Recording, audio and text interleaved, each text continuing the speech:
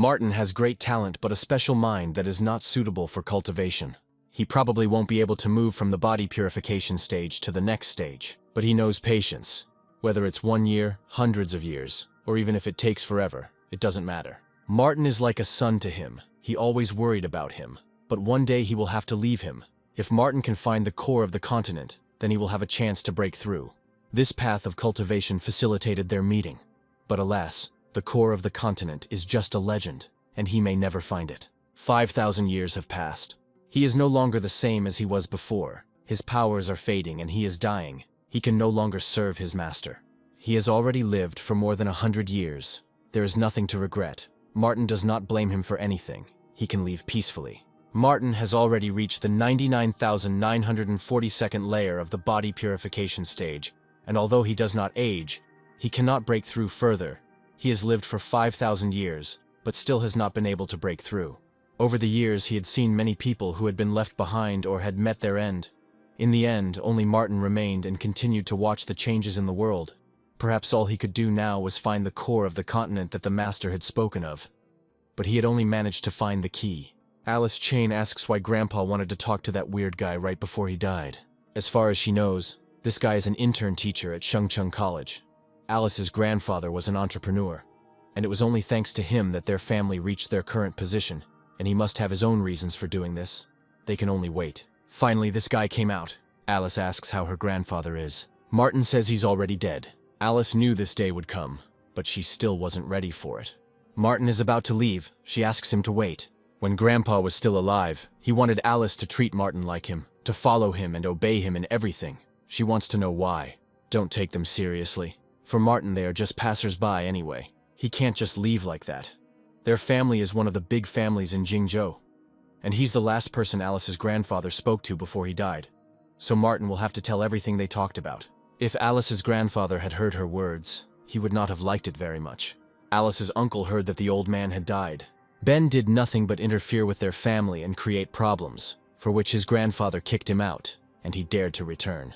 The young are already contradicting the elders. It seems that there are no manners left in the Price family. He just wants to know whether the old man is really dead or not. If he is dead, then Ben will now lead the Price family. Only in his dreams, since they are still brothers, Dan advises him to leave this house immediately and not make a mistake. He must be out of his mind if he thinks he can stand up to Ben.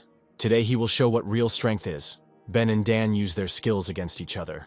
Ben manages to defeat Dan. It turns out that his brother is a third-rank martial artist. Exactly, and perhaps they are interested in when and how he achieved this rank. The thing is, he became the disciple of the Qinglan Shan clan master, Liu Lan. After the old man's death, no one in the Price family is his opponent. Let them just give in and give him control of the Price family, and he'll leave them alone if they break their legs. Don't be so cocky. This is the family's main business location, and Dan won't give it to Ben even if he has to give his life. So useless that he can't protect Alice and the Price family. Alice says she will always be on his side. Since they both wish for death, so be it. Dan can fight anyone, but let Martin get out of here first. One of Dan's bodyguards is indignant, who gave him permission to speak. Martin hits him. He has no business with him. He does not dare insult him. It is unclear how a man weighing more than 100 kilograms could fly away from a slap. Ben asks Martin what path he is taking, and how he dares to interfere in his affairs. Martin says this is the way. This is the way of happiness. If Ben doesn't need anything, let him get out of the way. Martin goes home. Ben asks how strong he is and what clan he is from. He thinks Martin might be a foreigner. He's a teacher at the Vocational Technical College on Happiness Avenue, so he's some kind of teacher. It's just a waste of time. Ben tells you to attack him. Martin is just a kid that his father wanted to meet before he died. He has nothing to do with their affairs. He should be allowed to go. It's his own fault for getting involved with Ben. If he doesn't teach him a lesson, they'll laugh at him. If Martin dared to contact them, let him go to hell. Martin attacks the bodyguards. It's impossible. He may be one step away from the master. Martin asks why Ben is attacking him when they have no problem with him. Ben is a third-rank martial artist. Martin won't be able to defeat him. So he is strong, but Martin is a cultivator of the 99,942nd layer. Dan asks him if they can talk a little. Martin refuses. He has important things to do now, and they won't meet again anyway. It's strange why Grandfather wanted to meet him if he just up and left. Alice's grandfather always told them to be nice to Martin, and he must have had his reasons for that. Their family is in a tough spot right now, and they will need a strong martial artist, so they will need to get Martin on their side. Alice asks if things are that bad. Although their family is one of the big families in Jingzhou, compared to the Qinglanshan clan, they are like rats. Now that Ben has become a disciple of this clan, no one from their family is able to resist him, much less his clan. Since their family is in such a bad situation, Alice will go and talk to Martin. She will ask him to help them overcome these difficulties. Dan had heard something about this college and would ask some friends to invest in it. Then Alice could also teach there. Teacher Mei Li wants to live in peace for a while and asks her father to stop calling her. He says he understands that she is running away from marriage, but he will give her time to think. He has already sent someone to improve the situation in this terrible college a little. And he also hired a strong martial artist who would look after her and be able to protect her at any time. If that's all, she hangs up. He found her, the girl who interested the boss. Michael had to work hard to find her. She ignored all his invitations and forced him to come in person. Mei isn't interested in him, so let him leave her alone. It doesn't matter whether she's interested or not. They are located on the college grounds, near the dormitory where teachers often go. Martin hears the boys hitting on Mei, but he has more important things to do. The guy says that all the teachers here are scum, who would never dare to interfere in his affairs. But Mei doesn't think that some group of teachers will appear now who will save her. For some reason, Martin is being insulted again. Mei thinks that he is her bodyguard that her father spoke of. He should be able to deal with them. If this weakling comes here, then he's a corpse. It's unclear why Mei thought he could save her. He's not even capable of defending himself. Stop dreaming. This loser will hardly dare to even come here. Let Mei just stop resisting and go with him. It looks like Martin really wants to die. He imagined himself a hero. Now they would show him his place. He dared to interfere in John's affairs. Martin throws them away from him. He has learned a few tricks and dares to interfere in John's affairs. If they start a fight, the outcome will be Martin's death. He says he has no time to worry about his affairs. But John is already the second person who has started insulting him without any reason. This really got to him. Then John will give him the death he so desires. Martin punches him in the face. He dared to hit him. John will show him. Martin continues to hit him. He says he gives up and asks not to hit him anymore. Now it's Mei's turn. She hits John with all her might. He asks her to stop and says he won't do it again. Here Mei's heel breaks. Martin catches her. Mei tells the boys to get out. Otherwise they won't get off easy next time. They run away. Martin did well. Finally his father sent a competent bodyguard. Mei sprained her ankle, so let him carry her to her room and then get a bonus.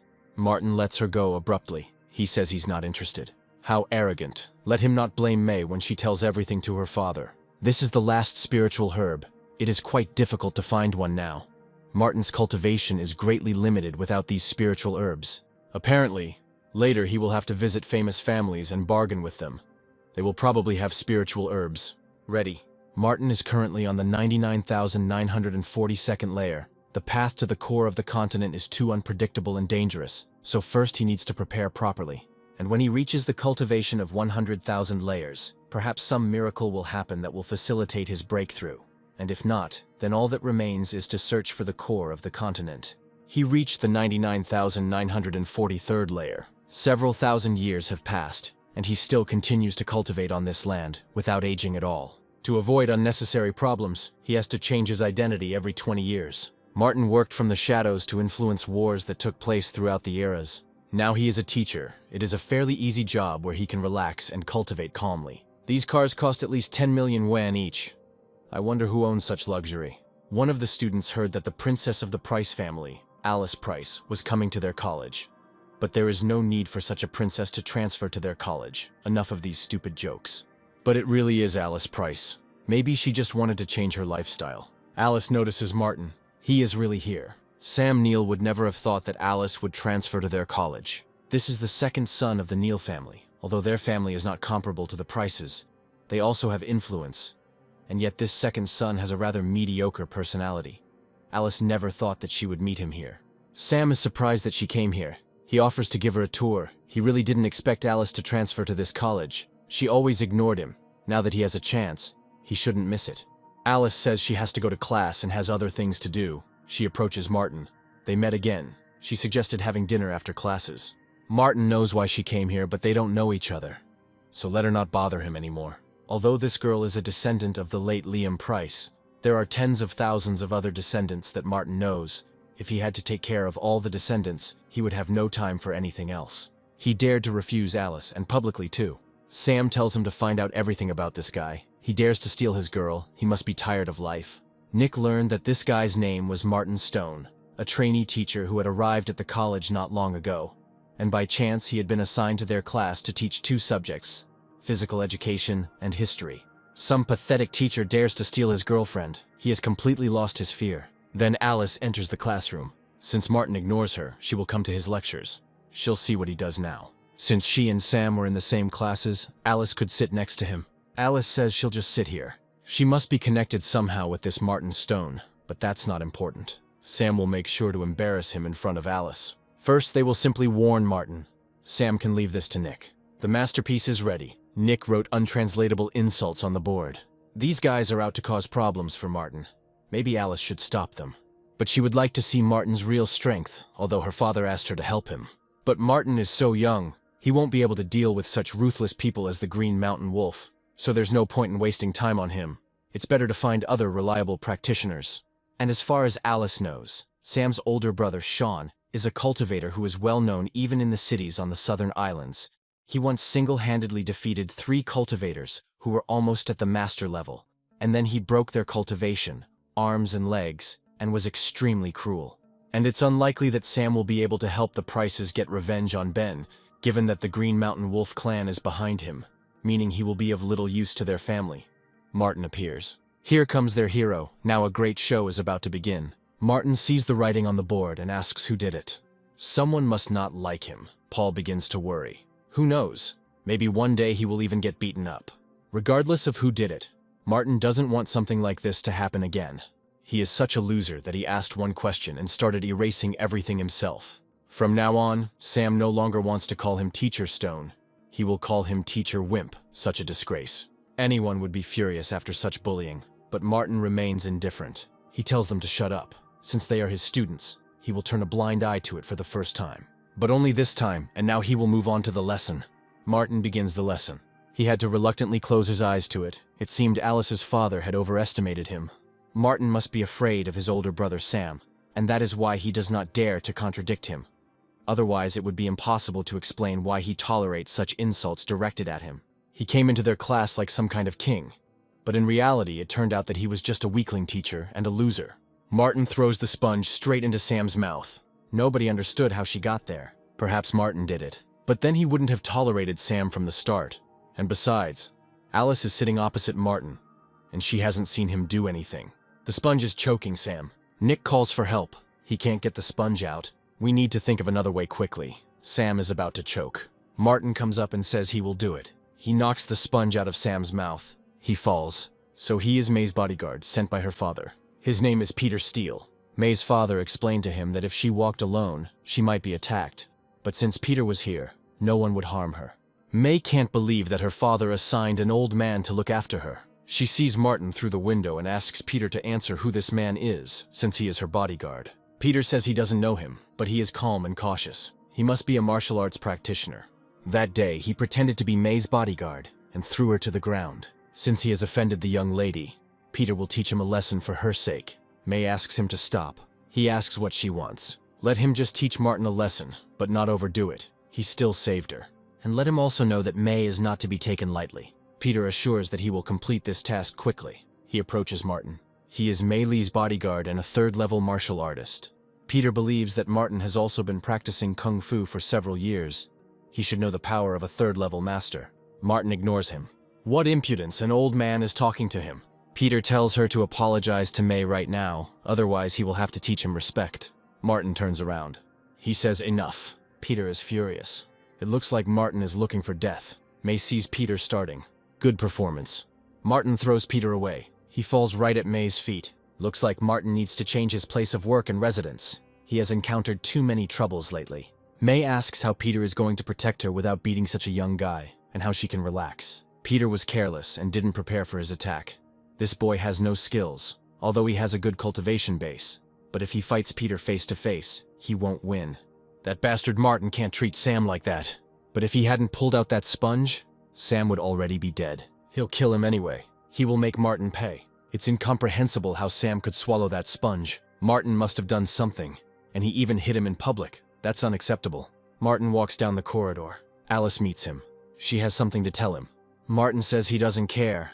Alice asks if he's afraid of Sam Neill since he ignored his provocations. Martin doesn't care about Sam. He doesn't have time to waste on unimportant people, including Alice. He has to admit that he's afraid of Sean Neill, which is why he didn't do anything to Sam, Martin says. Such an insult is not enough to anger him. Alice thinks that this time her father was wrong. They don't need a man like Martin, filled with fear. They need someone who can defeat anyone in this city. The next day, Martin comes to class and again sees insults on the board, his desk overturned. He asks who did it.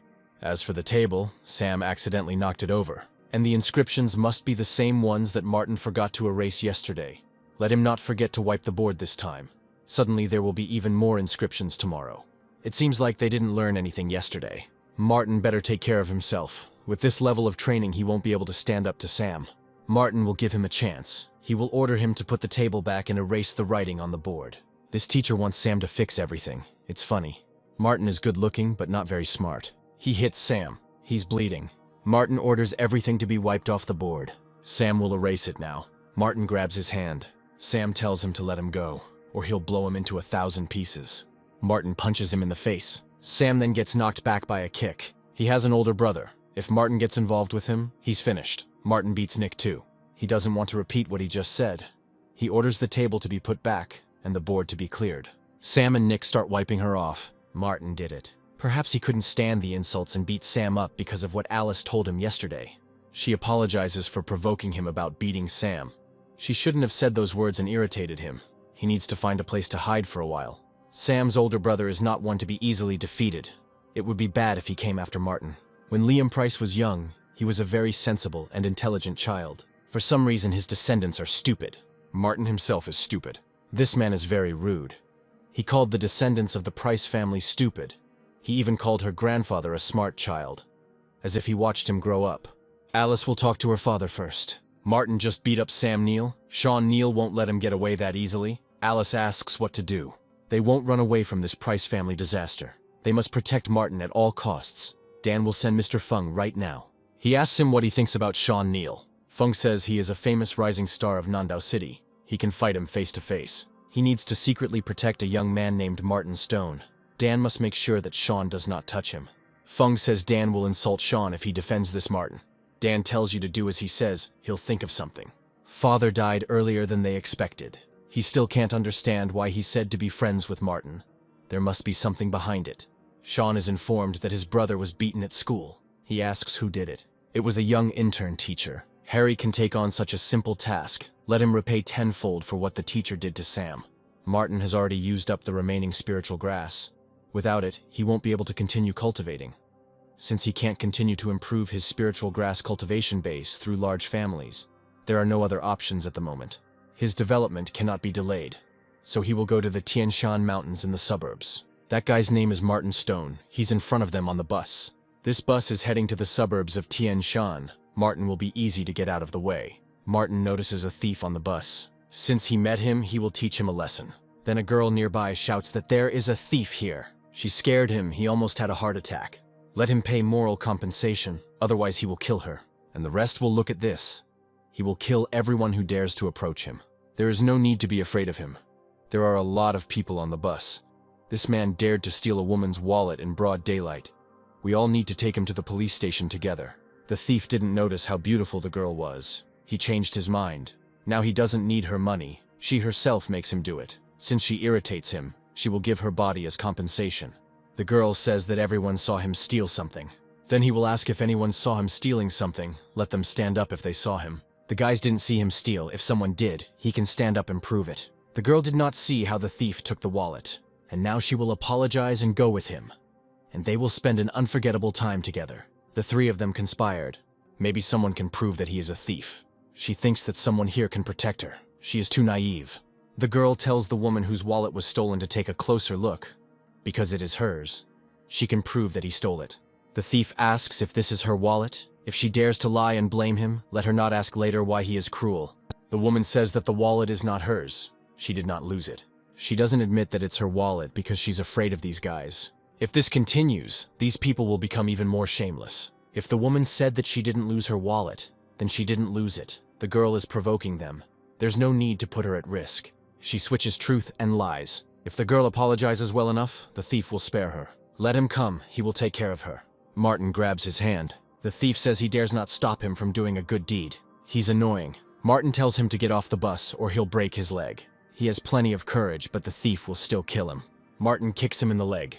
He commits a crime in daylight and dares to be rude to him. Martin gives him 10 seconds to get out. The thief tells his accomplices to come here quickly and finish off Martin. He's so persistent, it's obvious he wants to die.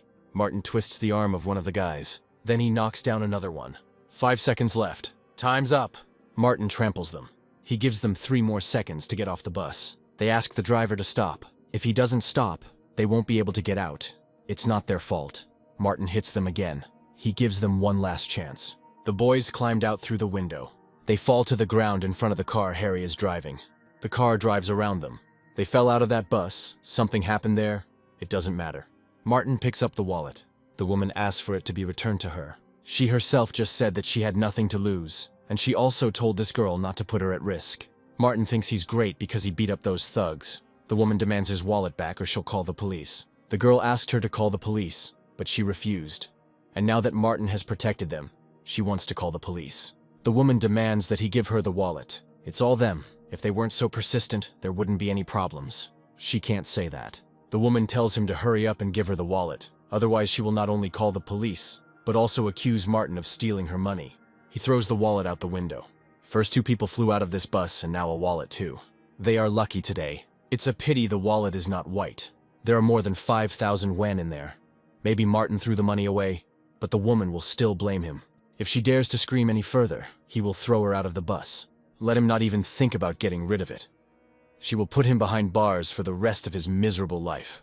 Martin grabs the woman and throws her out of the bus. She falls next to Harry's car. It's not clear what day it is today. People are constantly falling out of the bus. It hurt to death. The woman almost broke all her bones. She sees that Harry has her wallet. The woman asks for it to be returned to her.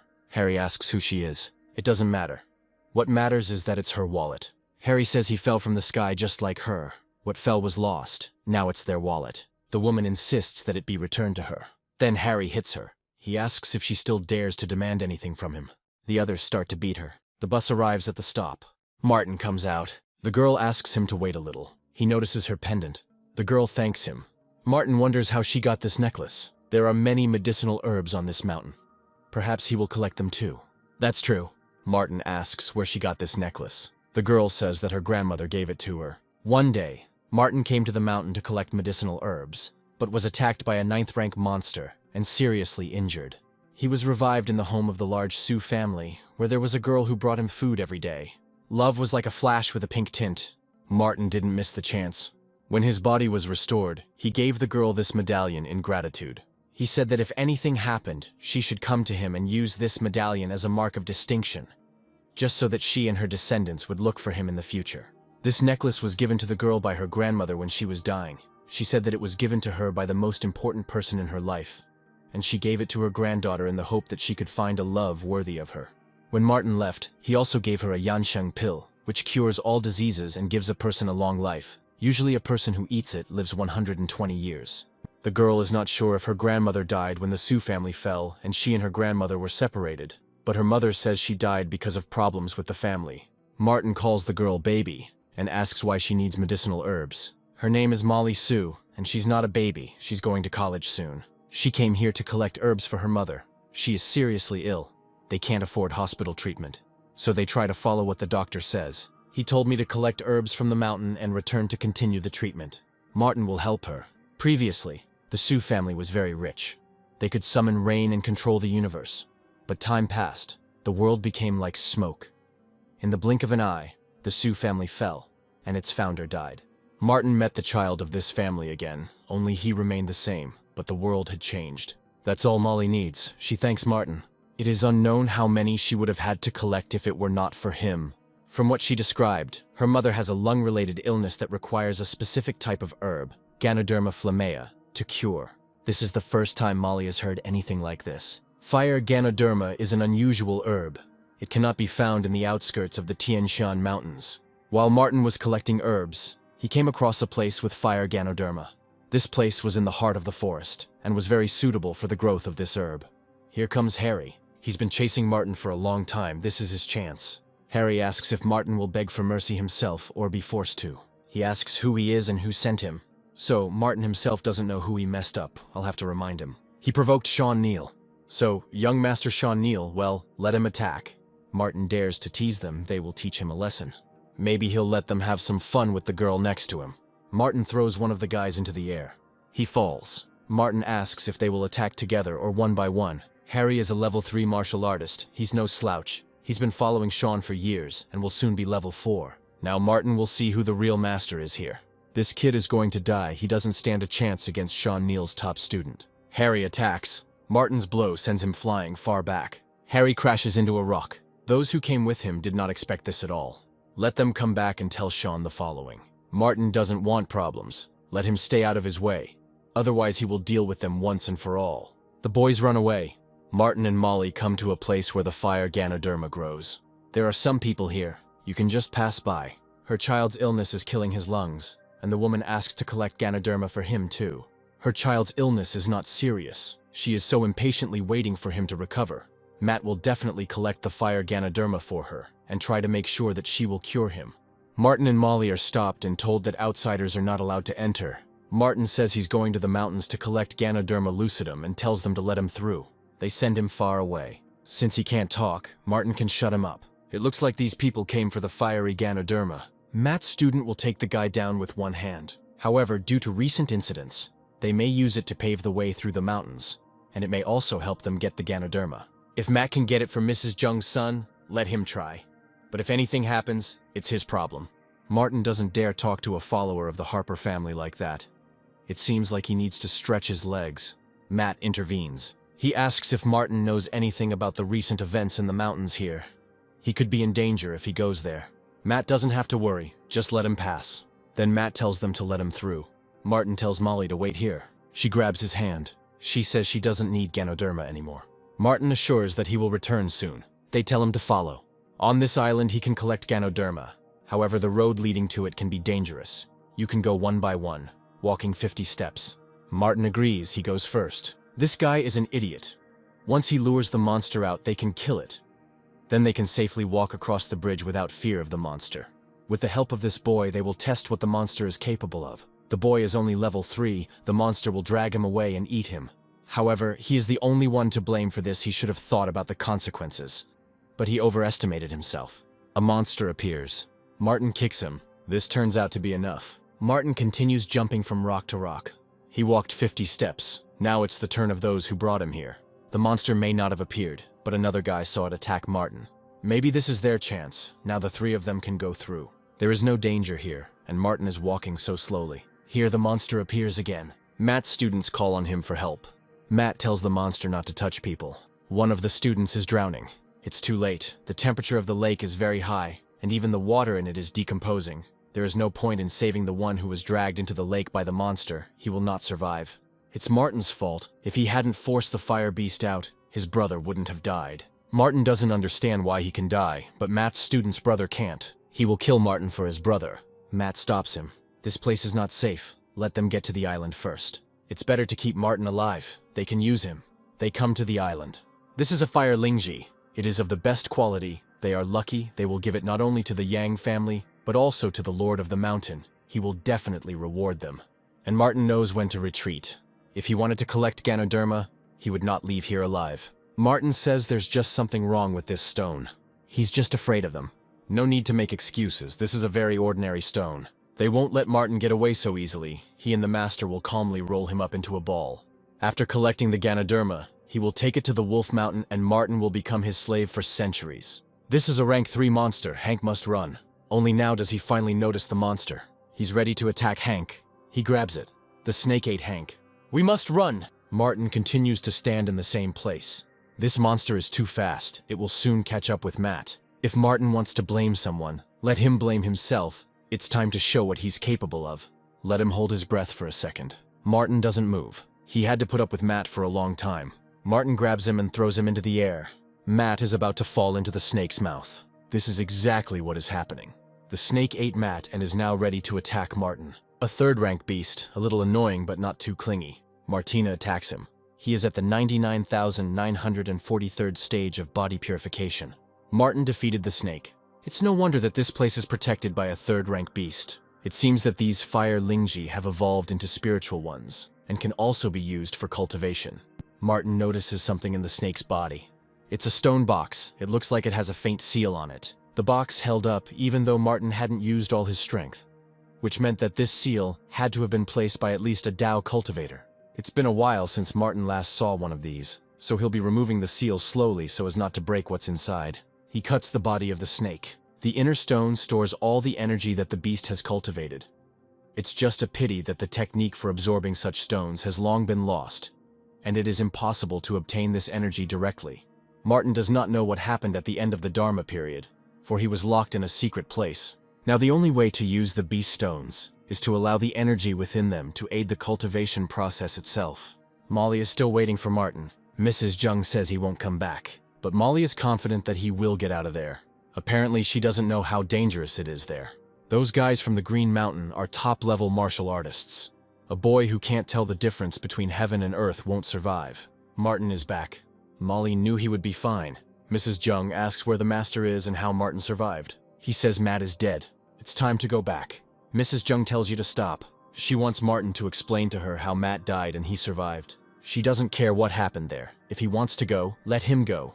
But he will leave the Lingji with her.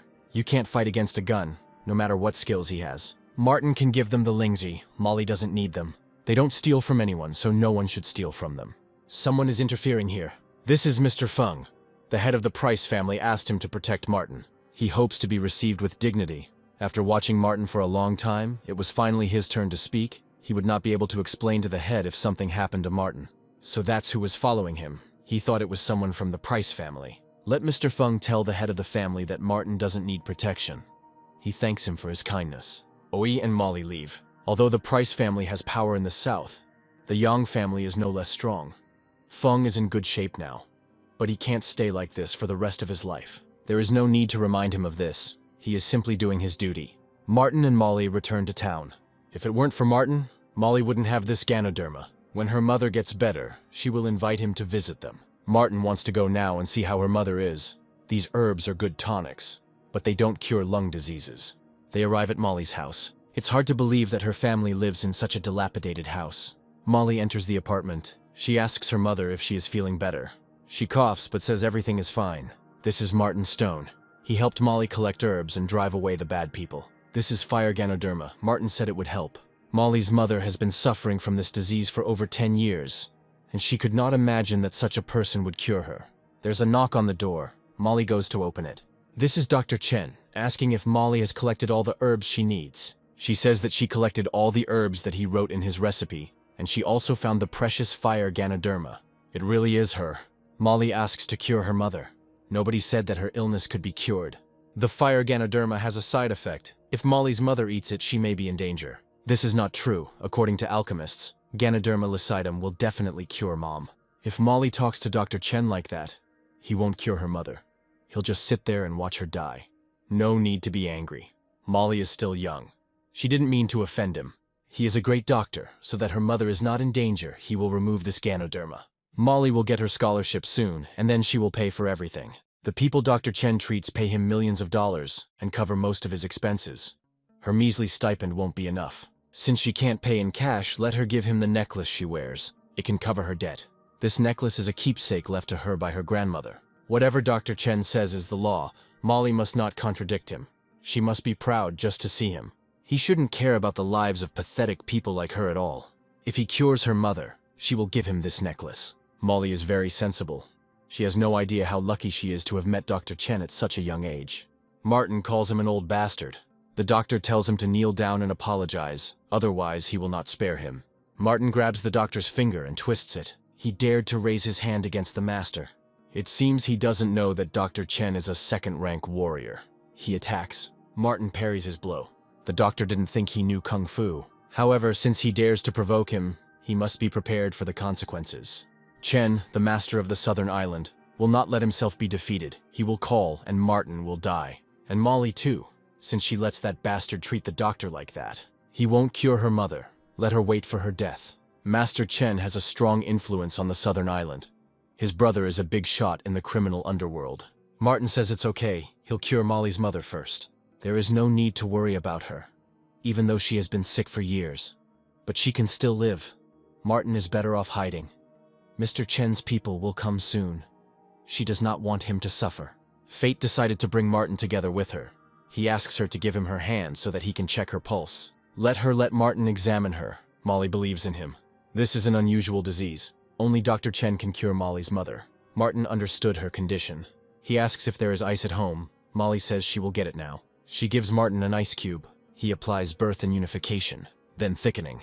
Dr. Chen has been studying medicine for half his life and has never seen such a method. He hopes that Martin will not kill anyone in the future. There is too much fire essence in this Ganoderma to be taken in its pure form.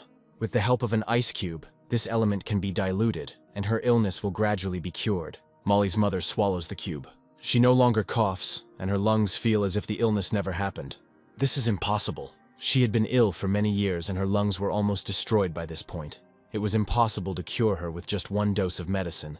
Martin definitely did something to make her feel good for a short time. Dr. Chen will reveal it. He checks Molly's mother's pulse. She's really getting better. Now it's Martin's turn to ask questions. He asks why Dr. Chen wanted Molly's jade pendant, and he says he respects Martin's medical abilities, but he'd better not get involved. However, the doctor will make an exception and allow him to become his follower.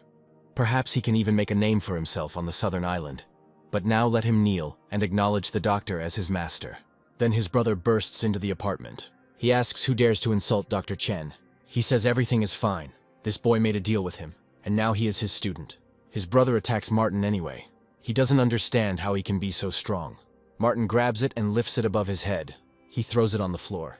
The doctor's brother asks what his cultivation level is. Martin says, body purification. Brother only knows the martial artist and student levels. Dr. Chen read about the level of refinement in the old code. It was used for classification in ancient times. But he didn't really understand what level of strength it was. This guy is able to defeat Jack so easily. He is definitely a martial artist, and the doctor dared to provoke this god. Martin asks if Dr. Chen is sure he wants to be his teacher. He would not dare to even dream. It is he who acknowledges Martin as his teacher and asks him to accept his respect. He really wants Martin to teach him. He says that Dr. Chen is not worthy of being his disciple. Yes, he is unworthy. They admit that they did a terrible thing by insulting him. They will do whatever he orders, if only he will let them go. Martin asks what their purpose is. They did these things to get the necklace on Molly's neck. Then Martin asks who ordered them to do this. Dr. Chen said, the Su family is from Tianan province. This family is very influential. Although they have not been in very good shape for the past few years, they could not resist them. Molly and her mother had already given up living on the southern island, but they weren't even allowed to leave. Molly asks what the Su family needs her pendant for. The doctor's brother doesn't know the details, but they have a problem with some person. To get this pendant, the master must take a grandmaster with him and climb the mountain. He heard that someone will reach the required level soon. Now this person can help solve the problems of the Su family, so they are still looking for the person their grandmother loved. Since he remembered his promise and decided to fulfill it, perhaps he liked his grandmother. Let Molly keep the necklace, that's better. Martin won't punish the Chen brothers today, but let them not catch his eye again. Otherwise he will be more serious. They will remember this. Molly says that this necklace was given to her grandmother by her lover. It looks like Molly's mother was poisoned. She had a lung disease and Molly's grandmother died. These people are truly evil. Martin hopes they learn their lesson and don't cause any more trouble. This is high-quality fire Ganoderma. Maybe Martin will be able to take it to the next level. He extracts the core. Now he is one step closer to the 100,000th level of body cultivation. This iron box was found on the serpent that guarded the fire Ganoderma. Perhaps it is left over from ancient times when the cultivation of immortals flourished. There is a strict ban on the iron box. If Martin breaks it with brute force, it may damage what is inside. However, this will not be difficult for him. Once he learned how to break a box, he can break even a normal one in the blink of an eye. He succeeded. However, there is another one in this box. It looks like an ancient scroll. The method is to repeatedly refine the essence. The essence condensed inside is returned to the cauldron, while the outer essence can be absorbed. This is called capsule formation, and returning to the cauldron. Even fragments were not found. It seems that someone deliberately erased the existence of this cultivation method and used it for their own purposes. Over the past 5,000 years, Martin has searched all over China, but has never found any leads. Now that he has this cultivation method, he can quickly raise his level to 100,000th by absorbing external essence when the spiritual grass is exhausted. he will begin to refine the core of a rank 3 monster. This should be enough to make a breakthrough. It seems that this cultivation method is quite unusual. Martin can directly absorb the spiritual energy from the monster's core and transform it into his own spiritual power. Instead of transforming and improving this method, someone erased it from history because it was too powerful. 3 levels at a time, Martin is now at level 990,947. The spiritual power contained in the core of a 3rd rank monster is very powerful. Due to the unclear origin of this method, there will be problems in the future, but quickly cultivating the 100,000th level is much more important. Someone is knocking at the door. May has something to tell Martin. She comes in. Martin wouldn't let her in. May is angry, so he goes shopping with her. Martin says not now. May insists and offers him 10,000 yen. Martin still refuses. May will give him 20,000. He must go. Martin says he will give her 100,000 so that she won't bother him. The intern teacher has nowhere to get 100,000 yen. May made inquiries. He is an orphan. For an orphan, this is not a small amount. 20,000 yen is more than your salary for half a year. He is pathetic. But May will help him. She is naive. Let her not bother Martin anymore. May is outraged that he dares to speak like that. Martin is the richest man in the world. May and her family are useless to him. He can boast with a straight face. His shamelessness amused her a little. Martin is walking down the street. He is followed by May. She asks him to stop. Martin didn't know that she had been following him all this time. If he does not want to accompany her, then she will accompany him. He helped her get rid of a couple of thugs, although in the end he upset her a lot. But she is very reasonable.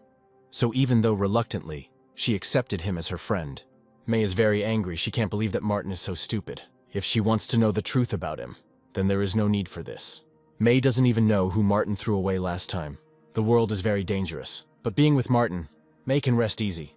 Alice meets him in the corridor. She wants to tell him something.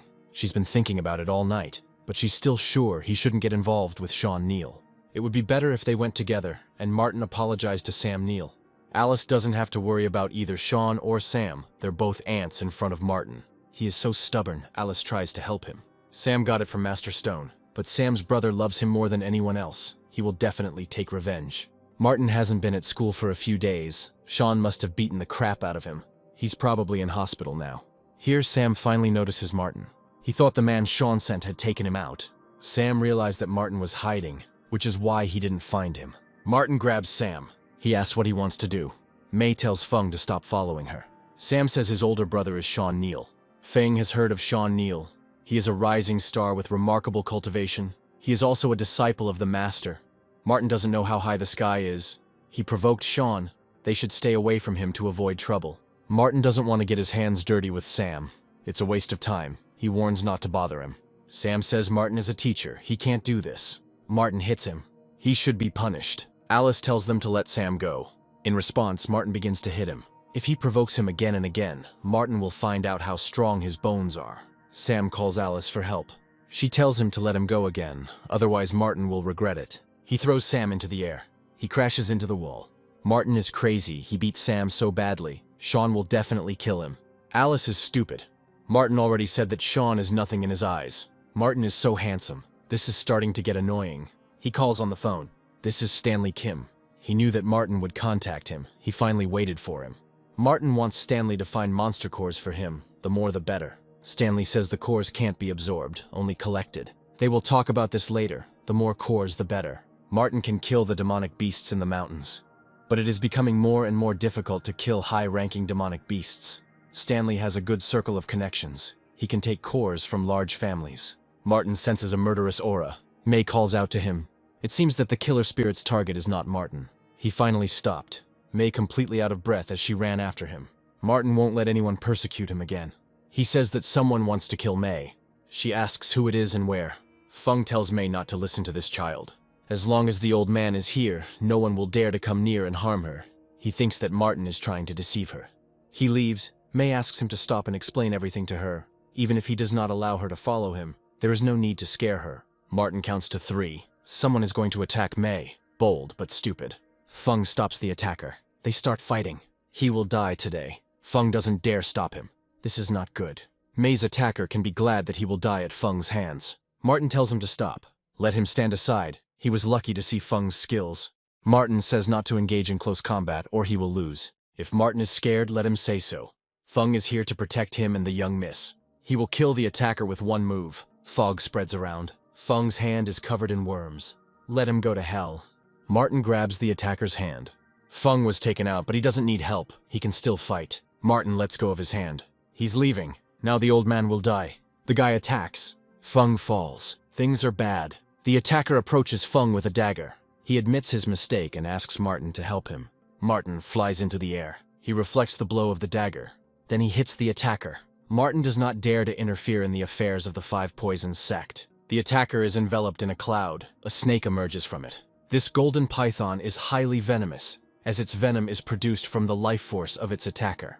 The python is about to bite Martin. However, something is wrong. This demonic beast's level is too low. Martin cuts it. Now he's going to attack the one who wanted to kill May. Martin attacks. The guy asks not to kill him. He is a member of the Five Poisons sect. Martin had never heard of her. If the guy answers his questions, he will live. Martin asks if their sect specializes in breeding demonic beasts. Not in cultivation. Students make blood pacts with poisonous demonic creatures, so everyone has their own poison. Martin asks if they have any strong demonic beasts, like ones that generate poison right in the core. His master's poisonous demon scorpion can absorb the inner core. It was strange how a human could form a blood pact with a demonic beast, but that wasn't the problem. It was another way to absorb the demonic beast cores. Martin let him go, so he shouldn't worry. The Five Poisons sect won't cross paths with him anymore. Martin hits him. He tells them to go back and tell the strongest masters of the sect to take revenge on him. Now let him get out. Martin deserves a lollipop. May asks if he'll really let him go. They have no reason to be hostile. But May didn't ask why they wanted to kill her.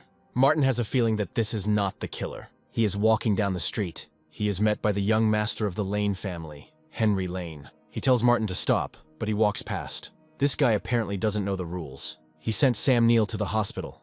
Sean Neill was angry as ever, so Henry won't let Martin leave. He comes to the pawn shop. He asks if there is any news about the item he asked for. To tell the truth, these herbs are very rare, but Larry searched for days and nights and finally found out something. Larry Cheney helped Martin search for spiritual herbs for 2 years, but for some reason he disappeared, and Martin could not find him for a long time. Let him tell where the herbs are. The rest is none of his business. Martin will pay, as agreed. By the way, Larry heard that several other people besides him were targeting these spiritual herbs, and they were all from large families. That's why these herbs are hard to find now. Martin leaves the pawn shop. Let him not even think about running away. Today he will pay for everything. Martin gives him a lollipop. It seems he was trying to bribe them, so Henry looks like someone who could be bribed with a lollipop. Martin leaves. Now someone else wants to attack him. If he surrenders, his life will be spared. They demand the return of some item. Martin says he gave it to those guys. Then they approach Henry and his gang. Henry tells me to get out of the way. He has important business with Martin. He is asked if he gave anything to Henry. He answers in the affirmative and again tells her to get out of the way. Then the bandits rush at him. The task is completed. It's time to go back. This is the man Mrs. Jung was talking about. She asked Martin to give her the fire Ganoderma, but he was foolish to refuse her. She dared to kidnap Henry. She had to think about the consequences. Mrs. Jung asks who this guy is, where Martin is, and the item she needs. She hits Henry. She doesn't care who he is. Let him hurry up and return her thing. This is the thing Martin gave him. Henry takes out a lollipop. Martin passed it on to this guy. Mrs. Jung tells you to show her the lollipop. Henry asks if she knows who he is. Mrs. Jung hits him again. Martin just gave him a lollipop. Mrs. Jung goes too far, kidnapping people for candy. He himself doesn't know what happened. He thought Martin gave this guy the Lingji fire. Mrs. Jung gives him one last chance. If the Five Poisons sect dares to attack Martin, it will be a good harvest. In addition, he will be able to personally hunt demonic beasts. They are good for their compatibility with alchemy. Only the pawn shop owner, Larry Chain, can collect spirit plants. Perhaps the auction that will take place in a few days will be a good channel, and it is time to find the right family for this work. Now is the era of Dharma. He will be able to clear the 100,000 layers much faster. May asks teacher Norman Smith to stop following her. They teach at the same college, and for some reason she keeps running away from him. Norman asks to give him a chance. He will treat her well. He should show respect. They don't know each other that well yet. This is exactly why they should communicate with each other more. Norman asks May to open the door to her heart for him. He is in love with her. He is the vice principal of the college, and his family is quite famous on the South Island, so May should not reject his offer. Look at him. He's all ruffled up. May doesn't like him. It's impossible. She probably says this because she's angry, Norman is from a famous family, he has status, she can't reject him. May doesn't care what he's talking about, just let him leave. Norman doesn't believe it. She probably thinks differently, he knows. Girls are very shy. He is perfect for her and will treat her like his girlfriend. May notices Martin. She has a boyfriend, so Norman should leave her alone. May calls Martin her husband and says that this guy is bothering her. Martin says they are not married. He may not be her husband, but he's definitely her boyfriend. Norman didn't expect such stupidity from her. Martin is just a trainee teacher. It's none of his business who she likes. Norman asks Martin to come over. He wants to talk to him. Martin says he doesn't have time. His business is none of their business. As deputy director, Norman orders that he be heard. He doesn't think Martin is worthy of May. He's been working at this college for about 2 or 3 years now, and he's still a trainee teacher. It is unlikely that he can afford a luxury house or a new car, since he barely makes ends meet on his salary. Women need protection that Martin cannot provide. He won't be able to do anything with his small and fragile body. Norman can handle 3 of his kind. So he advises him to stay away from May. It will make her happy. Martin agrees. He agreed. Such a simpleton. He wouldn't even dare utter a peep in front of Norman. That's because Martin treats him like a piece of shit. May is too lazy to talk to him.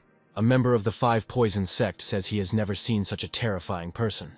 He himself asked to tell the strongest members of the sect to take revenge on him. In that case, it is the business of the disciples of the 4 guards. Let them figure it out themselves. The 4th Guardian's Thunder Python will soon make a breakthrough. It just needs fresh blood and meat. He would take this opportunity to go beyond the sect so that the Thunder Python could advance and transform into a heavenly Thunder Python. Norman meets Martin in the college corridor. He asks to take this and invite May to this place. Martin asks why he should help him. Norman already invited May, but she refused. If Martin does a favor for him, he will become his little brother, and Norman will take care of him. Martin says Norman is mentally retarded. He doesn't dare talk to him like that. Sam didn't show up. If things get worse, Sean will probably take action. Teacher Stone was unlucky enough to provoke the Neal family. He had practiced enough that Norman had specifically asked the Education Bureau to test him today. If he can pass this test, he will become a full-fledged teacher. But if he doesn't pass it, then, unfortunately, he will be fired. The trainee teacher is also a worthy competitor to Norman, and May will fall into his arms when Martin is fired. Norman invites the professors to sit down. Today he invites them to evaluate a trainee teacher. These very important people were sent by the Education Bureau to evaluate the work of the college. But Norman will be able to use them to evaluate Martin. He heard that they are very strict in terms of the quality of education, so this meeting is the end for Martin. The college principal was unaware of Amanda Gray's arrival. At first, the Education Bureau sent several academics to inspect the work.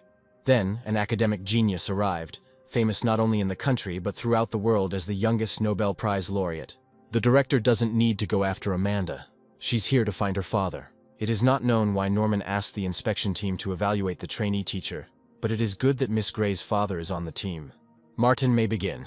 Next, they will talk about King Qinzhou. He was a very educated man and also had good military skills. When he was enthroned, the Qin dynasty was suffering from internal and external problems, and the palace was on the verge of collapse. The king was the one who tried to turn the tide of the river and extend the reign of the Qin dynasty for many years.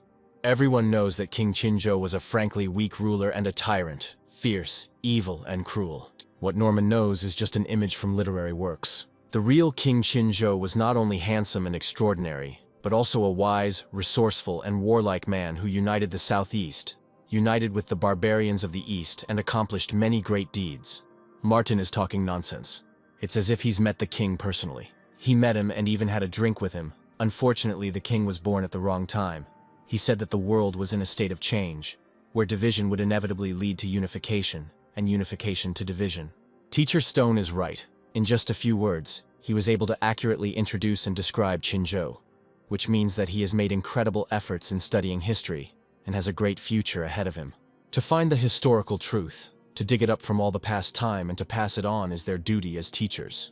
It turns out that Martin really does know history. No history lesson required. Norman suggests talking about math. Martin is a history teacher, not a math teacher. Here students study all subjects. He cannot study only one subject. Only general subjects can be taught by analogy, which is more in line with their teaching requirements. Martin did not prepare for the lesson and did not bring his math textbook. He can show his level of knowledge without preparing for the lesson.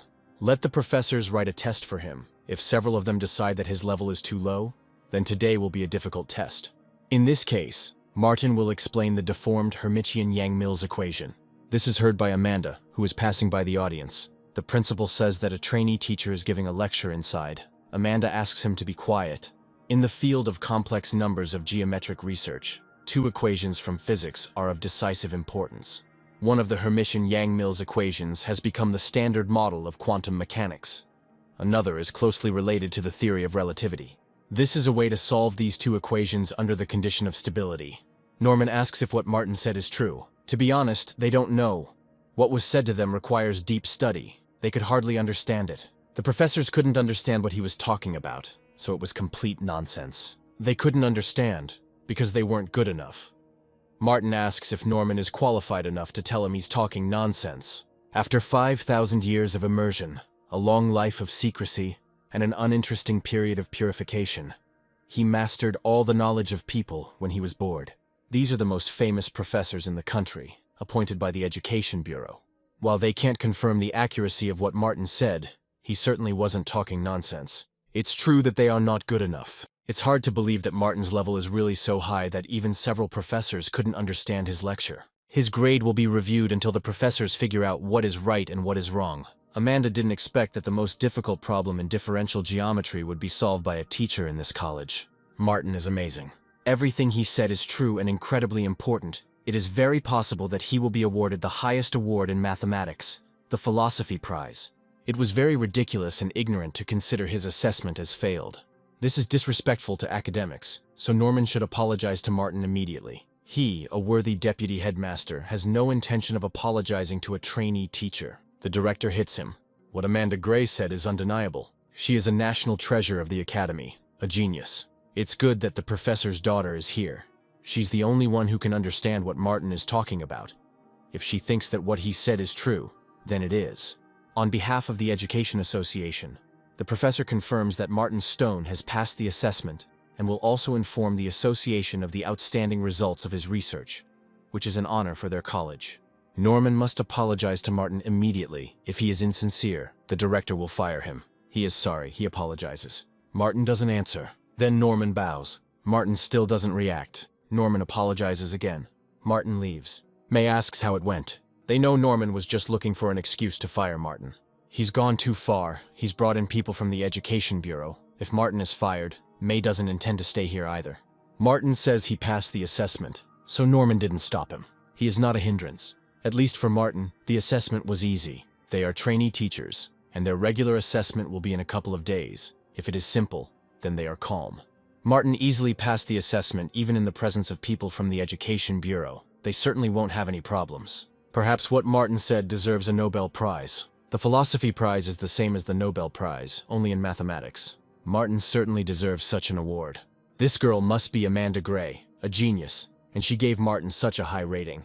It turns out that the assessment for promotion at this college is so terrible that you have to be a genius. The Price family is now weak inside and out.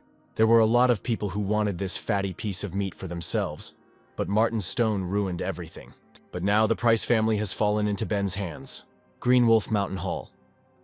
Master Jack Smith asks how strong Martin is. He is a third-rank martial artist. Ben asks to finish this guy off. Jack has no time, and it's unlikely that this little boy is worth their interference. The mining master sent him to investigate the death of Hall Master Kevin Green, which is now a priority. And for Ben, he has a pill. If he eats it, his cultivation will increase by 3 levels, although his lifespan will decrease by 10 years. It's not very attractive. If Ben wants to be Jack's man, he has to pay a price, so he can show the Green Wolf sect his usefulness. He can't even handle a small master. Jack is a little disappointed in him. Ben will kill Martin and take over the Price family as quickly as possible. At night, he comes to the dormitory where the teachers live. Martin must live here. This little guy will die today. Martin is a cunning and unusual person. Last time he deceived them. So they will not talk to him. They will just throw him in a bag and hand him over to Mrs. Jung. They are also going to break into the hostel. Ben climbs through the window. It seems like no one is home. Martin appears from behind and asks what he wants. Ben was looking for him. Let him go to hell. Martin strikes back. He really is something else. Unfortunately, this time Ben was prepared. Once he swallows this pill, his cultivation will increase by 3 levels. Martin slaps him on the back of the head. Ben falls. A fight is a fight. There is no point in idle chatter. Soon, bandits break into Martin's room. One of them thinks they have found it, but it's actually Ben. They put him in a bag. The mission was successful. They are returning. It's very busy today. The bandit comes to Mrs. Jung. She hopes that this time he is not mistaken. They took Martin from his home. There can be no mistake about that. Mrs. Jung unties the bag. She realizes that it is not Martin again. Then Miss Jung starts beating the bandit. She will beat him to death. He brought the wrong one again. Now she doesn't need him. The bandit doesn't understand how this happened. Why they caught the wrong one. Looks like I'll have to ask someone else. Mrs. Jung is calling Bill Hope. She tells him to take this garbage with him. There's no need to catch anyone else. Let him throw this garbage out to feed the fish. Martin is already here. Mrs. Jung asks how dare he come here. He doesn't like it when annoying people pester him.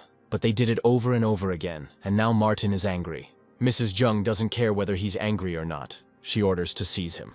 The bandits rush at Martin. He attacks. Martin dealt with all the bandits, and he is strong. It is not surprising that he dared to come here alone. It's better to settle everything peacefully. Mrs. Jang really needs the fire Ganoderma to cure her son. She will give him $1 million. Martin says he has used Ganoderma before. Then Mrs. Jung calls Bill Hope again.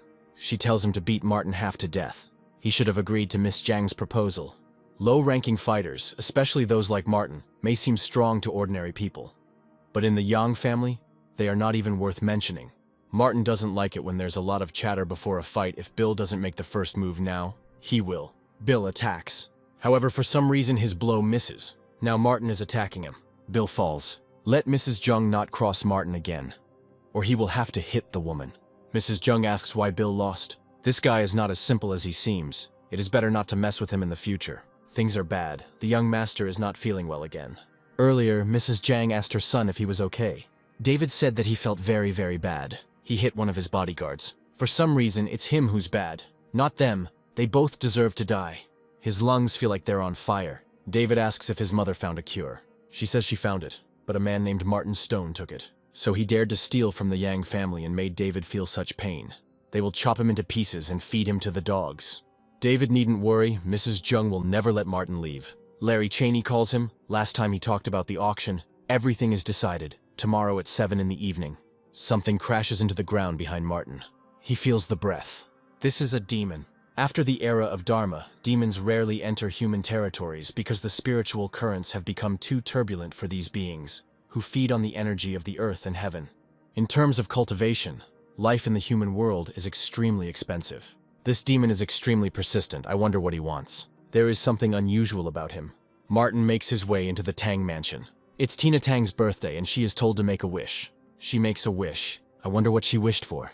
It's clear, Mrs. Tang is so beautiful. It's hard for her to find a suitable man in these parts. So most likely, she wished for finding a boyfriend. And the groom will fall on her straight from the sky. Only a man as handsome and talented as she is worthy of President Tang. Here Martin appears. He stands in front of Tina. The wish came true. He fell straight from the sky, and he is very beautiful. Tina asks Martin who he is. Martin says a demon just burst into her yard. He came for him. Breathing is gone. Martin believes that the demon was hidden. He was in this yard. We need to find him. Tina tells Martin to stop using such boring tricks if he wants to get her attention. She advises to forget about this idea and leave right now. She didn't understand. Martin doesn't use any tricks. He just actually sensed a demon entering Tina's courtyard. Perhaps Martin thinks he's in a movie, or Tina looks like she could be easily fooled. They didn't think a guy would fall from the sky and talk nonsense. Being so handsome is useless if your words can't be trusted. President Tang hates people who talk out of their asses. Let Martin leave now. He asks Tina for her own good to give him 3 minutes. He will find the demon. If he doesn't leave, Tina will call the police. Here they tell her that they have a problem. Tina asks what happened. Her daughter lost consciousness, so the demon is there. Tina's daughter is lying on the floor. Her body has always been healthy. They were just playing in the room. It happened suddenly. A light wind blew and Lisa fainted. Tina asks to call a doctor quickly. Auntie has already called him. He will be here soon. The doctor comes. Tina asks what's wrong with her daughter. Based on the examination results, he can say that everything is fine with her. She is not sick. But she is unconscious. Tina asks if the doctor can cure her or not. Unfortunately, this is a blind spot in his knowledge. One of the women says that she knows Master Chen. He specializes in strange diseases. Tina tells me to send him a message so that he comes quickly. Martin says there is no need to invite Master Chen. Lisa's body is possessed by a demon. Martin can solve this problem. Master Chen is nearby, so he will be here soon. The evil spirit is very strong. We need to drive it out as soon as possible. It is causing pain to the child. When Master Chen arrives, He will expose Martin's lie to everyone.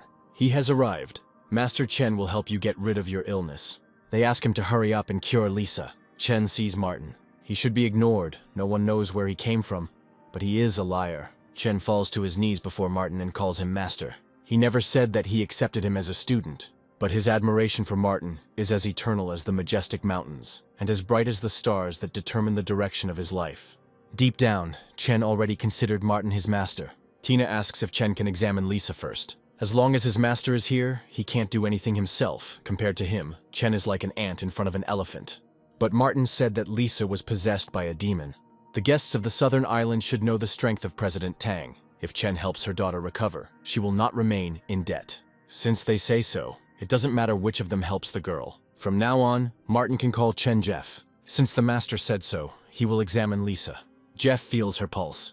It's strange, she's not sick. The pulse is calm and her breathing is soft. She seems to be completely healthy. Tina asks who can save her daughter. Jeff's options are limited. Martin gives the demon a chance, let him come out on his own. He will count to 3, and when it reaches 3, he will not give him a chance to survive. They must trust Martin. He pretended to see something and scared the air. He himself was sick. Martin exorcises the demon. Anyone who interferes with him will die. Martin grabs him. The demon tries to attack him, but he fails. The demon asks Martin who he is. He is the one who will take his life. Martin attacks the demon, who asks him not to kill him. Martin tramples him. Tina asks what that was. He recently told her that it was a demon. Tina doesn't understand how demons can exist in their world. 2,000 years ago, the Shushan kingdom was in turmoil. All this led to the death of a third of the cultivators, and the root of all disorder is the invading species, the formless and disembodied demon. Martin didn't think they would appear again after they disappeared 2,000 years ago. Perhaps it was a sign of an approaching storm. Tina asks for an explanation. Martin says he doesn't have time. Then Lisa calls Tina. She finally woke up. I need to go after Martin and apologize to him, no matter what he asks. He has some skills, of course, but he is disrespectful to Tina. If he asks, they will just give him 100 million. Tina doesn't care even if he asks for 100 billion. Over the past few years, as the business grew bigger and bigger, Tina also received some information about martial artists and demons. She always thought it was nonsense, but now it seems that things are not so simple. Before the auction starts, Henry tells everyone not to let anyone in. Sean Neal will be here today. Henry can go without worrying. They won't let anyone through. Larry heard a lot of news. All the items in this auction are excellent. There are at least 2 types of the herb that Martin wants so much. Martina and Larry are stopped and asked to see their invitations. Larry says he doesn't know if he needs an invitation. So he heard a lot of news, but doesn't know about the invitation. If they don't have invitations, they can't enter. Henry asks what's the matter and is told that 2 guys want to come in without an invitation. Henry recognizes Martin. Larry asks if they know each other. Martin says he just gave Henry a lollipop. Because of this candy, he was caught by an old crazy woman and almost beaten to death until he is here. Martin and Larry come in here. The auction is about to start. No need to make noise. Jeff's brother recognizes Martin. He falls to his knees before him. Martin says he is not his master. His brother treats Martin as a master, which means he is his master too. Although he did not recognize him, he, Fred Chen, admires him as a master. Like a great mountain and like a bright star, Martin leads him along the path of life. Martin asks if he can get inside. Fred is willing to let him through. Martin provoked Sean Neal. Henry can't let him in. Fred hits Henry. He has no right to tell him what to do. He's blind. If he messes with Martin, Fred will beat him to death. Martin and Larry come to the auction. Rumor has it that deep in the Tian Shui Mountains, a powerful demon dog has appeared. She was so strong that she provoked the demons on the mountain. The auction organizers gathered many craftsmen here for another purpose, to assemble a hunting party to go to the Tian Shui Mountains and kill the demon dog. Alice sees Martin. Sean Neal will be here soon. Alice, of course, wants him to help her family survive the disaster. This is a good opportunity. He still has a good impression of Alice, and when the auction happens, he will buy some spirit herbs. If he likes them, he will definitely help her. She knows it. This auction is full of martial artists and nobles from the southern island. The 2 types of spiritual herbs that Martin needs will likely be in high demand. Everything is as usual. Larry can give him money in advance. No matter how much it costs, he must receive the spiritual herb. Later, Martin will transfer the money to him through the Ruishi Bank. Everything here is so luxurious. It's no wonder that the part-time salary here is much higher than in other places. This time, Molly will be able to buy more tonics for her mother. Even though her illness was cured by Martin, she still needs time to recover. Molly accidentally bumps into a visitor. The drink is splashed on her. Molly asks for forgiveness. Let him shove his apologies up his ass. It was quite obvious that it was a woman who collided with her. That's because Molly is blind. She's the waitress, and she should know how to avoid this. Gregory Steele appears. He asks what happened. Today is so bad, and that waitress spilled wine on her. The worst thing is that this girl still doesn't admit her guilt. She's in big trouble. Cheryl Brown is the daughter of the CEO of the Tang Group, and they are well-known local tycoons. Molly doesn't understand what he's talking about, but she's not wrong. It was Cheryl who attacked her first. I wonder what these two are talking about with this girl. This is the son and daughter of the Tang Group executives. Tang Group has amassed over $10 billion in just 3 years and dominates the market. Molly is truly ignorant. Gregory will give her two options. Let him either compensate Cheryl for the damage to her clothes, or get on his knees and apologize. Kneeling in public is not nice. If Molly is not up for it, Cheryl will slap her and that will be the end of it. This will serve as a lesson to her. The next time they see each other, Molly will hide from her. Martin stops Cheryl. She asks who he is and how he dares to interfere in her affairs. Gregory tells him to let go of her hand and not be so curious. Martin lets go of Cheryl's hand. He asks Molly what she is doing here. She says she works here part-time. Cheryl thinks that Martin is Molly's brother. It's good that he came. He needs to pay off the debt. He understands very well that it is Cheryl's fault. So she's the one who should apologize to Molly. Martin must have been hit on the head by a donkey and asked Cheryl to apologize to the waitress. Martin doesn't dare ask her to apologize to him. Cheryl needs her face to let her hit her. Otherwise she won't get off with a simple slap. Molly hides behind Martin. Cheryl is ready to hit her. Martin hits Cheryl. She's falling. Gregory will kill Martin. He kicks him. Gregory crashes into the wall. Cheryl's father never raised his hand to her. Martin does not dare hit her, so that means he's her first. Fred appears with other guards and asks what all the noise is about. He's just in time. These two waiters dare to commit crimes in public. We must arrest them. This bastard is causing trouble. They should break his legs. The boy who falls into the hands of Fred Chen must get what he deserves. However, the guards grab Cheryl and Gregory. They are violating the rules of the auction. Fred tells them to throw them out of here. Martin is causing trouble again. These people made him angry. Alice isn't going to talk to him about it here. She asks what he's doing here. There is a spiritual herb here that he needs. The grass at this auction was reserved for Sean Neal. But the auction has not yet begun, and the grass must go to the highest bidder. Martin has wounded Sam Neill and now wants to fight Sean for the spirit herb. His actions are very dangerous. It's not just dangerous. He's digging his own grave. It's unclear why Alice is hanging out with such an idiot. Later, when Sean arrives and hurts him a little, he'll figure it out himself. Sean has arrived. Finally, he was here. He and Alice had been waiting for him for so long. Sean hasn't seen her for so long. She's becoming more and more beautiful. He is also becoming more and more elegant, and his cultivation base has improved greatly. Perhaps very soon he will surpass those masters who have been famous for a long time. At least in Jingzhou, he is definitely the best among the younger generation. Kate asks if Alice has anything she wants to ask Sean. They could get closer. Let her just say what she wants. Alice isn't going to lie to him. Her family suffered from changes some time ago. Her second uncle, Ben Price, was a disciple of the Green Wolf Mountain Lord and wanted to become the head of the family. That's why Alice wanted to ask Sean to help her family overcome the crisis. This Wolf Mountain is really annoying. The Green Mountain is not located within the city limits. The mighty dragon will not be able to crush the snake on the ground. Sean can go to them and convince the Green Wolf Mountain not to interfere in this matter. When he says that, Alice feels relieved. Sean finally arrived. He sees that Henry has been beaten. Martin Stone ordered Fred Chen to beat him up. Martin Stone is the same guy who beat up Sean's brother 3 times. He asks where Martin is. He responds, "A brave dog, he dared to raise his head." Alice tells him to come and say hello to Sean. She will recommend Martin to him. He says it will be fine. Stop being stubborn. Alice is trying to save him. Martin says again that it will be fine. If this stupid guy doesn't see the problem, then let him die. Henry asks where Fred is. They'll gut them today. Sean has already sent people to find Fred. Harry brings him. He tells you to kneel before Sean. Harry hits Fred on the knee. He falls. Sean asks what he wants to say about this. Fred thinks that Martin and Sean have become allies. He will give Fred 2 options to choose from. He's either with Sean or with Martin. Alice apparently knows him well too, so let her tell Martin to get on his knees and apologize. Then Sean will not only let him go, but will do everything possible to help the Price family survive the crisis.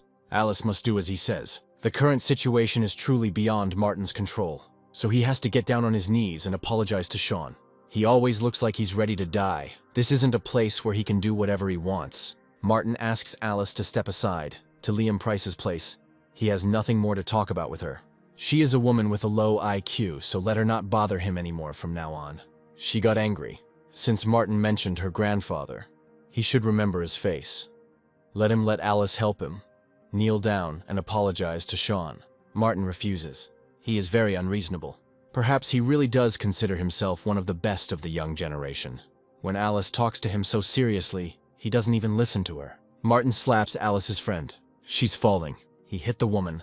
Martin wants to do something again. He holds the blue flash to her throat. Now she can't speak. Alice asks what Martin did to Renee. It's too noisy here. Let her shut up. It seems that Alice's persuasion was not successful. Now it's Fred's turn. Sean asks what his choice will be. Fred has absolute confidence in Martin, but Sean is not so simple, so he is not easily provoked. Henry tells Fred not to be so stupid. If he doesn't follow Sean, he will definitely die. It's a pleasure being Sean's dog. He's got a lot of bones here. When the time comes, he will be thrown 2 pieces, and he will have enough food. Let him hurry up and make a decision. He can continue to live like a dog and gnaw the bones that are given to him. Although Fred must not reject Sean, Henry must behave with dignity. They must not force him. Fred chooses Martin. He is an intelligent man, just like his brother Jeff. Sean tells him to repeat what Fred said again.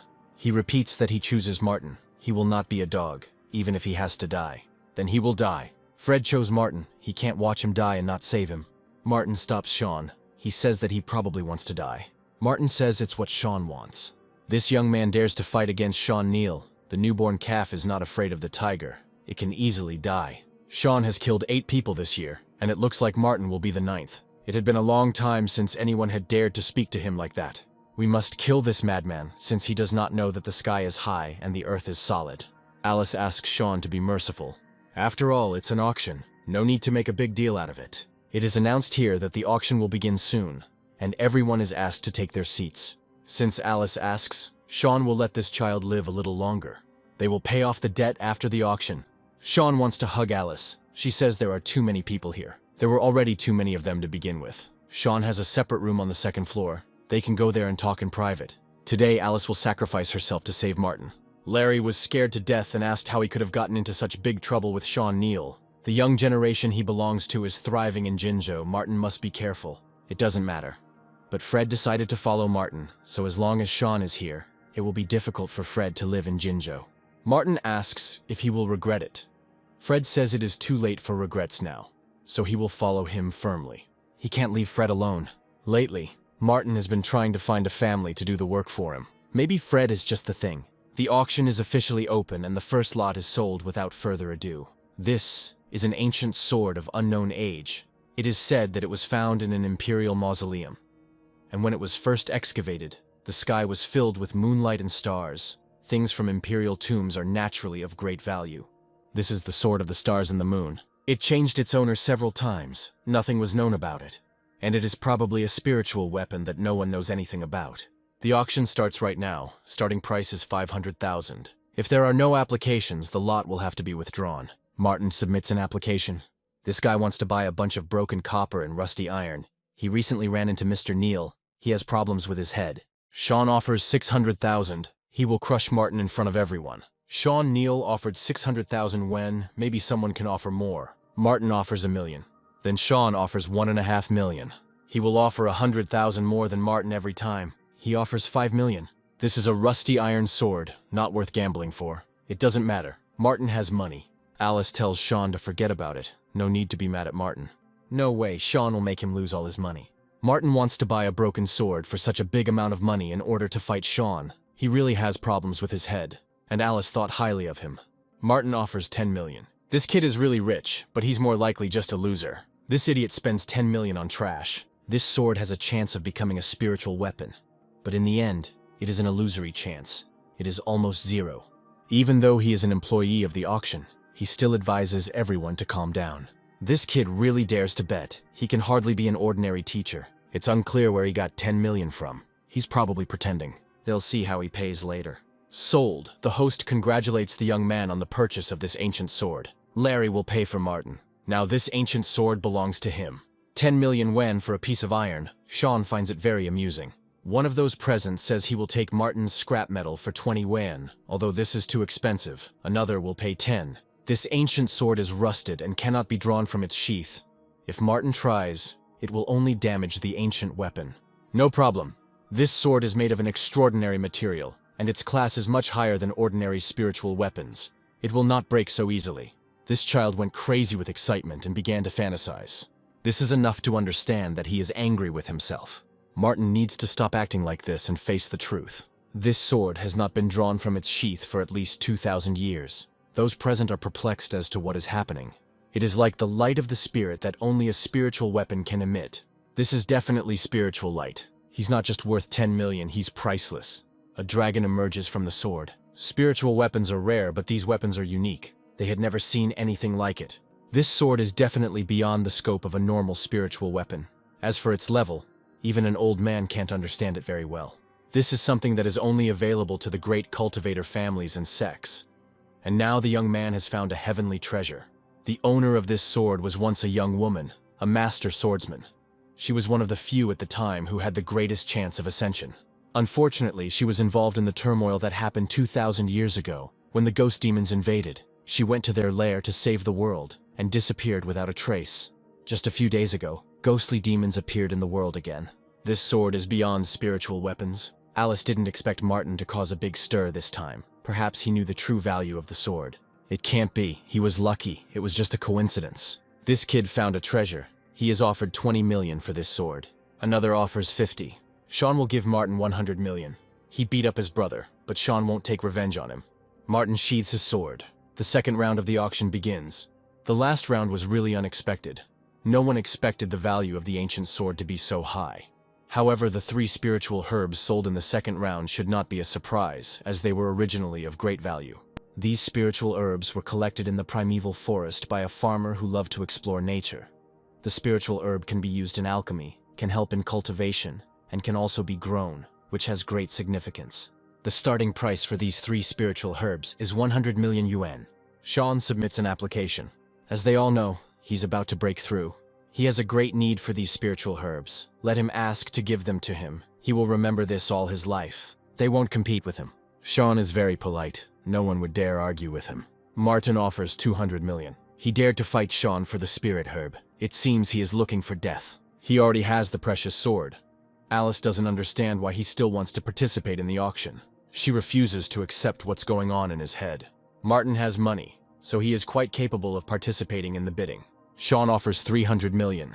He knows how much Martin can pay. If he has the money, then they will fight. But he must know that the owner of this auction is extremely powerful. If Martin makes a false bid, he will face terrible punishment. Martin offers 500 million. Sean offers 700, Martin a billion. 1 billion, 100 million. As far as Sean knows, Martin doesn't have any family backing him, but he's bidding so high, it's doubtful he actually has a billion. Larry didn't expect the auction to take such a serious turn. He only took 1 billion yuan with him. If Martin raised the price, they wouldn't have enough money. He has been waiting for these spiritual herbs for more than half a year, and he must receive them. This is really impossible, especially when his rival Sean Neal. Even if they go to borrow money, they simply won't dare lend it to them. If Martin is capable, let him place his bet. Someone here is offering 2 billion. This is Tina Tang, so beautiful and hot. This is Mrs. Tang. In just a few years, she has become the richest person in Jinzhou. She is a powerful woman who is well known for her generosity. Tina says she's offering 2 billion for Mr. Stone.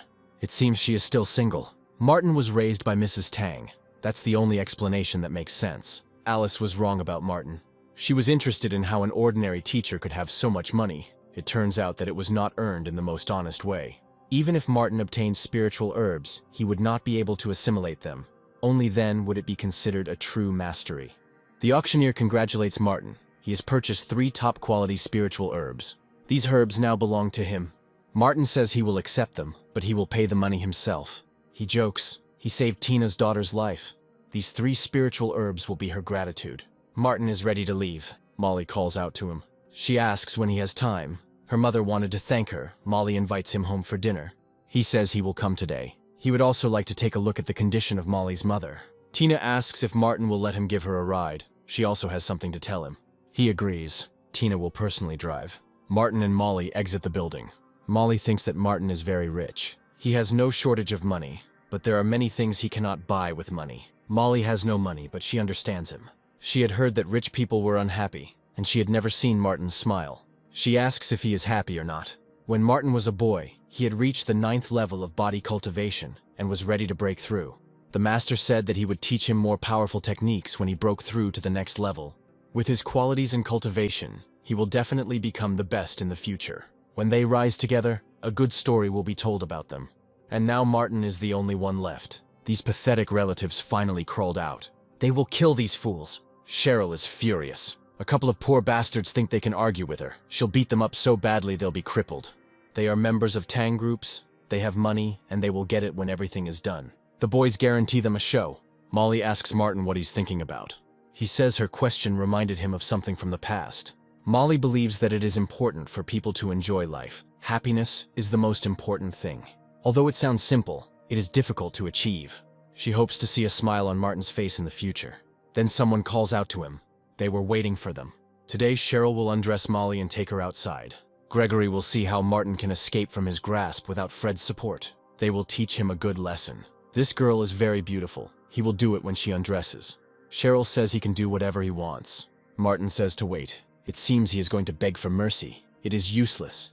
By provoking them, he provoked the king of hell. There are cameras everywhere. If they are going to have a showdown here, it will bring even more problems. Naive, they turned off the cameras in advance, so today they will play with him whatever they want. Then everything is fine. Martin is glad they took care of it. He attacks. Gregory orders him to be killed. Martin killed everyone. Let him stop playing the fool. They are members of the Tang group. Gregory is the king of hell, so he has nothing to fear. There's a difference between messing with them and messing with the king of hell. They've got the Tang group behind them. Martin's going to get on his knees and apologize in a heartbeat, and Cheryl might not tell anyone what happened today. Martin hits her. Cheryl asks how dare he hit her. There's nothing wrong with that. She has a mouth that needs to be shut. Martin had the courage to do this. He asked for it himself. He says he didn't let Gregory go. There's no need to be so arrogant. He doesn't believe that Martin would dare to do anything to him. He twists his arm. Here a car pulls up. Tina comes out of it. Cheryl asks to save them. This bastard dares to be rude to them. They just wanted to teach him a lesson. Cheryl didn't expect him to dare answer them.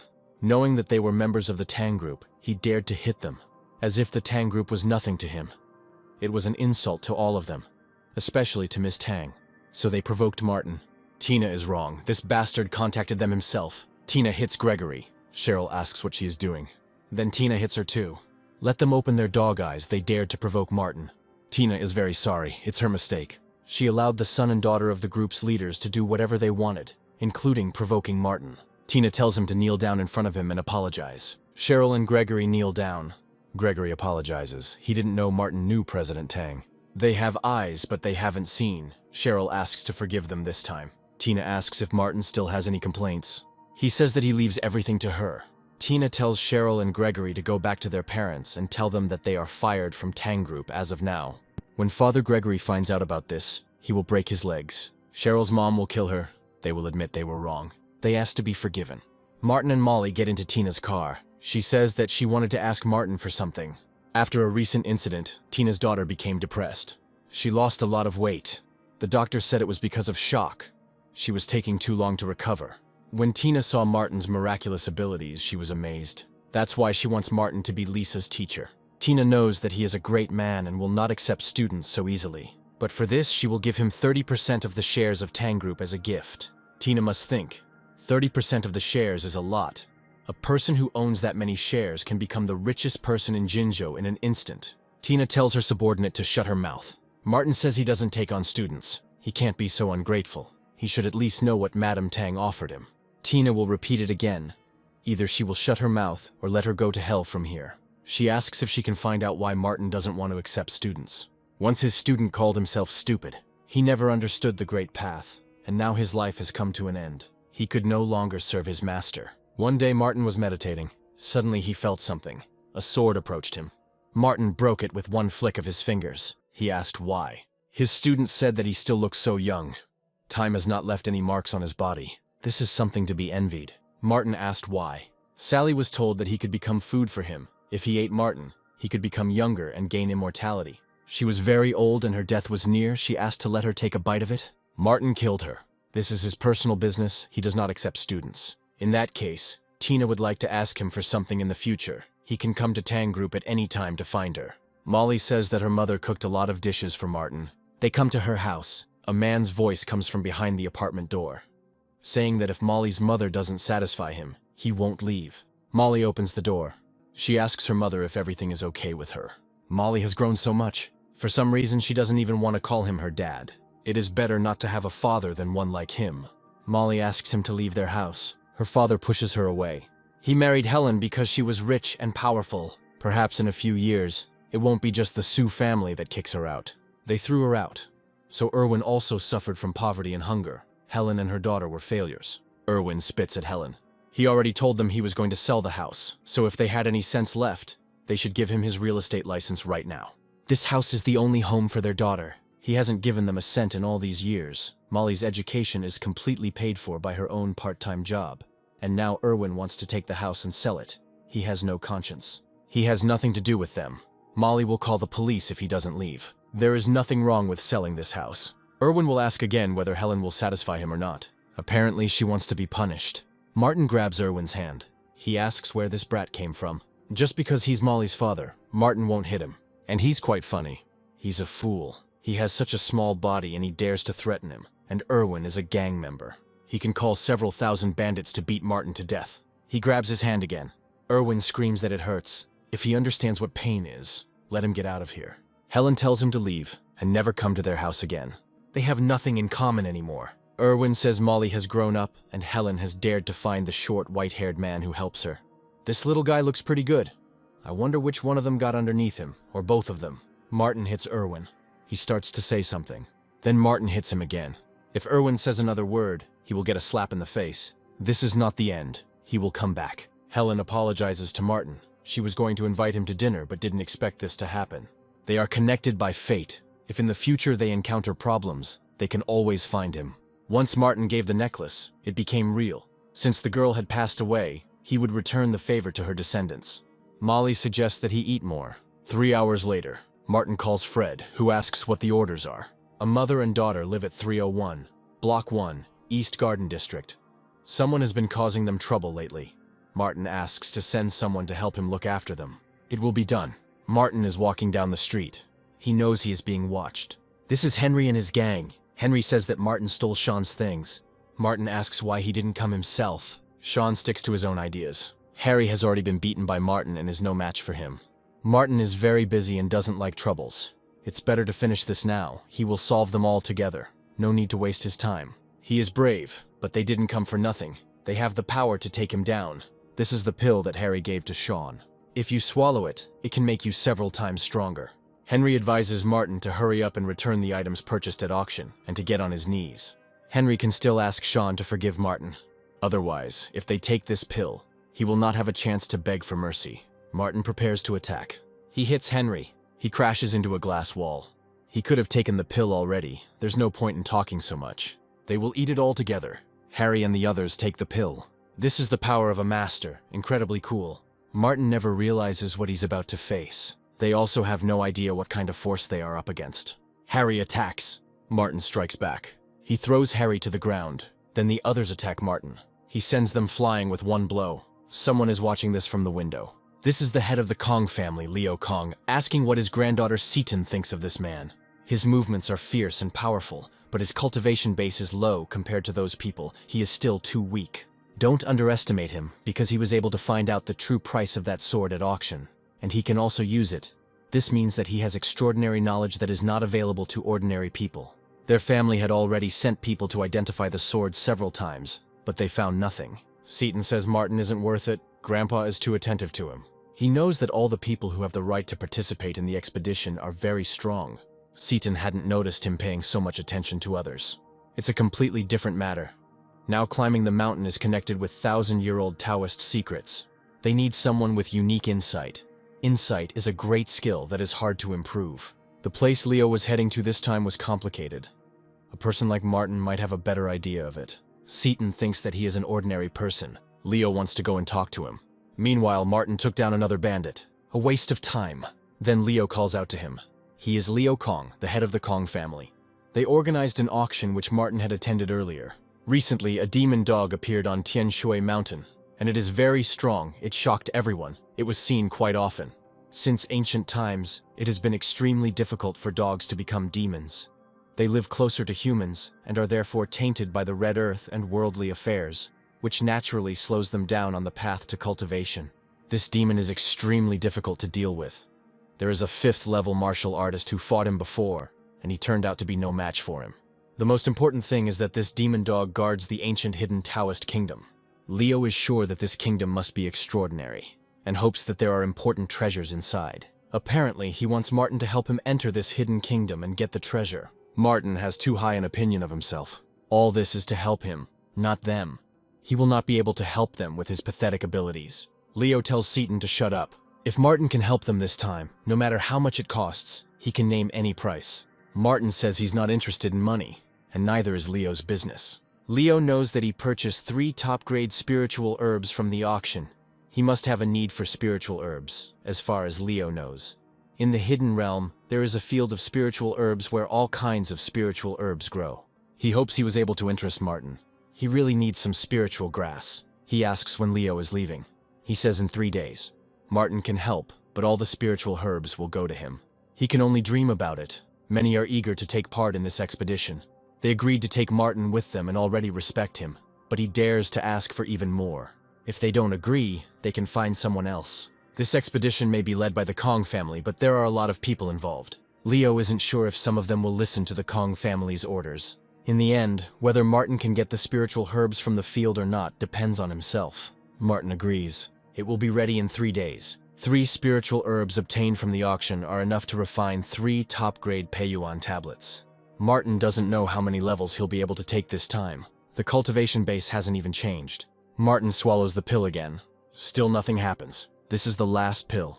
Now he is at level 990,948. It is estimated that 1 Peiyuan tablet can increase 1 cultivation level. Now 3 pieces are barely enough. It seems that the peak of cultivation has been reached again. The so-called peak is at the stage of body purification. When cultivation reaches a certain level, Martin's body becomes like a whale swallowing water. It takes a lot of spiritual power. Full absorption is not enough. It becomes extremely difficult to increase the cultivation level. For Martin, it was like an ocean that required tens and hundreds of times more pills and spiritual herbs. Over the thousands of years of cultivation, Martin had encountered this kind of obstacle several times. Otherwise, his cultivation base would have long ago broken through to the 100,000th level. And the only way to overcome this peak is to fill this ocean with a huge amount of spiritual power. Perhaps the hidden Taoist kingdom mentioned by Leo Kong is a possibility. Jack Smith asks how Ben got beaten up so easily if he gave him a pill. Maybe he didn't take it. Ben asks for forgiveness. He didn't have time to accept it. Martin beat him up earlier. Jack throws a piece of watermelon at Ben. First I had to take the pill and then go to Martin. After Ben was beaten unconscious, he was taken to the Jang family's home. He accidentally discovered the killer of the gym master Matt Kim. Jack asks who he is. Naturally, it turned out to be Martin. Jack hopes that Ben didn't say it on purpose to get revenge for the humiliation. Ben says that's what Mrs. Jung told him. That day, she asked Matt to take the fire Lingji, but she didn't expect Martin to show up. He, the master of the hall, and 2 disciples entered the canyon, and only the boy came out. Even if he didn't kill Matt, he had to have had something to do with it. It's time for the owner of the hall to make his move. Ben heard the news. In 2 days, the mysterious Kong family will gather a team to go to Tianshui Mountain. Jack can destroy the demon dog, which has become active lately, and explore the hidden Taoist kingdom. It is said that this time the Kong family invited Martin too. If they kill him, there may be a conflict. The Kong family has always been secretive and inaccessible. Even Jack doesn't know everything about them. Ben must go and talk to the head of the family. Jack is ready to join this sortie and help kill the demon and explore the hidden world. By heading to Tianshui Mountain, Jack will find a chance to deal with Martin, and in the next few days, Ben will take action, which will help him take the place of the head of the Price family. That's all for today. Everyone is free. Alice heard that Martin was invited by the Kong family. She has news for him. They invited Sean too. Martin leaves silently. He dare not ignore Alice. She follows him to the exit of their college and asks him to stop. Norman notices this. He tells Martin to stop. He heard Miss Price calling him. If Martin upset her, let her tell Norman. He will help teach him a lesson. Only recently did he learn that the real benefactors of this college were the Price family. And if Norman pleased Miss Price, it was possible that he would be promoted. Alice can't understand why Martin is so proud. She thinks too much. He just doesn't want to talk to her. He hopes she knows what she's doing and asks her not to bother him. He dare not say that Alice is bothering him. This college belongs to her family, and here he must listen to her. If he does not stop, she will fire him. Martin says he'll wait until Alice fires him. No need to worry about him. He's just a stupid person. Norman can help draw up a document to officially fire him. The energy in the blood of these mortals is not enough for the Thunder Python to evolve into a heavy Thunder Python. It's better to find the kid who provoked the 5 Poisons sect. If the martial artist is swallowed, the effect should be better. Mage should be killed as soon as possible, although her death will not give much. But this task has been delayed for too long. It may affect the reputation of the 5 Poisons sect. In accordance with the decision of the college principal, Martin Stone is dismissed as of today. Apparently, they decided to reconsider his appointment. Even the brilliant Amanda Gray praised him. It is unclear why he is being fired. May sees a notice about Martin's dismissal. She asks him to answer her honestly why he was fired. Norman says it's the chairman's decision, and if May has any doubts about it, she should contact him personally. Ben is confident that Jack can help him lead the Price family. Today, he is in a good mood, and Master Kim's killer has finally been found. Although because of the Kong family, he won't be able to kill him right away. But this time, when they were alone and the task was completed, Jack would be able to do everything, and it would be easier to explain what happened when they returned. Ben suggests coming in now. They can't go without a plan. Ben will go inside and tell the Price family that they must come out to Jack and hand over control of the family within an hour. Otherwise, they will see what he is capable of.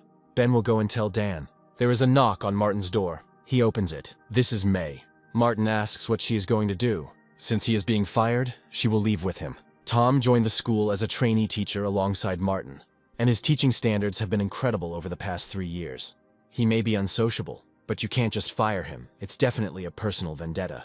Tom doesn't want to stay at this college either. Martin tells him to stay here. It has nothing to do with him. There are too many advantages in this place. I will have to change my place of residence and identity. May asks what their plans are next. Martin hadn't thought about it yet. It would be better to leave here first. Ben relayed the message deadline 1 hour. Within an hour, he must kneel before Master Smith and hand over control of the family to Ben.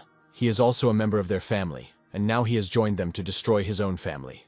Dan asks if he has a conscience. From the moment Dan took responsibility for the Price family, Ben's conscience disappeared without a trace. In terms of cultivation and management skills, Dan is no match for him. He is the head of the family, but everything changes. This time, Ben will see how Dan can save the Price family. If he doesn't follow Master Smith's words, the family will disappear and it will be his fault. Ben leaves. Dan tells me to go to the back door and get the car ready. We need to go to the Eastern Vocational College. They will invite Mr. Stone. This is the best solution at the moment. Only he can save their family. As per Alice's instructions, Norman fired Martin. No one told him to fire him, but Norman thought Alice wanted to fire him. Then let him fire her. She will teach him a lesson. A car quickly drives up to the college. Dan comes out of it. Alice asks why he came. In response, Dan asks where Martin is. Norman says he's fired for insulting Miss Price. He handed him the notice himself, just like she wanted. He should have been kicked out a long time ago. Dan slaps Norman. He asks where he got the courage to fire Martin. Alice says he deserves it. She treated him well, and he's not grateful at all for it. Dan is in shock. Ben has brought Master Smith and is going to take their family for himself. If Dan doesn't betray her within an hour, she will be destroyed. Dan asks where Martin is now. Alice assumes he is packing. Dan tells them to follow him quickly. May thought Martin would pack his things. He says he has nothing here. Make sure Tom remembers to contact him after he finishes his training. Tom appreciates his kindness. No need to worry about him. May says she has no home to return to. She asks Martin to take her in for a few days. She can cook, wash clothes, and warm the bed. Then Dan calls out to Martin. Great, he's not gone yet. Martin asks what happened. The Price family is in trouble. Dan asks for help. Their second uncle, Ben Price, brought one of the Wolf Mountain Masters to capture their family. If Martin can solve this problem, Alice will change her mind about firing him. Dan tells her to shut up and not talk to Mr. Stone like that. Alice was spoiled by him since childhood. He asks for forgiveness for the stupid girl. If Martin helps, Dan will hand over this college to him. The Price family is considered an important family in Jinzhou, and Alice's father is the head of the family. Such a person bows down to Martin. He should be pleased. Don't think that without him they won't be able to cope with the owner of the Green Wolf Mountain. Then they can find someone else. Dan tells Alice to kneel down and apologize to Martin. Father thinks too highly of him. He has some skills, but he cannot be an equal opponent to the master of the Green Wolf Mountain. Alice doesn't need his help. She'll find someone else to solve the problem. She calls Sean and says she has a favor to ask. Alice's problems are his problems. Let him just say what needs to be said. Sean promised to help. He is much better than Martin. Alice's second uncle, Ben Price, has teamed up with Master Smith of Green Wolf Mountain, and she would like to ask Sean to help drive them away. If it were someone else, then no problem. But she asks to go against the Master of the Green Wolf Mountain. They say he is a master of martial arts. There is also a legend that the Holy Master of Martial Arts himself lives on the mountain. Sean is confident that he is the strongest among the younger generation, but he still falls short of an established figure like Gym Master Smith. So he can only try to help Alice by being a mediator in this matter. She and her family should show a little sincerity. Sean will try to convince Master Smith to leave her family. Alice asks what he means by sincerity. For example, giving half of the Price family to the Master of the Hall, Smith and Ben. This is absolutely impossible. Alice still doesn't understand what kind of people she's dealing with. A master like Jack Smith could destroy her family 10 times over. Alice asks if Sean can think of something else. He says that he has business to attend to, that she should think about his proposal, and if she wishes, he will speak with Master Smith. Sean said that if Dan gave up half of the family, he could stop all this. He will never do that. Alice asks to call Sean and try to convince him to help them. She's Dan's only daughter, the heir to their family, and she's still so immature. Dan tells her to kneel before Martin again. She is his daughter, and he wants her to kneel before a stranger. Martin is not an outsider. He is someone her grandfather respected. With their family's survival at stake, Dan hopes Alice can tell the difference between what's important and what's not. She does it for her family. Alice falls to her knees and begs him to listen to her father and forgive her. Dan also kneels before Martin and begs him to help the Price family. Martin offers him his hand. Seeing Liam Price's face again, he decided to help. It's an emergency. Dan is waiting for Martin in the car. Alice still thinks that he alone is not enough to save her family. She fears that in the end they will still have to rely on Sean. Time is up. The Price family still hasn't given up. Ben must know what to do. He must kill them. Here Dan comes out with Martin and Alice. Finally he came out. He can hide for a while, but not for life. Master Smith himself is here today, so they must solve this at all costs. Their family actually raised a wolf with white eyes. Even if they were destroyed today, they still wouldn't let Ben go. Martin is here too. Apparently he wants to die too. Jack asks if he killed the gym's master, Matt Kim. Martin says he killed himself. It's all pretty crazy. It seems like Martin really doesn't know who he's offended. Jack originally wanted to deal with him a little later, but since he was here, he would deal with him and the Price family right away. This is his personal grudge against Martin. There is no need to drag it into their family. Alice didn't expect Martin to do anything to Master Smith. It only adds fuel to the fire. The Price family still hopes to negotiate with Jack. This is a man that even Sean fears. Martin will definitely not be able to save their family. When Jack kills this kid, then they'll talk. Here Sean appears along with the vice president of the Martial Arts Association, Yang. Alice knew that Sean would not abandon her family. He did say that her problems are his problems too. This is President Yang. He is from the Jingzhou Martial Arts Association. Sean specifically asked him to act as a mediator in this matter. Sean and the president of the Martial Arts Association will intervene and save their family. Dan met with President Yang, but did not expect to see him here. He is very kind. Yang heard about the problem from Sean and immediately rushed here. Dan is counting on him. His family will be very grateful to him. Yang had heard a lot about Master Smith. He is the president of the Jingzhou Martial Arts Association, and in the past he had the honor of meeting the master of Green Wolf Mountain. Jack believes that Yang wants to stop him. He says that no one can stop the Green Wolf Mountain from doing something. It's good that he knows this. As the saying goes, it's better to settle a grudge than to keep it to yourself. Yang would like to act as a mediator in this matter and be a peacemaker. He hopes that Master Smith will not hit him in the face. This kid has something to do with the death of Master Kim of Green Wolf Mountain. Jack asks how Yang thinks this issue can be resolved. Dan talked about a dispute about family, but it turns out that the death of the Hall Master Kim is involved. This matter has nothing to do with their family. They had no part in this. It was Martin's personal business. Since this issue has nothing to do with the Price family, Yang believes they can put the matter aside. Jack agrees, but Martin won't leave alive. Yang asks Dan's opinion. He's afraid that something is wrong here. He asked Martin to help their family. Now he has a feud with the Green Wolf Mountain. He will not be able to help them, and they will not be able to help him. This is the end. Alice hopes that Martin can understand her. If they do that, then there is no difference between them and Ben. Dan will never become such an ungrateful villain. This is to protect the family, and Sean and President Young are here to help them. The Price family's centuries-old foundation cannot be destroyed in one day. Martin is a dead man. There is no point in standing up for a dead man and sacrificing your family. They can still mediate on the Price family issue. but they can't resolve the issue of the Green Wolf Mountain Hall Master's death. Yang hopes Dan understands that well. He completely disagrees. If he does this, he won't be able to face Alice's grandfather when he dies.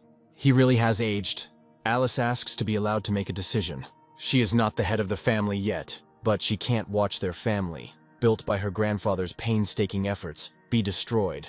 She is sure that he would not want his family to be destroyed either. After Alice does everything, her father will be able to punish her as he wants. She asks Sean to take care of Dan. What he did is really destroying their family. Dan better pull himself together. He asks Alice to listen to her father and not talk to them. If he doesn't take a break, Sean will have to ask him to take a break. Dan sincerely regrets what happened today and asks for forgiveness. Martin no longer has anything to do with their family. Alice will only speak to Jack on behalf of her family. Since Alice is sincere, they can talk. Ben really didn't expect her to become like this. She is much more determined and ruthless than her father. Ben is talking nonsense. If he was right, he wouldn't be here. Alice suggests starting negotiations. Since Sean and Yang are here, they shouldn't lose face. Maybe Master Smith will decide not to destroy the Price family. They will take 90% of the family's property and leave them 10%, so they can find a place for a new home. Alice is totally against it. This distribution is really not very fair. Ben is too greedy. This is not just enormous greed. It is an insult to their family. They will give no more than 20 or 30%, and Ben must promise never to bother them again. The watermelon is very sweet, just like the silly and sweet Miss Price. Ben had just praised her for her ruthlessness, and she turned out to be so naive. President Young will get 20%, Sean will get another 10%, and the Price family will get 10% of the total. The remaining 60% will go to Ben and Jack. Young believes the distribution is reasonable. He can't talk like that. Alice asks Sean to say something. In fact, 10% of the estimated collection is quite a lot. If President Yang had not shown up, Alice and her father would have lost everything. Yang's reputation in Jinzhou is very high, so the fee for his presence is high. This distribution is really reasonable. Sean realized what was going on. He didn't need the 10%. He would give it to Alice, but she must promise to be his girlfriend. So they're all in the same gang. They're here to rob her family. Dan told her that she was looking for tiger skin, but she didn't listen. Now their family is finished. They can't do that. Alice absolutely disagrees with this distribution. It's time for her to grow up. Things have gotten to the point where the family has broken up. Alice falls to her knees. She doesn't understand how this could happen. It's impossible to believe. Now that they were done talking, it was time to get down to business.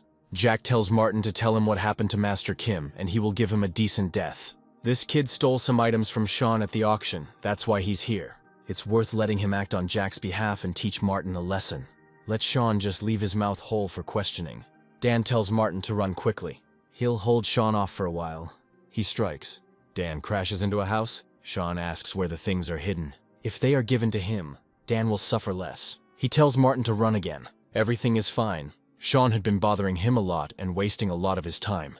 They really needed to end things today. Martin thinks he's going to end it all, but it's Sean who's going to end him. Martin stops him. He strikes. Sean will kill him. Let Martin look at his steel legs. They are unbeatable, and that is the main reason why Sean is considered the best among the younger generation. This time Martin will lose. He slams his foot into Sean's leg. He falls. It looks like he was defeated. Jack thought Sean was strong, but he was just a loser. He asks what Martin is going to do.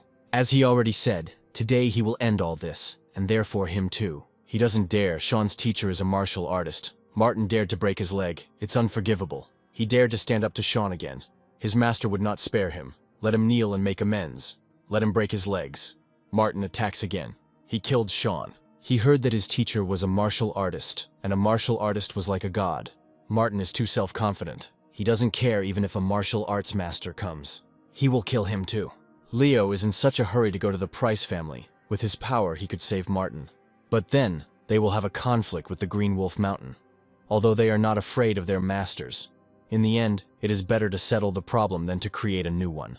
Leo has a premonition that Martin will be the key to this expedition to Mount Tianshui. It is extremely important to their family, so Leo must help him. Moreover, he is sure that Martin is not as simple as he seems. In any case, Seaton thinks that he is quite ordinary, and there is nothing surprising about him. Jack enjoys killing young fools, especially those with some skill. Martin had awakened in him a strong interest in killing him. Jack is an 8th level martial artist, and is about to enter the realm of quasi-master. Finally, President Young realized that for Master Smith, killing Martin was like cutting vegetables. He will break every bone in his body and then slowly torture him to death. For some reason, Martin didn't even move from his spot. Jack did say he could break his bones. Let him continue. He hasn't shown everything he can yet. Martin found his own death, and Jack sees him off. He attacks. It breaks his fingers. He doesn't understand how this is possible. Martin has been perfecting his body for 5,000 years.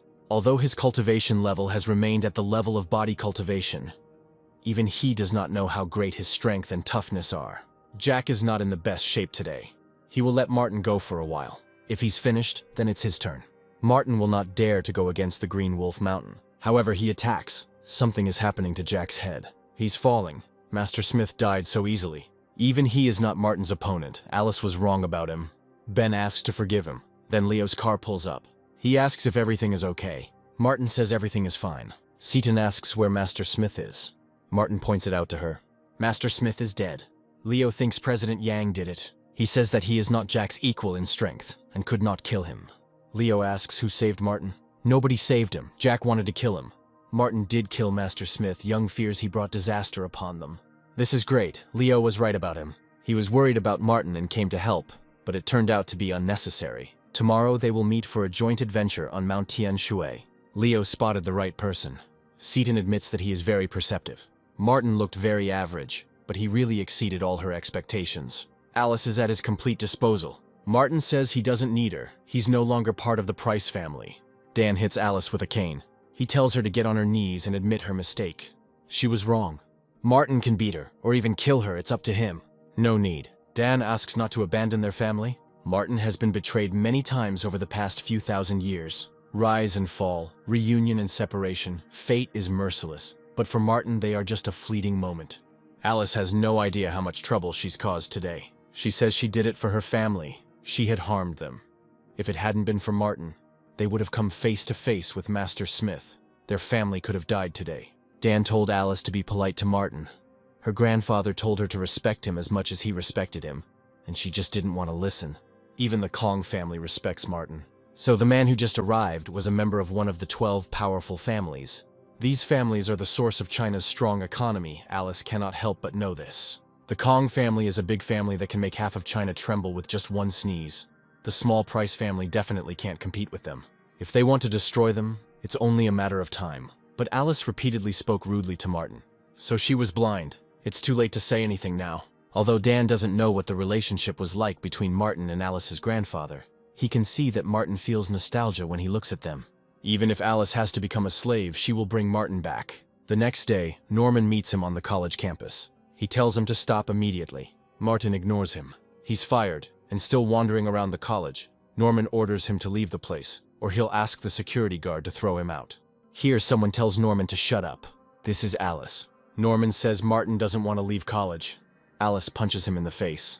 Norman is fired. He can get the hell out of this college. He asks why, since he helped teach Martin a lesson. Now the entire college belongs to him. Norman will no longer be able to work here.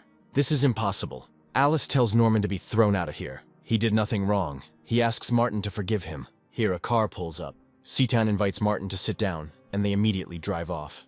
Alice won't give up so easily. Seaton apologizes for being late. Those present will go on an expedition to Mount Tianshui.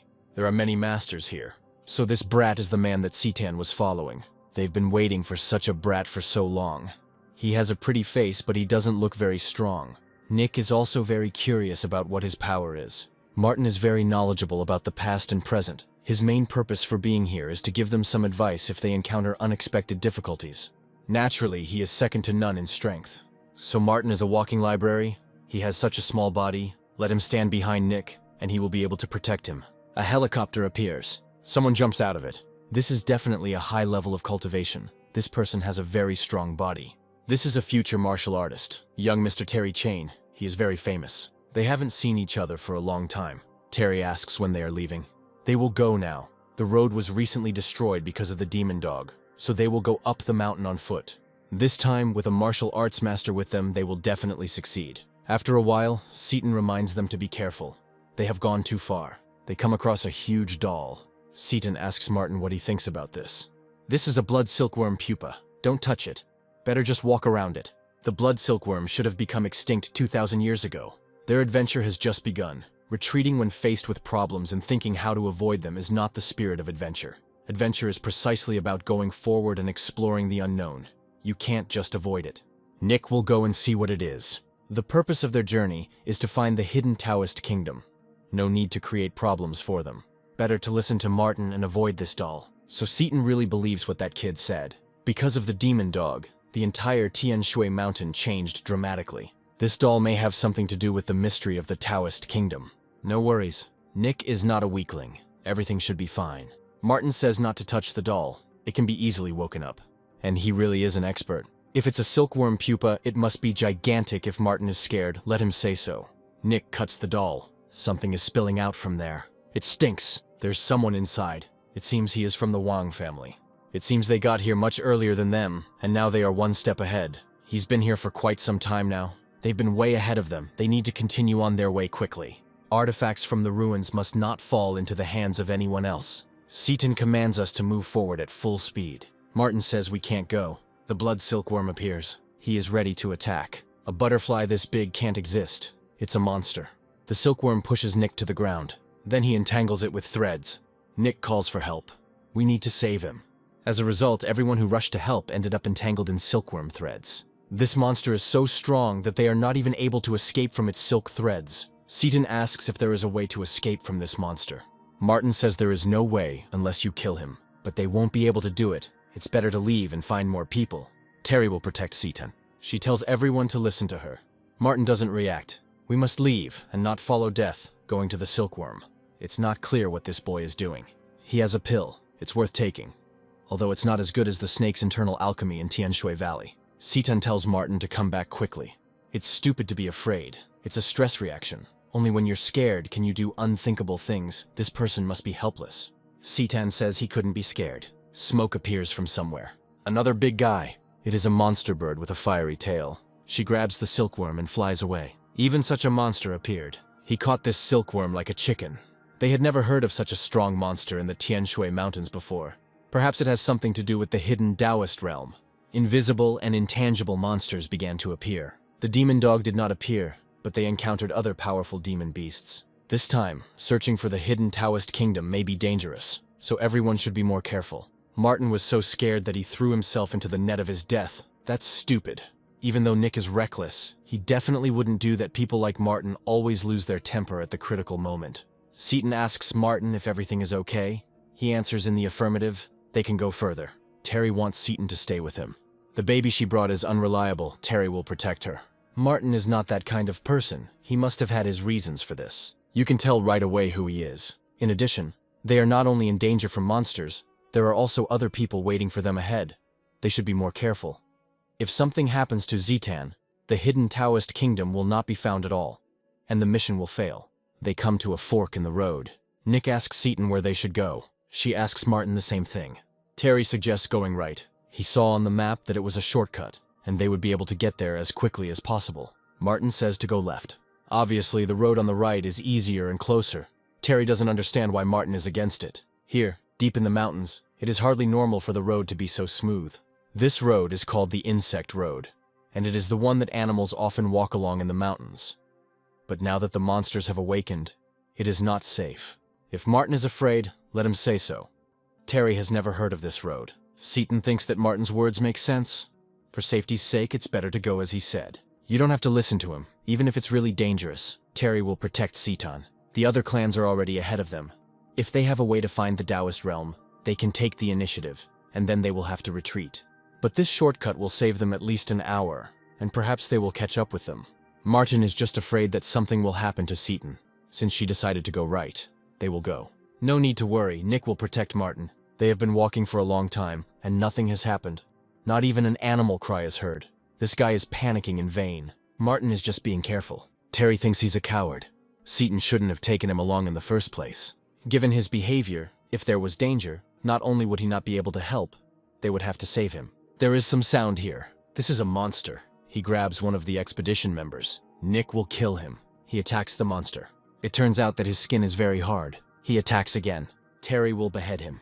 As expected from a master, one move is enough to kill the monster. However, he fails to do so. The monster's defenses are so strong that the blade does not penetrate the skin. The The monster was not hurt at all. It has thick skin and flesh, and its fur is like a diamond. It is very difficult to kill. You have to hit him on the neck. That's the weak spot of this red-toothed pig. No need to talk nonsense. Lives are at stake. This is a herd of red-toothed pigs. We must listen to Martin and quickly get rid of this monster. Terry doesn't think Martin has the right to teach him how to kill the enemy. He will get rid of this monster and protect Citan. She will do it herself. Seaton hits the monster in the neck. Now he is defeated. Martin was right.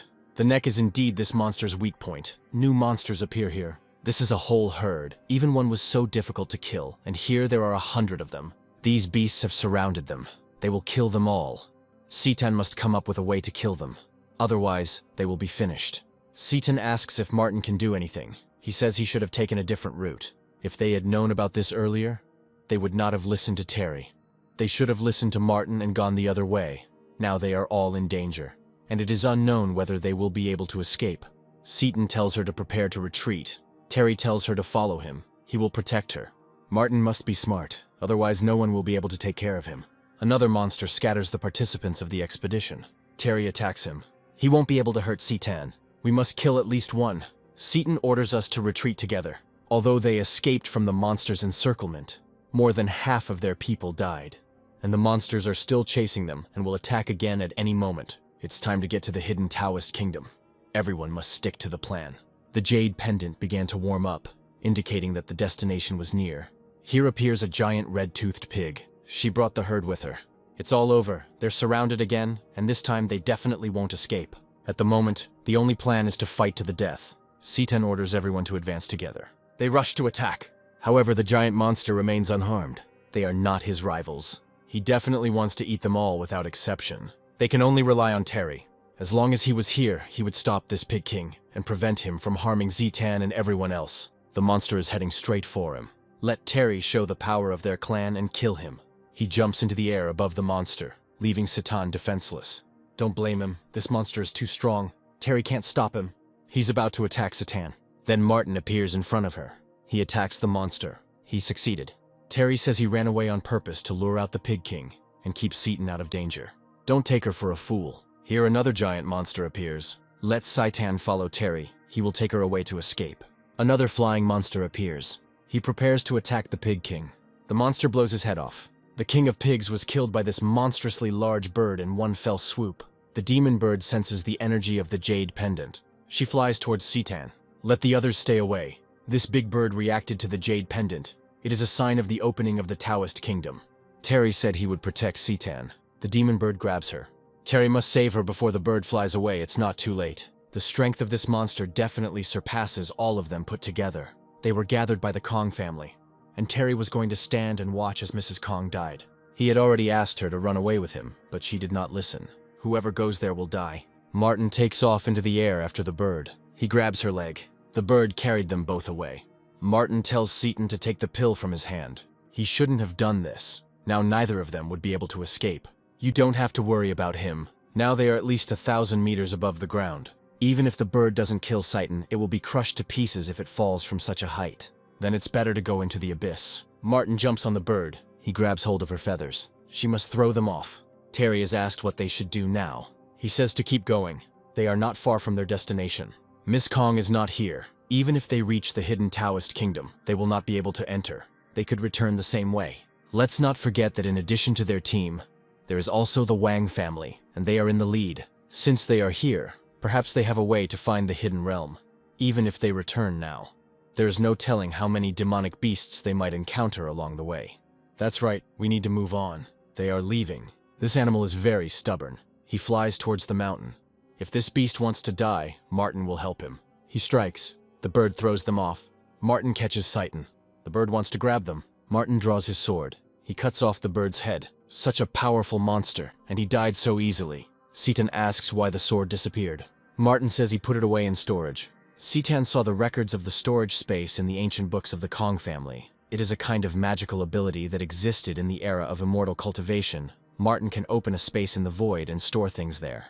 It was extremely valuable during the Zhuxian cultivation era. But it has been extinct for 1,000 years now. But Martin has this magical ability. He plunges his sword into the bird. Found it. This is a 4th rank seed, but it is better than the highest rank Yamato no Orochi's internal alchemy. Apparently Martin needs the internal alchemy of demonic beasts. There are several in Seitan's family collection. She will ask her grandfather to pass this on to Martin when the opportunity arises. Martin is very grateful. He saved Seitan's life. She should be the one thanking him. Grandpa was right. It was lucky that they went with Martin this time. Seitan asks what his level of training is. Martin says, the stage of cleansing the body. This is what is now called the combat stage. Zitan estimated that his cultivation level was somewhere around the 4th or 5th level of a martial artist. The rank of that beast was definitely higher than the one he could kill. Seitan asks how he did it. Martin says it's because he's so strong. He is really strong. Martin asks where Seitan got this jade pendant.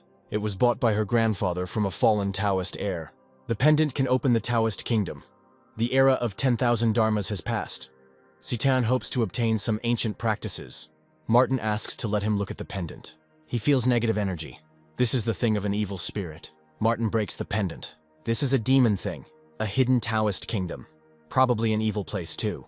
It doesn't matter anymore. Martin broke the jade pendant. Now they can't get in there. There must be another pendant like this. Grandfather Zitan was deceived by someone and was deliberately asked to put this ornament on her to enter the kingdom. The owner of this pendant fears that if he personally enters the hidden realm, he will be controlled by the evil energy of the pendant and misfortune will befall him. Martin said that this was not the only jade pendant, so it seemed that the Wang family, one of the 12 powerful families, arrived there first. It must be all a setup, and besides, they have this decoration too. It turns out that it is. However, this is not the point, whether it is an evil land or a blessed one. For Martin, it does not matter. What he is really worried about is whether there really is a spiritual herb field in that place. Seitan is sure of this because they also obtained a very old topographic map. It clearly shows the field of spiritual herbs. There can be no falsification here. Then they continue on their way. 2 hours later, Terry and the others arrive at the cave. There are ruins ahead. You have to be careful. It's pretty quiet here. But there's no guarantee that there won't be strong monsters here. The Wang family was in front, but for some reason they didn't see them. Perhaps the demonic beasts destroyed them halfway. If that was the case, then something might have happened to Miss Kong as well. Then they would not be able to enter the hidden Taoist realm, and they would have come all this way in vain. It doesn't matter. You have to go in and check first. They enter the cave. Probably no one thought of it. There is more than just one jade pendant that opens the Taoist realm. After some time, they approach the gate. There was a fight here. Besides the corpses of the Wang family members, there are other bodies. It looked like the stone gates were open and several people entered. They can't come in, so we have to go back. They are already here and cannot help but enter. But Miss Kong is dead. They have no way to get inside. Terry takes out a jade pendant, the same as Seitan's. He can open the stone gates himself, but there is a condition. Once inside, everyone must obey his orders without question. 90% of what they find there will go to Terry, the rest to them. 90% is probably too much. If it is not enough for them, they can do as they wish and return back. He's blackmailing them. If Miss Kong were here, she would never have asked them for such a stupid request. Enough, Seitan is already dead. Terry will ask again if there is anyone else who disagrees. If there is, then let them get out of here immediately. Ben says he agrees, then Terry lets him go. Michael disagrees. He also has a jade pendant. Terry asks who he really is. He is Huang Haichuan from Jinzhou. They have heard of him. He is from a famous martial arts clan. He is no less strong than the Tang family. Terry asks if Huan is sure he wants to fight him. He says he's not going to fight. They can join forces and split everything equally. Huan doesn't have that kind of power. Then he'll teach Terry a lesson. It turns out that Huan was hiding his power, but so was Terry. This is the power of a fighting clan. If they both had that kind of power, they could save Miss Kong.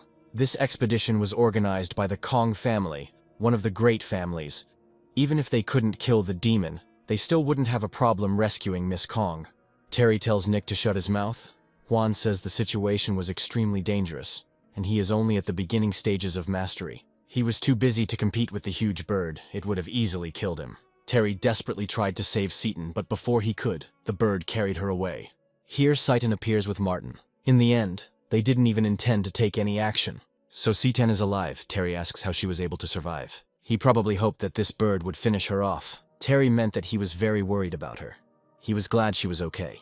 There is no need to say anything more. Seitan asks what's going on. Now she can open this gate. She came just in time. She has a jade pendant. They shouldn't be blackmailed by martial artists. Master Chain said they should give him 90% of the spoils. That's not fair. Seitan says her pendant is broken. Martin destroyed it. Terry wonders how Seitan survived with such a poor guy next to him. He is not in a position to speak about Martin like that. Terry thinks he's some kind of trash. He broke the jade pendant, and for some reason Citan is still with him. It's none of his business. Terry has made significant progress in the martial arts clan. Being around him is 100 times better than being around Martin.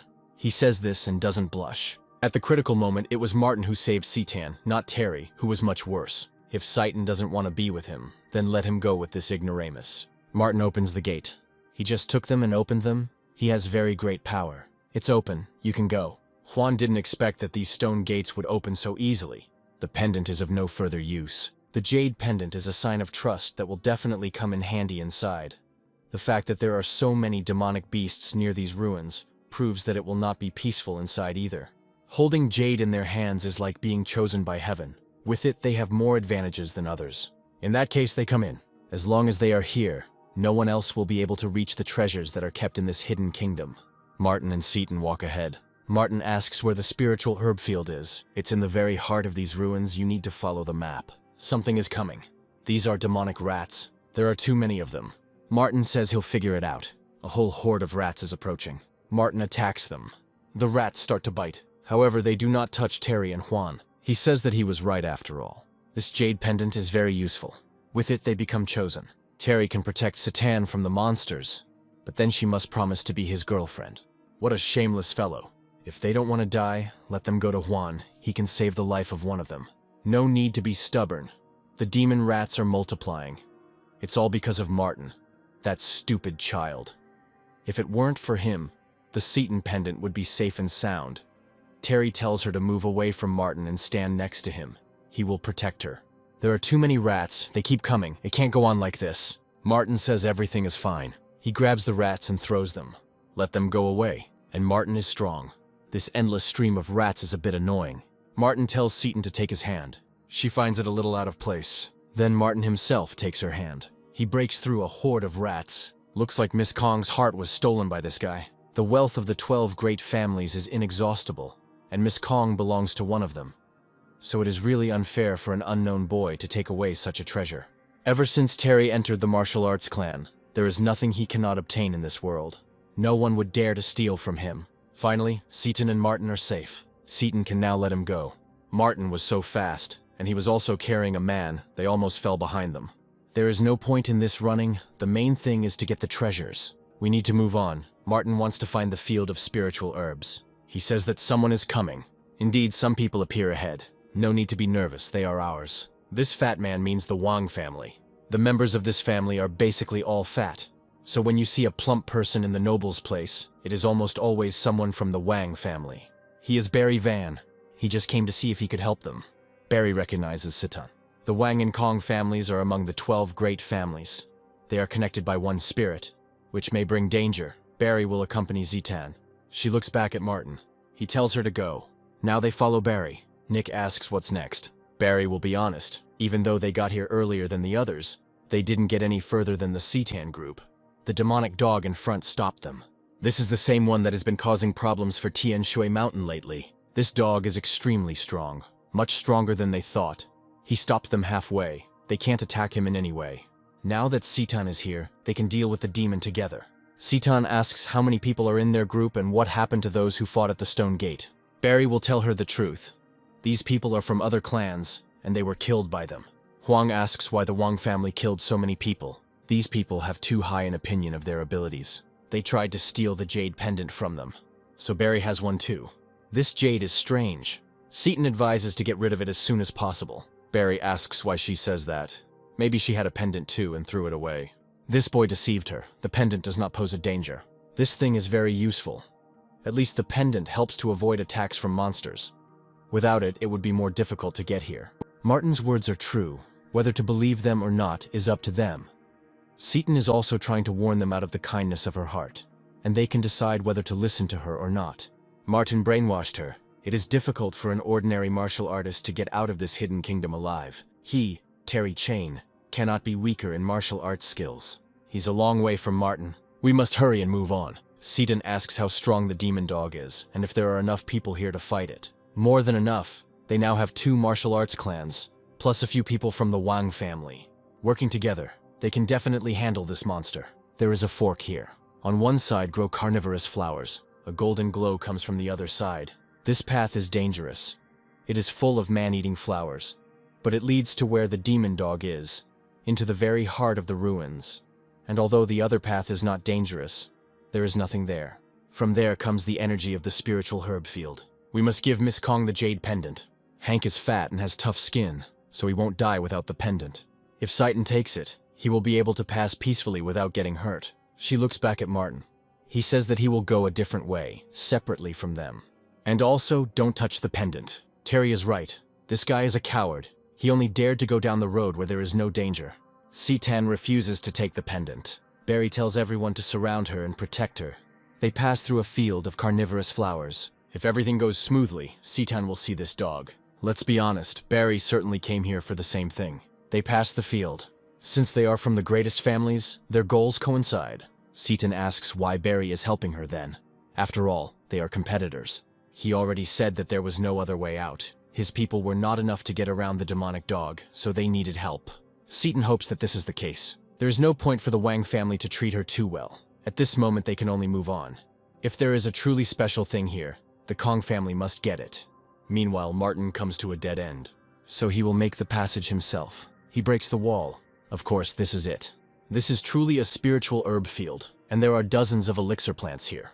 A few herbs will be enough to raise the level. Martin will do it right now. There are 35 spiritual plants in total. The harvest is very rich, judging by the age of the herbs. This ominous place has existed for at least 2,000 years. It is unknown whether this place has any relation to the great disorder in the cultivation world 2,000 years ago. This must be the heart of the dungeon. I have to go and see it. Meanwhile, Seitan and Barry's groups had almost arrived. Everyone should be careful and alert. It is quite dark here. Something like a throne can be seen ahead. Ben feels a powerful breath ahead, perhaps a demon lurking in the darkness above. They brought the master a beauty, just as he wanted. Seitan asks what this means. She herself said that the Wang family were competitors. This was to be expected. The reason why Barry allowed Seitan to get here safely was to sacrifice her. Master loves beautiful girls, especially ones like her. So it was Barry who killed all those people at the stone gate. They should have given up their partners voluntarily. Then they wouldn't be dead. All their women are with the demonic dog. And the Wang family isn't afraid that the Kong family will start a war against them after this. The thing is that Seitan doesn't know what is stored in this dungeon. It's not worth saying that no one is above the 12 great families. If one were to find an immortal treasure in these ruins, one could increase the strength and status of one's clan. When the time came, the Wang family would hardly be afraid of the Kong family anymore. You can't blame Barry. He's doing it for his family too, but he believes that Seitan would do the same. She's not that mean. Suddenly, someone shouts to stop making noise. The voice is too loud. It must be above the level of the battle clan. This is a demon dog. He wanted 3 beauties, this one more beautiful than the others. Barry did a great job. She really is pretty. Now that he had completed the task, the Wang family could of course continue to search for the immortal treasures. Let them continue.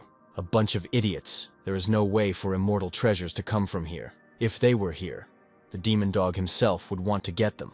The gifts of the cave await them. Once they find them, their power will know no bounds. Juan asks if Barry can take them with him. Otherwise, they won't get out because of the demonic dog. Naturally, they do not dare to claim the immortal treasure. They will simply take other treasures. They paid a high price to be here. They can't leave empty-handed. Then from now on, they belong to the Wang family and must listen to Barry's orders. Then he will give them some good things as needed. As the master sees it, these people are now his allies. The demon dog tells him to hurry up and not distract him from the beautiful women. He tells Seitan to smile at him. She refuses. If she does not obey the owner, he will not be polite to her. Seitan says it's easier for him to kill her than to subdue her. Nice, she has character. Martin makes another pass. He finds a sarcophagus. We need to see what's inside. Of course, all these jade pendants are from here. The quality is not bad. It used to be a spiritual weapon. It's a pity that now its level is too low. After so many years, it has become a simple artifact, no better than the sword that Martin received at auction.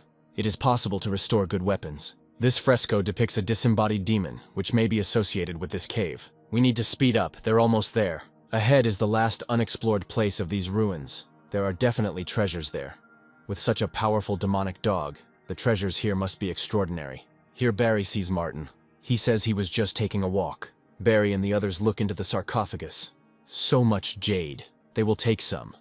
Barry wonders why there are only jade pendants and where are the immortal treasures. Barry tells Martin to stop and asks what he has in his hands. When he entered the dungeon, he had nothing with him, and now he is holding a weapon. It is, of course, by the sarcophagus. He does not dare to steal the immortal treasure from the Wang family. It was indeed in the sarcophagus, but it was not an immortal treasure, and besides, it had nothing to do with their family. Barry tells him to give it to him or he will kill Martin. He asks how he will do it. Now they are all people of the Wang family and must obey Barry. If it weren't for him, the demon would have finished them off with one paw.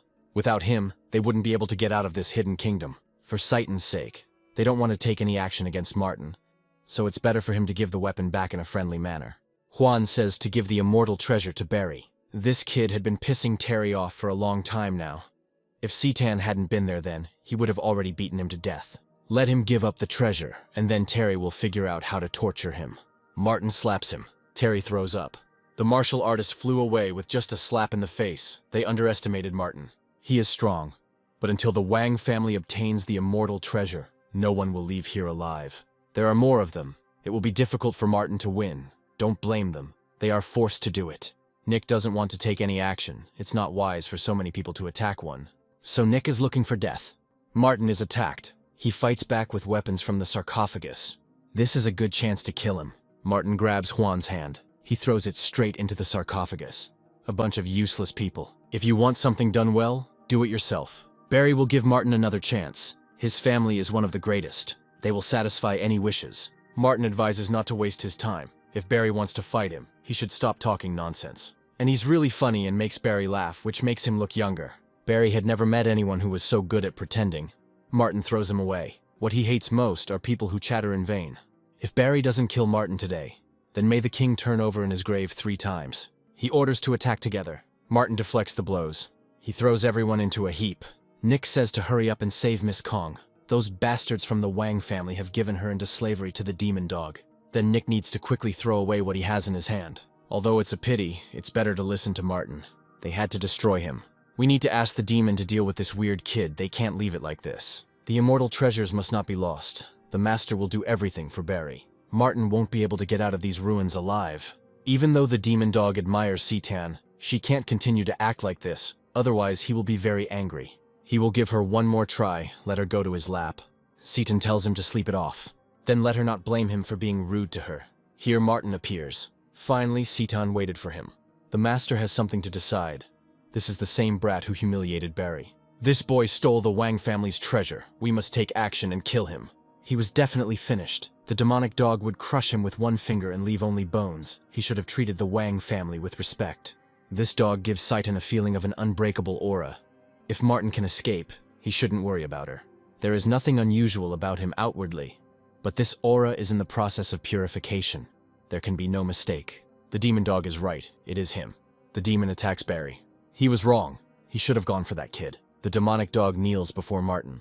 So many years have passed, and finally he found his teacher. The demonic dog knelt before Martin. He asks who he is. The demon says he is the dog's messenger.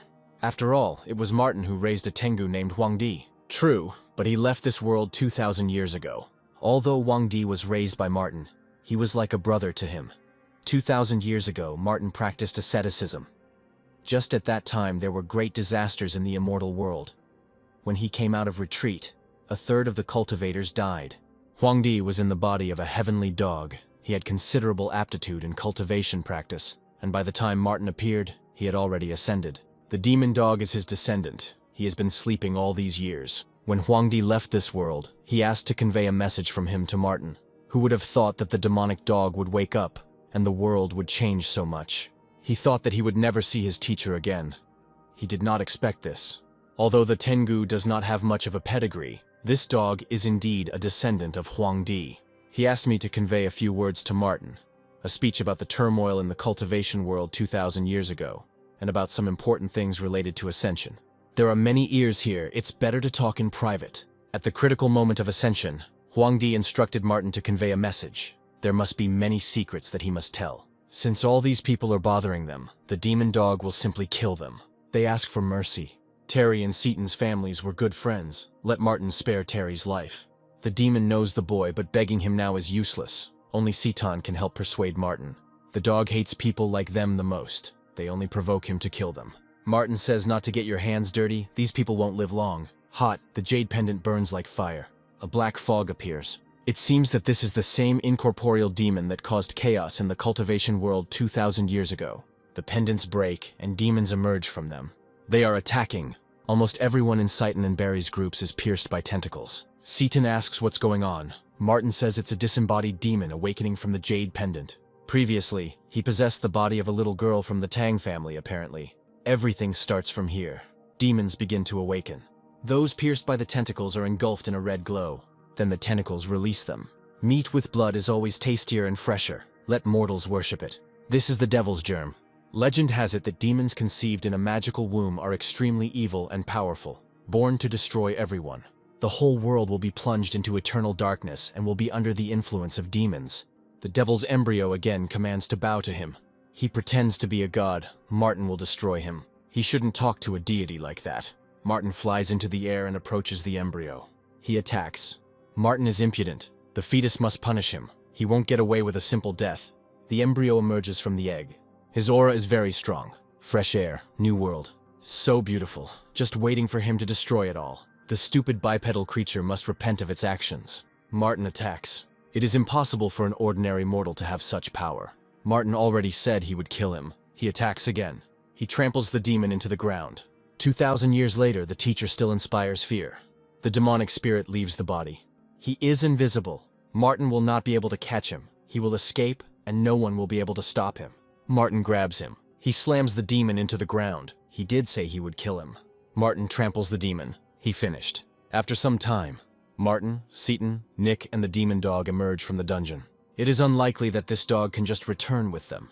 His appearance will raise some questions. He may indeed be captured and cut into pieces for research. The dog agrees, then let him change a little. This won't work, it's too big. Not the same again, it's still huge and will scare children. This should be enough. Martin is back. Next to him is a demonic dog in the form of a puppy. May asks when Martin got the chance to get a dog. This strange woman wants to rape the dog. She is trying to determine his gender. Martin says she better stay away from him, he's very fierce. That's not true, he's so cute, he can't be mad. May can torture him as much as she wants. This is the ignorant boy who provoked the Five Poison sect. It's lucky that May is here too. He will take care of her today. May asks if Martin is sure he won't leave college. Now it belongs to him, and for now he's not going anywhere. Martin did quite a service to the Price family last time. It was only fitting that he accept this college as a reward. When Martin left, Tom and May also left college. Tom has become Martin's only friend in the last few years. May talked to him. It seems like he doesn't want to come back. He seems to have met very influential people outside of college. Something rushes past behind. Martin feels the presence of an evil spirit. He tells the dog to bring him demon pollen. The dog jumps out of May's arms and she wonders where he ran. Martin says to leave him. First they will go to the hostel. The snake begins to hiss. This is the dog that May was holding just now. It's strange how he ended up here. This man dares to raise his head and provoke the teacher. He should know that masters have been greeted as unearthly beings for thousands of years. Okay, first there will be an appetizer, and then the main course. The snake attacks. The dog reflects his attack. This is a fully evolved thunder python. It's unclear how the dog did it so easily. The snake rises. He attacks again. The dog suddenly turned out to be a huge demon. With such weak combat power, this trash dares to attack the teacher. The dog tears the snake apart. We must run, so he wants to escape. It won't work. Dog attacks python owner. Jinzu has been dangerous lately.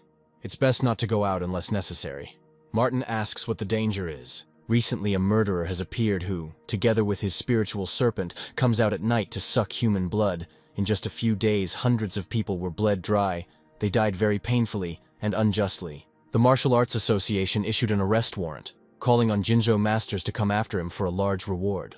Someone managed to take a photo of this man. Then the demon dog appears, dragging the python's owner along with him. This is that killer, and also with the demonic dog. No need to pretend. If May was that scared, she wouldn't have kept that photo on her phone. She's not such a fool as to pretend. The dog throws the python's owner to the floor. This is the inner alchemy of this python. The dog turns into a puppy again. He jumps onto the sofa and curls up into a ball. So this is that cute little dog. Martin asks the python's owner if he has come to kill him or May. Both of them. He is the fourth guardian of the Five Poisons. If Martin dares to touch him, this sect will not let him go so easily. They have good pollen. The quality is really excellent. For this, Martin will let him go, let him bring even more demons to take revenge. Let him hurry to get rid of the old man if he is afraid to hear the names of the 5 poisons. The head of the sect calls him. Martin snatches the phone from him. He declines the challenge. Martin can give away this man's corpse. The Martial Arts Association has offered a reward of 10 million yuan for the capture of this killer. He can choose the monster's internal alchemy or the capture reward. For this 4th keeper of the 5 poisons, they simply give money. Not even a corpse is needed. May will go first, she still has classes. Martin tells her to wait. He doesn't want her to leave, let her just say so, and there will be people here to accompany him and do whatever he orders. May thinks too much. Martin doesn't care who she is, but he wants to remind her that she can't always be as lucky as she is today. The people who came to kill her met him by chance. Therefore, he suggests that she leave here, otherwise her enemy will not calm down and she will be in danger. May has a better solution than just hiding. They can live together. She will always be there, and Martin will be able to protect her. She's so smart. Then they'll talk some more, she'll go pack her things. Just like 2,000 years ago, Martin is still popular among girls. No need to talk nonsense, it's time to discuss what Huang Di asked Martin to tell. 2,000 years ago, he was in retreat for 200 years. Before that, Huang Di was approaching the limit of his ascension. He said that Martin would ascend to the heavenly kingdom when he went out of the gate. Something happened that caused Huang Di to ascend before Martin could get out of the gate. The dog says he was looking for him the night before his ascension. Huang Di said that the Dentian road was about to be closed. He said that time was short, so he decided to ascend immediately, without waiting for Martin to leave the gate. Having managed to ascend before the heavenly path closed, Huang Di became the last cultivator on Earth to ascend to the heavenly realm. The disappearance of the heavenly path is not such a trivial matter. For 2,000 years, the spiritual energy of the earth has diminished. During this time, there has been no one heard of anyone ascending to the immortal world. Huang Di also said that the ascension process may not be as good as the cultivators say. No one has ever returned from there, and no one knows what happens after ascension. He also said that the ascension is likely a shocking scam. Huang Di seemed to have discovered something, so he decided to take the risk to see it with his own eyes, and he said something else. Martin asks what he said. One day, if the curtain of some heavenly kingdom opens and the immortals come, it will prove that his guesses were correct. The curtain will open and the immortals will come. These 2 sentences contain an amazing amount of information. However, although Huang Di is one of the demon emperors, the dog does not think that the coming of immortals to Earth is possible.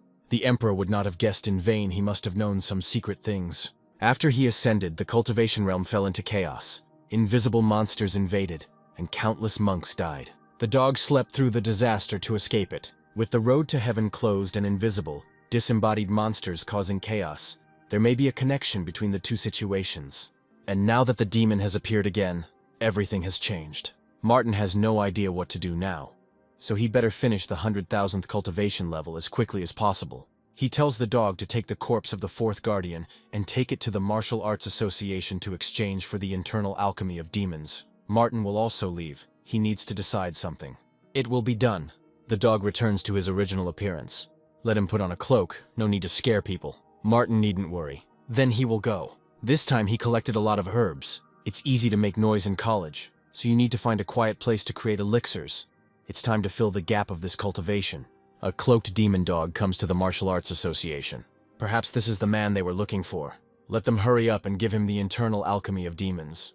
This monster has been doing evil in Jinzhou for a long time, and it is impossible to count how many innocent people it has killed. It is finally dead. Yang asks if he can know the name of the person who came. The dog says, Kim Lee. He still has things to do, so let him be rewarded quickly. He dresses like a pensioner. Low social status is the path to success. This is the inner alchemy of demons. Yang asks if Kim is interested in joining the Martial Arts Association. The dog says it's not interesting. If he joins the association, Yang can give him the last internal alchemy of the demonic beasts. The teacher needs these elixirs urgently, so it would be nice to bring more. The dog says that he agrees that if he is given the elixir, he will join the Martial Arts Association. The registration is complete. He is now a full member of the association. In the future, they will receive tasks that need to be completed. Yang hopes that Mr. Lee will be able to come to the rescue. He's leaving. This man is of unknown origin. It is hardly reasonable to just take him in. His background doesn't matter. He can help them a lot. What the association really lacks now is strong thugs who can take care of some things for them. Yang doesn't know if these elixirs are of any use at all, but it was worth it to get such a powerful fighter in return. President Yang is truly great. Martin meditates in a cave. This amount of spiritual herbs will be enough for him to make dozens of elixirs. He hasn't cooked this much in a long time. This time the quality is much better due to more ancient spiritual herbs. However, one elixir does not give any effect. You need to continue. The 6th pill, the 9th, the 12th. This is already the 17th, and there are still no signs of any breakthrough. Martin will simply swallow everything left. He feels the boundaries beginning to weaken. Outside the cave, the witch Ashley runs away from her pursuers. She is told to stop. Ashley tells me not to chase her, and then she won't run away. Here she feels someone's aura. Martin comes out of the cave. Although it took a lot of spiritual plants, he barely rose to a low level. But after filling the cultivation gap, it won't be that difficult to rise this time. Apparently this guy's a cultivator. That's why the aura is so strong. Let Ashley return with them without resistance, complete her mission, and there will be no problems. I have an idea. Ashley calls Martin for help and calls him brother. These people are chasing her. She asks them to help her. We have to stop them. We can't let this man take Ashley. She climbs onto Martin's shoulders. He throws her off himself. It's none of his business. Ashley thought they were so stupid that they would mistake a passerby for her brother. She starts pretending again. She knows her brother is sacrificing her to come back and find help, but it's too cruel. Whether it's true or not, he suddenly appeared here, so it's better to deal with him. Martin is told not to move. How annoying this is. He is surrounded. Martin says he doesn't know Ashley. Even if they don't know each other, now he can't leave. It's fate. The guy attacks Martin. He gets ahead of him. The guy tells us to attack and use a fire attack. The rest follow the order. However, their magic has no effect on Martin. It is a great honor to die from their witchcraft. Here they discover that Martin is unharmed. It's witch fire. It seems even ancient witchcraft has appeared again. Martin is the first to survive their witch fire. They ask who he is. He in turn asks who they are and how they know even such weak magic. He insults their work with his behavior. Only death awaits him. They don't believe that they can't harm him in any way. Martin attacks. Ashley is watching him. She caused him problems. He helped her kill people to get out of it. When Ashley saw him, she felt some kind of kinship. She didn't expect Martin to be so cool. I wonder what he'll do with her now. He asks how Ashley can repay him. She says she didn't mean to, but Martin really does look like her cousin. She asks what compensation he wants. Martin says spiritual herbs, or inner alchemy of demons. Ashley understood him, but now she is penniless. She asks him not to leave. Ashley continues to follow him. He asks why she is still following him. Ashley says she always keeps her promises. She will repay him. But she's a little hungry and wants Martin to feed her first. He does as she wants. Not bad. He really knows his food. Someone sees Martin in the window. He says there's a man there that David Young is looking for. That's right. There's no doubt it's Martin Stone. He is the one who stole the fire Ganoderma from Devil, causing him pain every day. He wants to make Martin suffer 100 times more. They are professionals in this matter. Now Martin and Ashley have become friends. They will see each other again. This girl's aura is very similar to that of her old friend Martin. Let them come out. There are no people here, and no cameras either. It's good for them and good for him. This boy believed in himself so much. Martin asks which mountain they came down from. If he survives, he will be able to ask again. Let him meet his death. As a result, those who are going to attack Martin are beaten. Apparently, he's a martial artist. Martin asks if they can talk now. There is no need to be arrogant. They are professionals in their field. Today, he will not leave alive, no matter what. The bandit commands the sniper to open fire. A bullet flies towards Martin. He catches it with his fingers and returns to the sniper. Even if he is a martial artist, it is impossible to catch a sniper bullet. Such a bullet can penetrate an armored tank. Maybe now they can talk. Don't even dream about it. They are professional killers. It is absolutely impossible to extract any information from them. Then Martin will fulfill the killer's main task. He asks to forgive him. He will tell everything. David Young paid them for Martin's head because he stole the fire Ganoderma from him. That Jang family again. They seem to be dismissive of Martin's words. He's leaving. The killer reports that the mission has failed. The man David wants to kill is not only a martial artist, but also some kind of super being. They are professionals. Even if they failed, they should say goodbye. He needs to run. Let David figure it out himself. He throws the phone at his bodyguard. Let him tell me how Martin can be killed. He doesn't know what to say. Then David starts hitting him. Mrs. Jan thinks he's having another attack. He says he sent people to kill Martin, but they couldn't. He is the strongest martial artist. We need to get revenge on him somehow. If David can't, he'll ask his father. His father can't come back now. Martin was able to take the fire Ganoderma from them. He is definitely an unusual person. Mrs. Jang did not expect him to be so good. David wants him dead right now. Since an ordinary person can't handle it, They will find a martial artist to take action. David asks where they will find such a thing. At the Martial Arts Association, David's father befriended President Yang at the camp. They will ask him to provide them with the most powerful martial artist. Their family can afford any expense. Kim Lee brought 2 internal monster alchemies from the association. Martin had previously received one from the 5 Poisons sect, and he also had more. It's time to level up. 99,955th layer. This time, there was a good effect, especially the internal alchemy of the 4th level monster, which transferred Martin higher by 3 small kingdoms at once. Then the phone rings. Martin picks up the phone. Fred reports that Molly is in trouble and someone is following her. Martin asks to send him the address. He will come right away. The manager gives Molly her pay for the day. She tells her to have a good rest. The manager also did a good job. Molly is such a sweet girl, beautiful and extremely hardworking. She is walking down the street. Here she is stopped. Molly asks what they need. The guy turns to Erwin and asks if this is his daughter. He answers in the affirmative. She is really very beautiful. The guy asks if Erwin is sure he wants to sell such a beautiful daughter. If he didn't want it, he wouldn't even talk about it. Now Molly belongs to Van, Erwin asks. What about the money? Everything he owed has been paid off. Erwin is very grateful. This is the master of the Wang family. He will take care of Molly. No more suffering and poverty. Erwin did this for her benefit. He is shameless. Molly wants to leave. She is stopped. It's her blessing to please Alan Wang. No woman he had ever seen had escaped his attention, and Molly was no exception. Here Fred appears with his assistants. He tells Molly not to be afraid. They are from Martin. He is Fred Lee. He can be considered the main one in Jinzhou. He orders the girl to be released immediately. If he doesn't get out of here, he'll be without arms and legs. Today he is here, Fred Lee, and Alan will not lay a finger on Molly. No need to provoke. It affects his pride. There are no things in this world that the Wang family cannot afford. Today he, Alan Van, will teach Fred a lesson. These people are so powerful that it seems we will have to play for time and wait for Martin. Fred attacks. These people turned out to be martial artists. The Wang family is not like an ordinary family. Although Fred is also a master, he is too weak. The dogs raised in the Wang family's house are stronger than him. Perhaps he still thinks that the master from the Wang family can't afford something. Fred has already said that Alan can't just do this, but advises him to let them go, and later admit his mistake to Martin. Let Fred go to his mother. Alan picks up the bat. He hits Fred on the arm.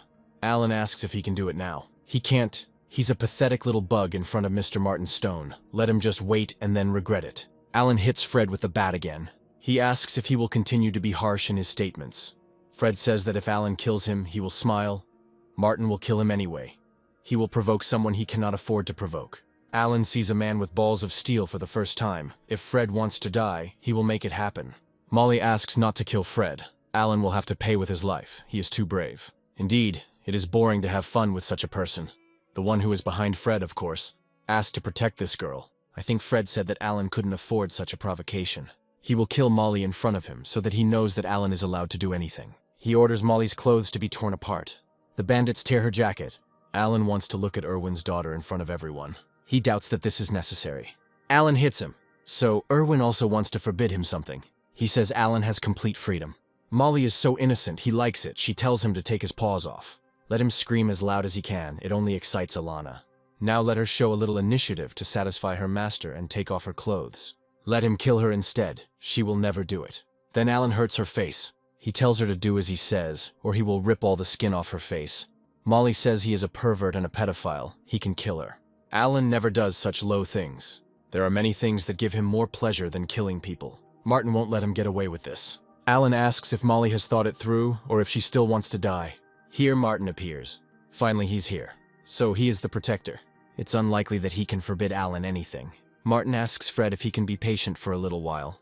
Of course he can. He will hold out. Martin tells Molly not to be afraid. She is safe. He's rarely short-tempered, but today Alan really pissed him off. Martin attacks him. He dared to raise his hand against Mr. Wang. One of the bandits wants to attack Martin from behind. He grabs the blade of the knife. He breaks it. Martin broke the white blade with his bare hands. Now he attacks. They got him so angry so quickly it was outrageous. Alan orders to save him quickly. Martin throws a knife. It lands in Alan's hand. They are all 4th level masters. If they attack together, they can save the young master and quickly retreat. Otherwise, the whole family will blame them for not even trying. Martin scatters them. He got rid of 3 of the Alan family's masters in an instant. Fred warned that Martin was someone who should not be angered or provoked. But what a pity, it was too late. Alan doesn't care who Martin is. He's a member of the Wang family, one of the 12 great families. These families are tens of millions of times more powerful than the largest clan in Jinzhou. If Martin dares to touch Alan, he will already be dead. Martin picks up the bat. He starts hitting Alan. Martin said he was angry and the consequence of anger was destruction. Alan asks to give him a break this time. He will give Martin as much money as he wants, and he will not use the power of the Wang family to take revenge, as long as Martin does not kill him. There are few people in this world to whom he owes anything, and even fewer who are dear to him. Whoever touches the wrong person will die. Alan asks to forgive him. He admits that he cannot stand in his way, but Martin strikes anyway. Mr. Wang is dead. Let Molly decide what to do with this old fool. Kill him or spare him. Erwin is her father, and he made a mistake. Everyone makes mistakes. And he's not ashamed to say it. If Martin hadn't come today, Molly can't even imagine how terrible her end would have been. Erwin asks to understand and forgive him for the sake of his family. In any case, he is her father. She is his flesh and blood. Molly will never forgive him. She is his favorite daughter. Good daughters don't point a knife at their father. Molly stabs him. She is too kind, allowing bad people to bully her over and over again. This time she won't kill Erwin, but if the situation repeats itself, she swears that she will strangle him with her own hands. Erwin promises there will be no next time. Martin hits him. Such a bastard will never repent. If Molly decided not to kill him yet, Martin will make him an invalid. He will never do evil again. Molly must have been very scared the first time she saw a murder. It's okay, Fred will get better. Meanwhile, Kim comes to the Martial Arts Association again. Yang offers him tea. Kim wants to get straight to the point. He asks if the internal alchemy of monsters still remains. Ever since Yang learned that Kim needed it, he searched for it and found it. The master desperately needs this alchemy. Kim must bring him as much as possible. Yang says not to worry and listen carefully. The internal alchemy of monsters he mentioned is in the Jiang family. It's a big family. Yang asked them for a favor many times, but they refused, and finally offered one condition. They would give him the internal alchemy if he did one thing for them. Kim asks what case we are talking about. We need to help the Jiang family kill one person. So the Martial Arts Association does things like that? As far as Kim knows, they're a justice group, not a hitman organization. Of course, they fight criminals. But it's a personal matter. And Yang offered it to Kim because he knows his need. This is the one they want to kill. This is the master. These people just dug their own graves. Maybe we should beat this idiot to death. His name is Martin Stone. He stole the medicine that saves the customer's life. This is a truly heinous crime. Killing him means helping to restore justice. If Kim feels that there is not enough internal alchemy, the Jiang family can increase its amount. First, Kim will take the internal alchemy, and then he will kill these idiots. He says that he agrees, but he wants 5 elixirs. They are rare. Yang doesn't know if the Jiang family has that many, but he will ask. Kim will be waiting for news. Mrs. Zheng asks if this man, who hides his face, will definitely be able to kill Martin. She can rest assured, this man is incredible, and his aura is powerful. He is a true master. As long as he is willing to act, Martin will definitely die. This man wants 5 elixirs for it. The Jiang family has only had 5 monster elixirs in their collection for generations, but since they aren't particularly useful, Mrs. Zheng will give them all away. David really hopes to see Martin's corpse, kick him and crush his bones. Mom promises him. Martin comes home. He tells Fred to sit down and he will treat him. Fred thinks it's worth going to the hospital for treatment. He's worried that even if his leg heals, he could become disabled. Molly is afraid that her mother will worry if she sees the scar on her face. Today Martin will heal the wounds of both of them, and they will not only recover, but become better than before. Martin invites Molly to sit down. He says to stretch out your hands to him. She needs to try to concentrate and take a deep breath in and out. Martin will help through the chai particle to cleanse her body and heal the wounds. Molly closes her eyes. She and Martin are enveloped in a glow. The wound healed. It's amazing. There wasn't even a scar left. Molly lightly brushes her foot against the table. As a result, it falls apart into pieces. While Martin was treating the wound, Molly's body was filled with a frantic energy. Now she has officially entered the body purification stage, which means that she has become a martial artist. She is not yet accustomed to such power. In the future, she will gradually learn to control it and become more powerful. This is amazing. Not only did the wound heal, but the strength also increased. The chi allowed an ordinary person to become a master. This is something only immortals can do. It took Fred 6 years to become a martial arts master. Martin has been in the purification period for too long, and the true QE in his body has already mutated. He had long since learned this. His chi particle was the best tonic for other cultivators. Fred extends his hands to Martin. He asks what he is doing. Fred wants Martin to help him heal the same way Molly did. There's no need for that. Molly was just a normal person, so Martin dubbed her True Chi. And Fred is a martial artist himself. He doesn't have to go through all that. Martin places his hand on Fred's leg and then on his forehead. The feeling is so nice. The level also increased to 5th. Meanwhile, May goes to Martin with her things. From behind the door she hears Fred's voice, saying how good he feels and asking her to continue. So that's why Martin always ignores beautiful women. If he really found himself a boyfriend, he's in trouble. May bursts into the room and sees what is really going on. Martin asks if she always opens the door with her foot. May asks what they are doing. She misunderstood. Fred says again how good he feels. He is told to shut his mouth. Kim wanted 5 monster elixirs. The Young family prepared it for him. Mrs. Jung asks when he can kill Martin. He can leave him alive. David wants to kill him with his own hands to ease his soul. Kim will do as he wishes, but then he needs 2 more elixirs. Demon's internal alchemy is very rare. What they gave him is the inheritance of the Yang family. Other families don't even have 1 elixir, so it's impossible to get 2 more. They can give Kim money if he catches Martin alive. They will pay any amount. Then for 10 billion yen, Kim will catch him alive. He was probably joking. Their family is not that rich. They are not even one of the 12 great families. They don't have 10 billion. Their family's total income is only 2 billion. So they'll give Kim 2.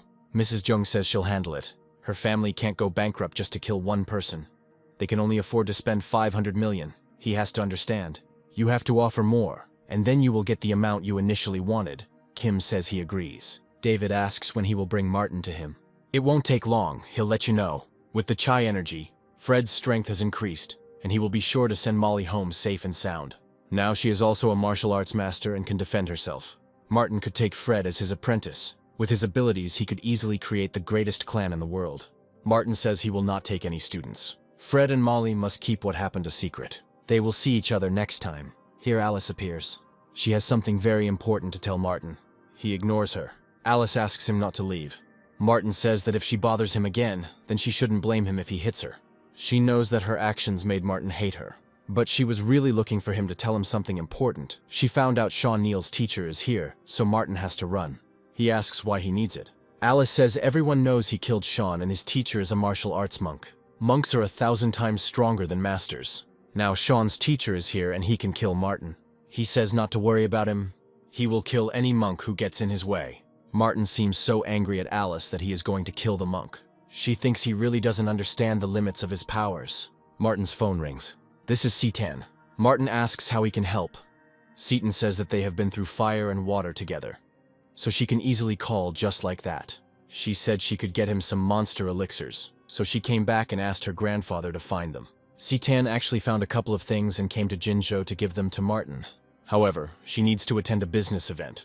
Perhaps he can come to her himself. Martin says to send him the address. He will arrive soon. Soon he comes to the specified address. It seems to be here. This is the building where the social event is taking place. The access control system at the entrance gives an error. It was not possible to recognize the face. Martin can't get in. If Tom does his job well, Kevin Bao will treat him well. And today, he will introduce him to the cream of society. Tom sees Martin. He asks how he ended up here. Martin says he has business here. This is Tom's friend. They went to the same college. Tom introduces Kevin Bao to Martin and says he is a big shot. Martin feels like he has an evil aura. Apparently, he is doing shady business deals. Tom asks why Martin is standing at the entrance. Perhaps he can't get in. That's right. This thing doesn't recognize his face. Kevin says Tom's friend is a bit vain for showing up here uninvited. Tom insists that Martin is not that kind of person. However, for some reason he can't get in. Kevin has often met such boys who have no power, so they try to get into social events in order to show off in the circle of their friends. Martin says someone invited him. No need to pretend. Kevin doesn't see anyone. He understood everything. But for Tom's sake, he will take Martin with him. He says it's not worth it. Let them come in, and he'll wait for someone and leave. Tom's friend is a little ignorant. He didn't even look Kevin in the face and refused his kindness. Such a rude person. Tom shouldn't have friends like that. The administrator reports that all guests of this event have been entered into the computer database. First, you need to use facial recognition. If the scan fails, they will not be able to enter. If someone is present temporarily, you need to provide the name of the person who invited you. Martin did say that he was invited, so let him come up and tell the name of the person who invited him. Kevin will see how well he can pretend. The administrator asks Martin who the guest is who invited him. Martin says Sitan Kong. The administrator asks to wait a minute. Then he says that, unfortunately, there is no guest with that name. Martin says she is also attending the event temporarily, which is probably why she is not on the list. Kevin finds it very funny that Martin keeps trying to get out of this. He advises Tom to stop communicating with such a friend as soon as possible. He has no power, and he also likes to lie. And most importantly, he does not admit his mistakes. Now Kevin doubts Tom too. He says that he is indeed wrong about Martin. It's time to come in. The banquet is about to begin. Tom goes with Kevin. Let him not get lost. His networking still needs to improve. Tom talks to Martin. He suggests that they talk about Kevin later, and that Tom should stay away from him. Meanwhile, Citan searches for Martin and does not find him. She calls him. Martin says that he is standing right in front of the entrance. Citan asks why he didn't come in. She's already inside. Then Martin tells her to wait for him. He returns to the entrance. The administrator thinks he has some more questions. Martin says the administrator has a caterpillar on his shoulder. He tries to find her. Then Martin rushes past him into the building. The administrator says he imagined it. Here he discovers that Martin has disappeared. Kevin says this is the golden table of democracy. Only outstanding people can sit at this table. Once he and Tom finish the deal, they might get the right to sit here. Tom is a professional, and this time everything depends on his competence. He promises that he will do his best. Kevin is relieved when Tom says so. Let him follow him, and he will lead him to the top of the Golden Society. Tina Tang appears. Everyone present greets her. Kevin also says hello and introduces himself. Tina hadn't heard of him. He gives her his business card. This is Director Tang, a beauty with a lot of money. If he was going to make friends, he'd make influential ones. Not like Martin, he's clearly not good enough. Meanwhile, Citan is puzzled as to why Martin has not yet appeared. Here Tina meets her. She says it's hard to see Citan. If Tina hadn't invited her to this meeting, they might never have met. Apparently Citan never found the guy. She says there is no need to joke about her, she doesn't have time for that. Tina is also always busy and has no one. Citan says it's time for her to find someone too. In fact, this time Citan came to Jinzhou for another person. He will come soon. Let Tina allow her to introduce him later. Citan has such a face, and she still says that she doesn't have a boyfriend. It makes her uncomfortable. Director Tang is quite an amazing person. It's unexpected that there is someone else comparable to her in beauty. I wonder who this beauty is, and if she has a boyfriend. She has a good relationship with Director Tang. She must be an extraordinary person too. It seems that she is the only daughter of the Kong family, which belongs to the 12 great families. Her background is extremely pretentious. Tina is really curious about who the person is that Miss Kong herself came to see. She will settle some matters and come back to accompany her. This girl is from the 12 great families. She looks just like a heavenly fairy. Tom just read information about the 12 great families, all of them from the highest nobility. They are far from them. This is their purpose of participating in this event. They came here for useful contacts. Only through friendship with influential people can you start a new life. Otherwise, you will continue to have a low status in society. Despite this, Martin is Tom's friend, and it's better if Kevin stops talking about him like that. This kid shouldn't lie in front of Kevin. It seems Tom has forgotten who he is with. Kevin will show him how to meet Miss Kong of the 12 great families. Such a person can only be met once in a lifetime. You must take advantage of this opportunity. Kevin approaches Citan and greets her. He is Director Tang's friend. His name is Kevin Bao. Here is his business card. Citan takes it without even looking at him. Kevin asks if he can have her business card. She says she didn't take it, just let him remember her name, Citan Kong. Kevin finds the name familiar and asks what the name of the guest who invited Tom's friend was, and he says it was Citan Kong. It may seem funny, but at the entrance Kevin ran into a man who said that it was Citan who invited him here. She asks who Kevin means. It can't be Martin, so Citan forgot to include him on the guest list. Here he finally appears. Kevin says this is the guy who said he knows Citan. Let her just tell, and Kevin will throw him out of here. Martin didn't want to go in anyway. Let him turn around quickly and not humiliate himself. Citan approaches Martin and asks where he has been. She has been waiting for him for ages. Tina wants to see who Citan is going to introduce to her. It turns out it was Martin. This is the gentleman Tina was talking about. He treated her daughter. She invites him to settle in. This kid knows both the principal and Miss Kong, and they seem to treat him special. Kevin asks Tom why he didn't tell him earlier that Martin knew such influential people. He didn't say, because Kevin would have made a mountain out of a molehill. Tom leaves. Kevin asks to come back and introduce Martin to him. Here are 5 monster elixirs that the Kong family has collected over the centuries. However, since the item is not particularly useful, most of these elixirs are lost, and Citan gives the remaining ones to Martin. Tina addresses him as Sir. Citan says she could just call him by his name. Since the two of them are on good terms, Tina will address Martin as you. Since her daughter Lisa's injury, she has recovered from treatment. But recently Tina has noticed that she is not feeling as well as before, and often has trouble sleeping. Tina asks Martin to find time to examine Lisa. Martin says you can just go to the hospital, there is no need to call him, he is not even a doctor. Tina hired many famous doctors, but none of them helped, so she thought of Martin. Here someone shouts Tina's name. This is Matt Green, her daughter's father. The people present are surprised who dares to talk to the director in such a tone. They don't know him, he must not be a very famous person in Jinzhou. He's crazy to talk like that. Matt declares that the banquet is over, and it is time to leave. They ask him who he is to end the event. This is not a circus for him. Then Matt grabs the man and lifts him above him. He asks to let him go. Then Matt throws him into the wall. He doesn't want to repeat everything twice. The guests leave, thinking that Director Tang provoked a very influential person. Matt doesn't want to cause a scandal. He just wants to improve his relationship with his biological daughter. Tina says he doesn't deserve to call himself Lisa's father. She won't let him meet her. He's not welcome here. She tells him to leave. Matt knew Tina would say that, so he came prepared. He's trying to get Martin out. He doesn't react at all. He was told to leave. Tina says this is none of other people's business. She's nervous. Maybe this guy is her new man. If Matt keeps acting like a fool, she'll call the police. Tina started talking like the richest big shot in town. She thinks everything is the same as when she started, and calling the police will solve the problem. This is long outdated. Now is the era of martial artists. Whoever has the strongest fist is the boss. Over the past few years, Matt has successfully reached the level of a martial artist. That's where he got so much confidence to come to Tina again. Now he was going to teach this boy a lesson right before her eyes. Seaton says that Tina doesn't have to worry. Martin won't have any problems. Good joke. Matt can break boulders with his bare hands, and now he's going to smash this kid. He attacks. However, his blow is reflected by itself. Matt falls. Martin doesn't look for trouble, but somehow it always finds him. Apparently, he is also a martial arts master. Martin tells Matt to leave. This guy knocked him down without even hitting him. Lisa's case is of great importance, but he is not sure if he should take any more action. However, he is not finished yet. Lisa is his daughter, and sooner or later he will take her. Seaton asks what's going on. Martin says he will leave them so they can talk. Matt made a scene and left. It is not clear why he came. Although Tina met Seaton through business, and they hadn't seen each other for a long time, they were like sisters. There are very few people that Seaton admires. And among women, only Tina. She founded a huge company in just a few years without resources and experience. Even Seaton can't do that. Tina is a shark in business. They will be sisters forever, and she can trust her.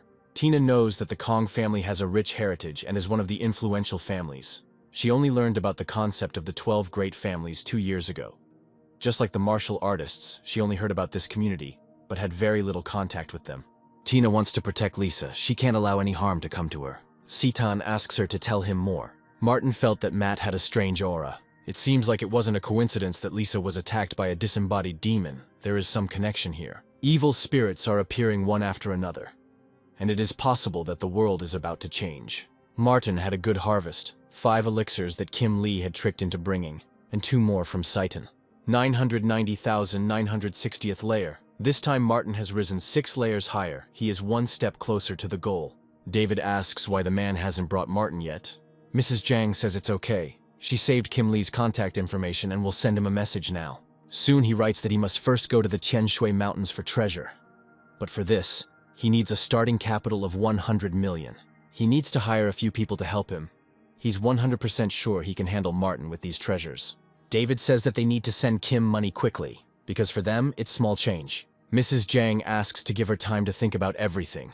Initially, she thought that the 5 elixirs she gave to Kim were useless. However, recently, the Lan family has been looking for these elixirs everywhere. Their price is extremely high. These 5 elixirs are of great value. David says he doesn't care. Since he was a child, no one provoked him or dared to fight him. Now that Martin has appeared, he can't sleep peacefully and is in pain every day. Mrs. Zhang asks David not to worry. Otherwise, he will get even sicker. She will immediately send money to Kim.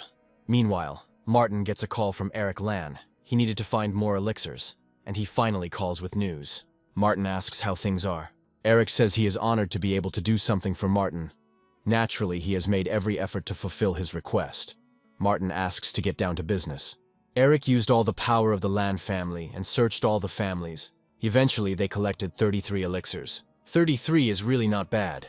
Eric did as Martin asked and hoped that he felt relief and that this amount was enough. Martin asks to send him the elixirs as soon as possible. So many years have passed, and he is still just as cold. It's been 3 days since they sent the money, and there's still no news from Kim. Mrs. Jung says she will write to him now and ask. He said that 100 million is not enough, and he found another treasure deep in the Tianshui Mountains. More workers need to be sent, and an additional 500 million. When the treasure is dug up, the funds will be returned to them with interest. David says to hurry up and send the money. Mrs. Jung needs to think. Something is wrong here. She might think that Kim is lying to them, but that's impossible. A professional like him shouldn't be short of money, so there's no point in him lying. Mrs. Jung says he sent a photo. David wants to see it. This is a stone gate. At first glance, it looks like an ancient relic. There must be incredible treasures there. It is clear that Kim did not lie to them. They must hurry and send the money. Mrs. Jung still has doubts. Then David becomes ill. His health is the most important thing, so Mom will do everything. Kim receives a message about receiving 500 million yuan. The old dog fooled them with just a photograph of the gate where he stopped. May admires Kim. This dog is so cute, playing with the phone. There's someone knocking at the door. May opens. This is Alice asking why May is at Martin's house. She says she lives here. It turns out that this shameless guy lives with a girl. Alice leaves. She meets Martin on the street. Alice says she has business with him. This time Martin is ready to listen to her. She wants to be a martial artist and protect her family, since Martin was able to defeat even Sean Neal. This shows that his skills are not bad. Alice asks him to teach her. Martin says he doesn't have time. He's so rude, and he knows that Sean's teacher will arrive soon. Martin could die and still be so careless. Master Tsong is 100 times stronger than him. Martin says, in that case, let Alice go to Master Tsong. There is no need to disturb him. He's an idiot. Alice has no words. Now she'll kill him herself. She'll go to Master Song to learn from him, and make Martin regret it. She is waiting for Tsong, along with Yang and the others. He still hasn't arrived. They have been waiting for 2 hours already. Yang says the master is a very busy man and may be delayed. Their association must show loyalty and continue to wait. He has arrived. Master Tsong walks on water. This means that he is a worthy master. His style is truly unmatched. Alice has only seen this in movies, but it turns out it's possible. Master Tsong is many times stronger than Martin. If he were Alice's teacher, her family would stop being bullied. They greet the great master. President Yang must know very well what business Tsong has come for. Martin Stone killed his student Sean Neal. Yang believes Tsong is here for revenge. The Martial Arts Association will do everything possible to help the master. This Martin Stone has caused too much trouble, no matter whose hands he dies at. Then let Yang go and find this guy named Martin Stone. Tsong will give him a chance to become his student, thereby saving his life. It turns out that Tsong won't kill him. Whether he kills him or not depends on whether he knows what he is doing. Tsong has spent too much time. With great difficulty, he is prepared for when someone with a good body will appear to fight him, who has no rivals in the Celestial Empire. Tsong doesn't know how long it will take to find another such body. But he heard that Martin is young since he was able to kill Sean, meaning he is of a higher rank and could be suitable to become Song's new vessel. Alice says that she knows Martin and could introduce them and make him bow to Song. She is Alice Price of the Price family, ready to serve the great master like a faithful dog. Then Song entrusts this matter to her. He also admires this guy and does not want to kill him, so he gives him a chance. Song is a master whose power is irresistible and incomparable to that of ordinary people. Alice would like to ask him for something. She asks to be taken as a student. She knows that this request is quite presumptuous, but she sincerely asks for it. No matter what the price, she is ready. So, price is not important to her. Alice again asks to take her as an apprentice. Her sincerity touched the old man. Alice knows it's a little late to be taking up martial arts, but she'll try 10 times harder than anyone else. Sean's death had a profound effect on Song, and he no longer wanted to accept anyone as a disciple. But looking at Alice's sincerity, he will make an exception and accept her. She thanks him. Yang asks if there is anything else he should say to his teacher. Alice says, Alice Price's apprentice pays tribute to her master. Song tells her to go to Martin. When the job is done, the teacher will reward her. Alice promises that she will do it. Barry Wang has been missing for so long, and Seaton from the Kong family has already returned safely. It seems like Barry died in these ruins. Although Miss Kong has already returned, she came without the immortal treasure. Otherwise her family would not be modest now. According to her, Barry was captured by demons in the ruins and died. Ben does not believe this. Seaton definitely won't tell them the truth. We need to figure it out ourselves. The head of the Wang family tells us to find out what really happened in these ruins. According to Ben's investigation, not many people got out of there alive. 2 of them, Martin Stone and Nick Lane, are from Jinzhou. Ben will personally go there to find out the situation. Let him leave as soon as possible. The martial arts competition among the 12 great families in the South China Sea will soon begin. Whether they can break ahead depends on this matter. The next day, Alice meets Martin again and tells him that she has news for him. Martin doesn't want to listen to her. Alice won't lie. This is really great news. He will be excited after hearing it. She reports that Master Song has arrived in Jinzhou. He originally came to kill Martin, but changed his mind. He said that as long as Martin worshipped him as a teacher, he would not prosecute him for killing Sean. Martin says Song is a dumbass. He points to something behind Alice and asks what it is. Alice looks around, but of course there's nothing there. While she was looking the other way, Martin disappeared. Alice came with good news. She didn't think he was so stupid. She tells Song that she couldn't solve the case. She didn't expect Martin to be so stubborn. Song says he will challenge him through the Martial Arts Association and personally break his arms and legs. Young assures that he will take care of it. Song will get his way no matter what. Sometime later, Martin comes to Molly and Helen for dinner. Thanks to him, Helen recovered. Moreover, Molly is now a martial arts master and can protect her mother herself. For some reason, Martin doesn't laugh. It's as if he always has the same expression on his face. Molly assures him that she will definitely make him laugh in the future. Someone is knocking at the door. Molly opens. At the door are Yang and the members of the Martial Arts Association. Molly asks who they are looking for. Yang tells her not to worry. They came for Martin. On behalf of Master Song, they present him with a challenge to a duel. In 2 days, at the Martial Arts Association, Master Song is going to destroy Martin with his own hands. He asks how they found this place. They are a martial arts association. It is not difficult for them to do this. The master will punch Martin in the face if he does not kneel. So let him take the letter and prepare to die. Martin says it's time for them to go. He doesn't have time to take any challenges. Master Song personally signed the letter. In other words, the summons could not be ignored. Martin tells him to go away and not disturb him while he eats, so he really won't answer. Martin grabs the letter and tears it up. He's acting like a girl. Yang won't persuade him. He leaves this matter to those who came with him. It's not clear why Martin is behaving like this. Now he'll be taught a lesson.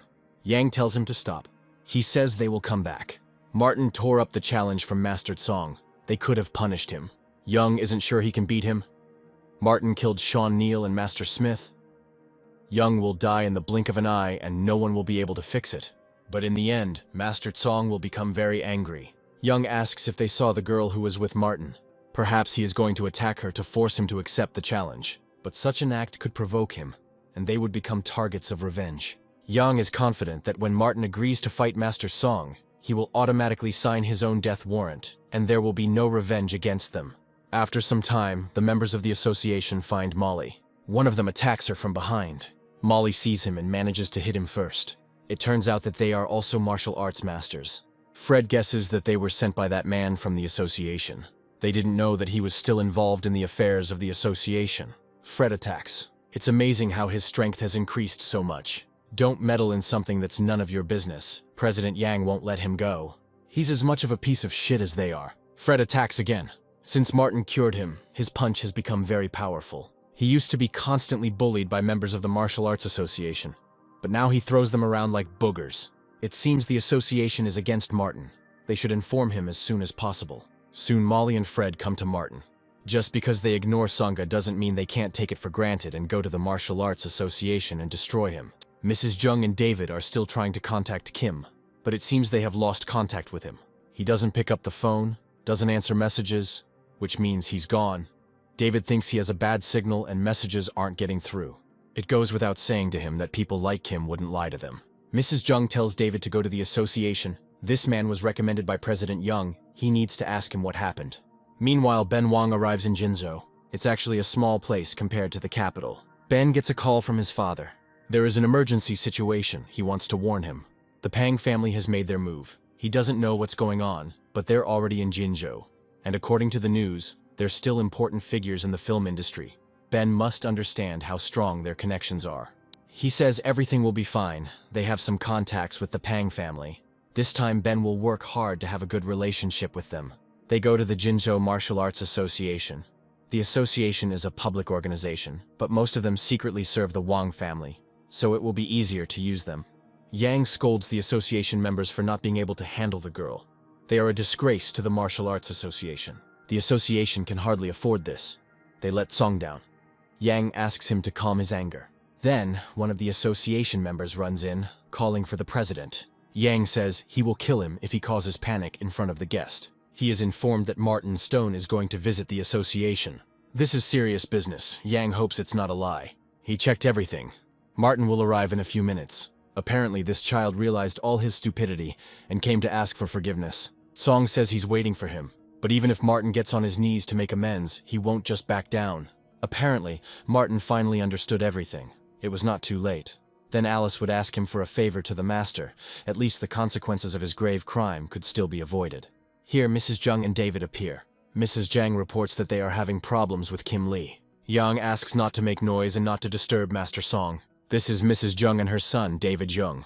Song says that he knows her husband. He is a very special person, and Song admires him. Then he might know where David's father is and when he will return. Mrs. Jang asks not to disturb the master with such questions. Father will return when he can. Chong asks what brings Mrs. Jang here. She says that she came to President Yang because he introduced them to Kim Lee. Mrs. Jung gave him the task of killing Martin, and a lot of time has passed. But not only was he not caught, but Kim himself disappeared. Yang says don't worry, Master Tsong is here to kill Martin. So, he caused trouble for Master Tsong too. Moreover, this guy will come here soon. And since the master is here, Martin will be dead. Then they will be here and see it with their own eyes. It's so exciting. Thanks to Master Tsong, Martin is now doomed to die. It's such a relief. Today David will see it for himself. At this point, someone tells Tsongu to come out and greet Mr. Martin Stone, calling Tsongu a cur. This is outrageous. He dared to insult the master. Yang will definitely rip off his skin and tendons. Chong says children are so ignorant and fearless. Today this child will understand that he should not behave like that with a great master. Song, Yang, and Alice go out to meet Martin, Molly, and Fred. Yang tells them to kneel down and make amends to Master Tsong, or they will all die. David states that after Martin is destroyed, he will prepare his bones and feed them to the dog. Martin asks Yang if he gave the order to kidnap Molly. Yang says even if it is him, it doesn't matter. People like Martin do not follow the master's orders. They only harm their family and friends with their existence. Martin is ready to attack. He attacks Yang. He falls. Then he gets attacked by Molly. Martin advises Yang to remember that he should not get involved with Martin, and even more so with his loved ones. Yang asks Tsong to save him and kill Martin. He dares to hurt people in front of the master. He seems like a presumptuous fool. Yang admits that he is strong, but he is nothing in front of Master Tsong.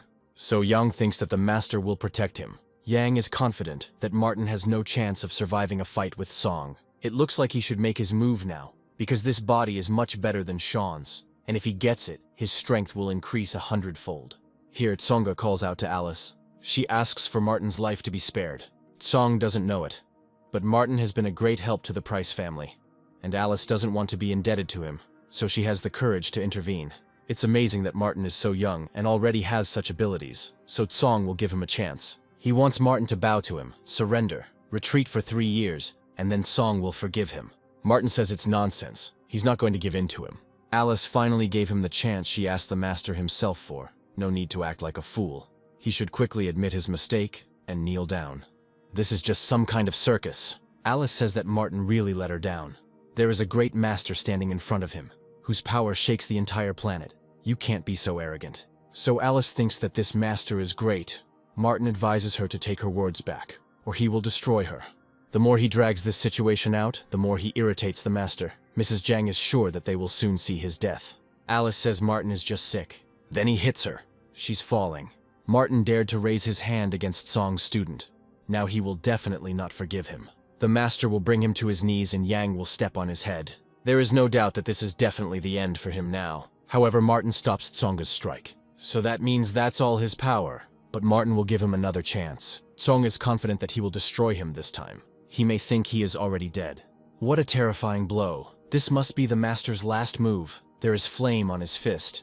David does not believe that Martin will survive such a blow. He is ready to repel the blow. Chong and Martin collide. Martin's blow sends Tsong flying and crashing into the wall. The master is defeated. It is impossible. Chong is a great master. It cannot be that he lost. But Martin said he was just a dud. Fred says Martin is more powerful than Songa. He's just an old dog. Alice doesn't believe that her teacher could lose. David asks what they should do. Then Kim appears and asks what the noise is. It's good that he's here. Let him hurry up and destroy Martin. The Martial Arts Association is in trouble. We need to kill him. They will be very grateful to Kim, and will build a monument to him. Yang thinks that Kim is mysterious and unpredictable. He definitely has the strength of a master. He looks quite relaxed, so he should be even stronger than Master Song, and the victory is definitely theirs. David says the Yang family will pay Kim 500 million yuan. He hits David. He asks why Kim hit him. He tells Martin that he came late, but he will kill these scumbags. They all have asses instead of heads, since they provoke not only the teacher, but also Kim. Then Ben appears and tells them to stop. Yang says that the Jinzhou Martial Arts Association has been loyal to the Wang family for many years. Today Martin Stone is here. He is causing them a lot of trouble. Yang asks for help. In his youth, Song worked for the Wang family. He asks Ben to kill Martin. It so happened that Ben was looking for him. He is from the Wang family. The power of the 12 great families is unstoppable. Even if Martin really could turn everything upside down, the Wang family would not let him go. Ben asks Martin to come over and says that he has some business with him. Martin just looks at him. One of Ben's bodyguards says that the master called Martin. He should come. Kim attacks the bodyguard. He can't talk to the teacher like that. Kim will beat him to death. I wonder what he's capable of. And Kim really isn't afraid to publicly hit a person from the Wang family. Ben hasn't seen such a brave person for a long time. Kim says he twisted their family. Let Ben kneel before the teacher of his own free will, or he will break his legs. Ben prepares to attack. Yang is confident that his strength is superior to Martin's and Kim is finished.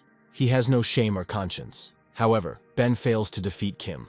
It seems he underestimated him. Apparently, Ben's bodyguards were scared and will just stand there and watch. They forgot about their duties after so many years of living with the Wang family. Ben doesn't have infinite patience. They won't die if they do this. The Wang family will take care of them for the rest of their lives. But if they do nothing, Ben won't let it go. In that case, they agree to do so. Ben hits them with a flash that drains the energy from them. His family's secret technique can really bring forth powerful strength. Kim asks what kind of witchcraft this is. Martin says this is a technique of the Wang family. Since the members of the great families have the same bloodline, they can briefly obtain other people's spiritual cultivation power through a secret technique. However, this is just a trick. Ben feels even more powerful. Now his power is enormous. It looks terrifying. Now Martin will definitely die. Let them and Kim prepare for death. Kim says Ben is so fat you can't even see his face. He's going to destroy him. And this is interesting. Kim wants to show her real body. Martin says no need. Better not to stick your neck out. Ben looks so strong. This time everything has to work out. Martin will definitely die. This is the first time Ben uses his family's secret technique. Martin has never known such great power. But Ben will allow him to feel the full horror of this power. Martin easily parries his blow. Ben flies upward, no longer emitting light. He falls right on Yang. It was unexpected, but the first attempt to use the secret technique did not work. Ben still doesn't believe that Martin can be that good. He strikes again. As a result, Ben is carried far into the sky. 5 minutes later, he still hadn't fallen. Here he falls on Yang again. Ben says he is from the Wang family and Martin will regret it. Kim will help him destroy these people. Yang will be first. No need to pretend to be dead. He begs for mercy, but Kim strikes anyway. Yang feels like he literally took away all of his martial arts power. Not only will Kim get rid of his cultivation base, but he will also torture his body. Yang will be lucky if he survives. He says he doesn't want to be a worthless person. He is a martial arts master and can't fall so low. Kim ignores his words. Now it's David's turn. He says he doesn't want to die. If Kim dares to harm him, Mrs. Jiang will eat his liver. Kim throws her away. He attacks David. Now it's Song's turn. He says Kim will regret it if he touches him. Kim attacks. Here comes Eric Lan. Ben says it's so nice to meet Uncle, reminding him that he comes from the Wang family. His father is the head of the family, and he has mentioned Eric many times in conversations, and their families have been in contact for many years. Eric says he doesn't really have time to chat with Ben. He wants his uncle to give him credit. This man's name is Martin Stone. He is extremely arrogant, and not only is he a murderer, but he also took away the power of President Yang of the Martial Arts Association. He injured a group of people. Eric must deal with this. Ben didn't expect that he would be lucky enough to meet important people from the Lan family. This family is one of the 5 great clans that stand above the 12 great families. Yang says the Lan family is a legendary clan. Their prestige and power are higher than others. Eric must destroy Martin and his henchmen. David has a broken leg and asks if Martin is sure he will die this time. Mrs. Jiang assures that the Lan family knows what to do and will deal with him. Martin will definitely not be able to escape from the hands of the head of their family and will die. Kim tells Martin that she will handle it. Eric falls to his knees and greets his master. He bowed to either Kim or Martin. Now it was definitely over. David asks why it is so difficult to kill Martin. He gives Eric his hand and helps him stand up. Eric says it's been decades since Martin disappeared, and he finally found him. He brought everything. Martin suggests they talk when they get back. Eric says these people dared to provoke him. They can't just forget about it. Ben calls Eric uncle again. He hits him. He is not his uncle. They dared to insult Martin. Van Eric will deal with these people from the Van Eric family. Young says he'll take care of everything for him. He was wrong. He doesn't want to be Martin's enemy. If one such great clan becomes angry, the entire city will tremble, and even 12 great families will become cannon fodder. Mrs. Jung asks to let her son go. She is ready to die for him. David says there is no need to be afraid of Eric, because there is a father. Mrs. Jung slaps David and tells him to shut his mouth. Eric can do whatever he wants with her, just don't harm her son. What pathetic little people. Martin is about to leave. It turned out that Alice had been wrong all along, and she might have lost Martin forever. Shame. Humiliation. David asks if his mother can contact his father. This time she promises to call him. Eric says he hasn't seen Martin for so many years, but he hasn't changed at all.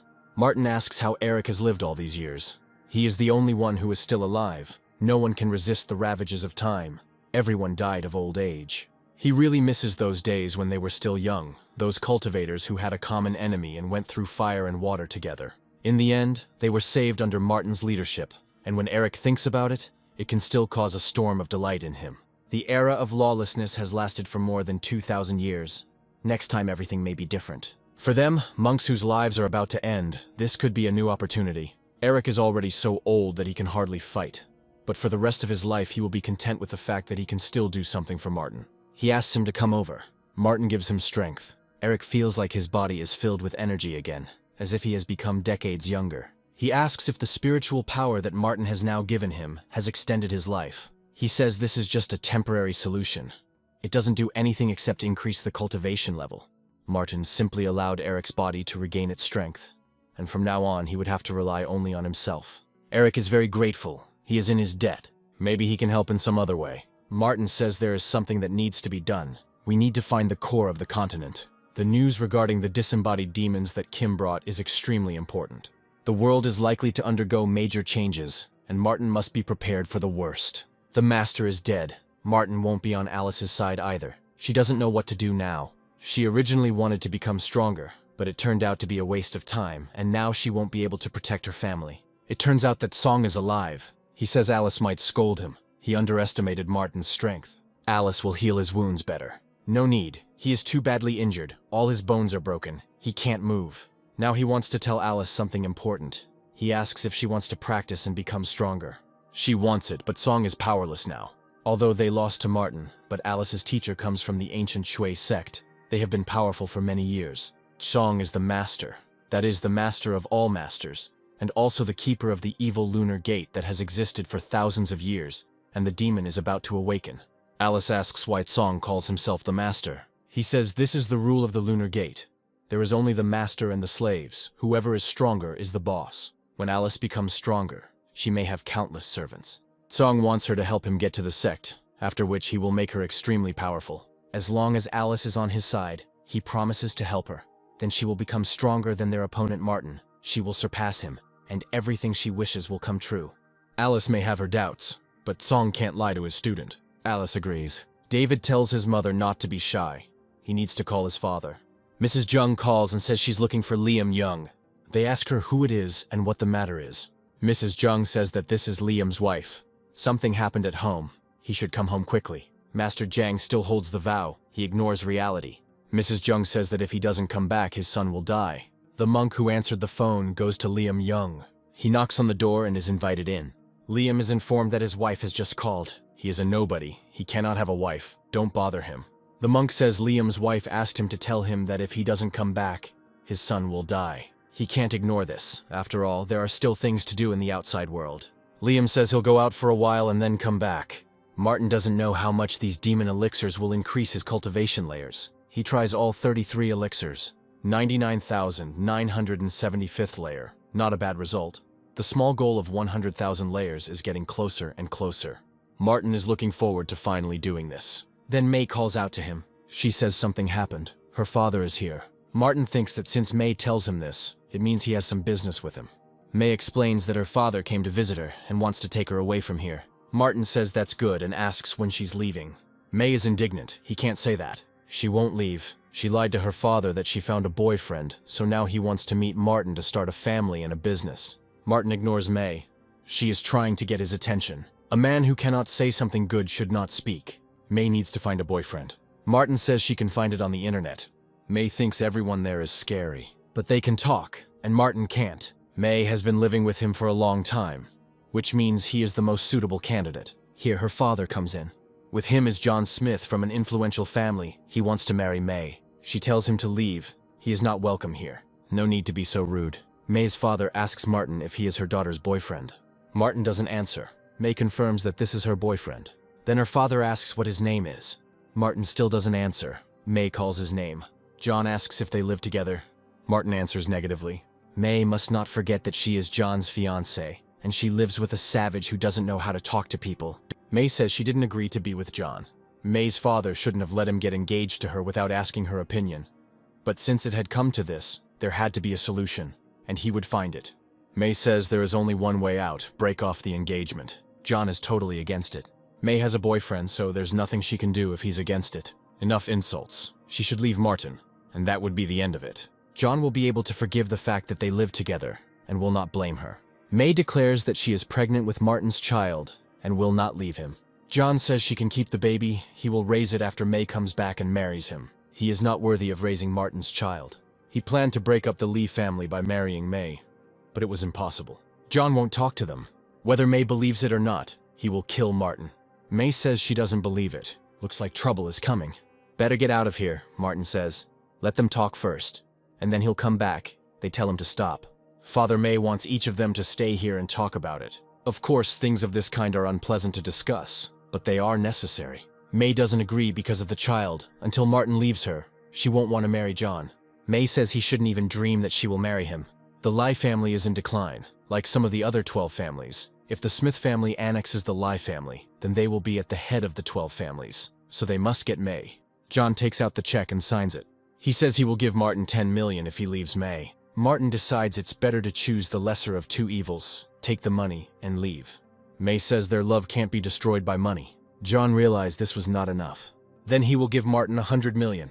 John heard that May's boyfriend was just a teacher. 100 million would be heaven for him. He loved May until he came across that kind of money. The Lee family, although not the same as before, is still a rich family. Martin and May are different and hardly suitable for each other. May says Martin is not what he seems. Enough chatter. May's father will not force Martin. It is his choice to take the money or stay with May. But the latter will be more difficult, and they must be prepared for the difficulties that will arise in the future. Or Martin will take 100 million. He will have no problem with this choice. Indeed, nothing complicated. Martin chooses 100 million, and May doubted the power of money. Now he can go away and do whatever he wants. May asks him not to leave. John will show what money can do. Martin will do anything for it, fulfill any whim. John tells him to bow down and call him daddy, and he will give him another 100 million. Martin hits him. He dared to take John's money and hit him. May says John deserves it. Now Martin will show him. John wants to kill him. He attacks. Martin hits him again. As a result, John flies out the window. Finally, silence. May's father says the Smith family is very influential, and May broke off her engagement to John.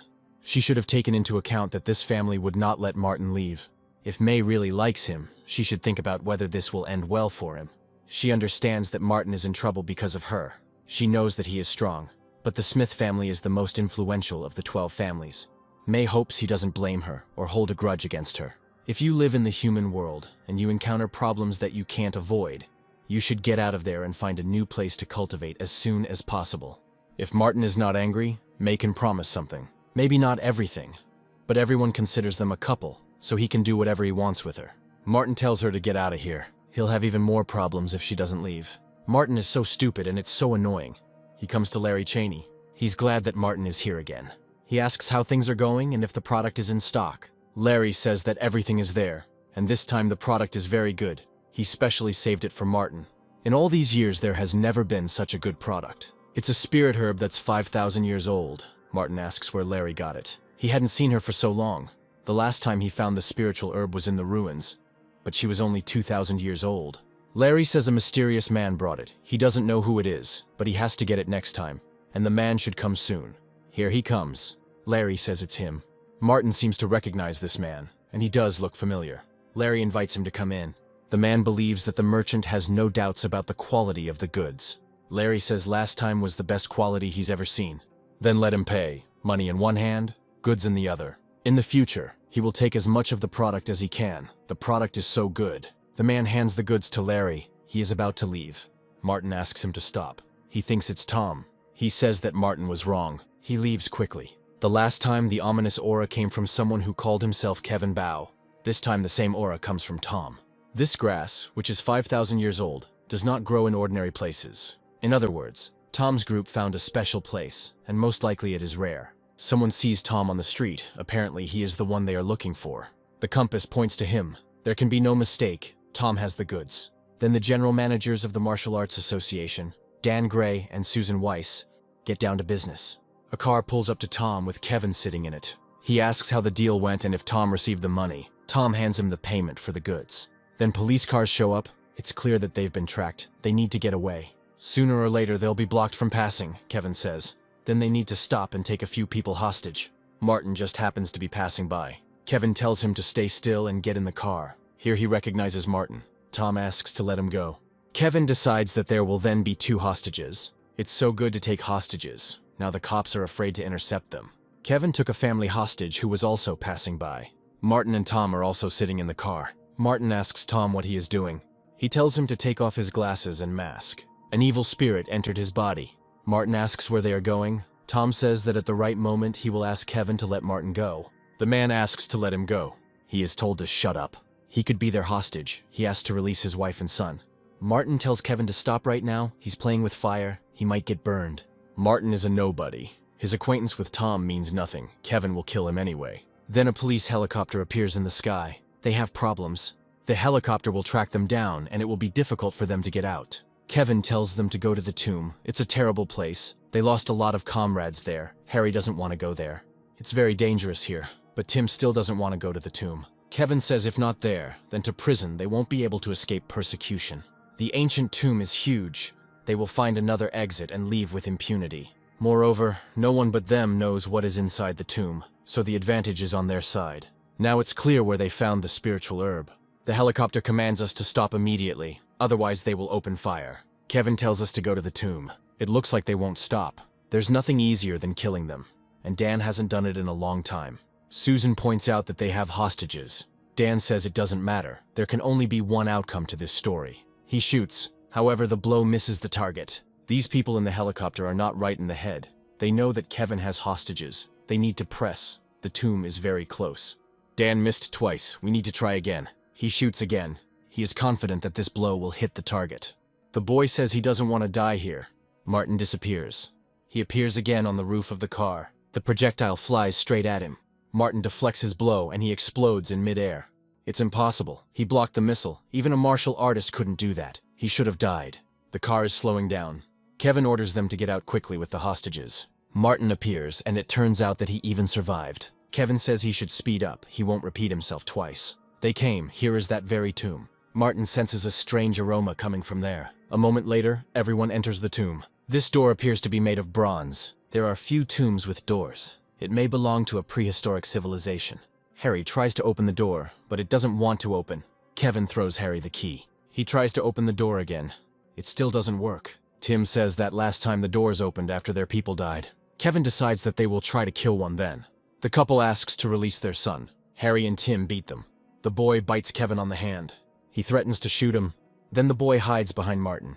Kevin tells him to move away. He tries to move Martin, but he can't. Kevin told him to get lost. He would kill him eventually. Martin asks how he found this place. Kevin says he has no right to ask that question. Tom tries to calm Kevin down and asks him not to get angry. Kevin tells him to get out. Martin hits him. He says he needs an answer to a question. Here, Dan and Susan appear. It is unlikely that anyone will be able to escape from them. Harry tells them not to come closer, or he will kill the hostages. Dan says he doesn't care about their lives. If not Kevin and his men, then he will kill them. It's clear that Dan and Susan are from the Martial Arts Association. This association is supposed to protect people and order in the country, so it's not clear what the difference is between them and Kevin. He says it so sweetly. Of course they are different from him, they are better, and the last word will be theirs. Dan shoots again.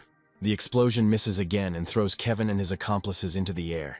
Martin senses the aura of the Lixian relics. They say they are traces of a prehistoric civilization. Immortals use magical formations to make their directions unstable, making them incredibly difficult for ordinary people to find. And the essence of the so-called key is to search for the relics of Lixian.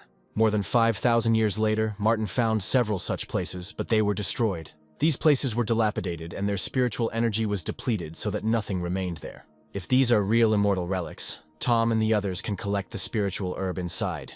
It is a relic, but they will not be able to connect it with the tomb and will simply go inside.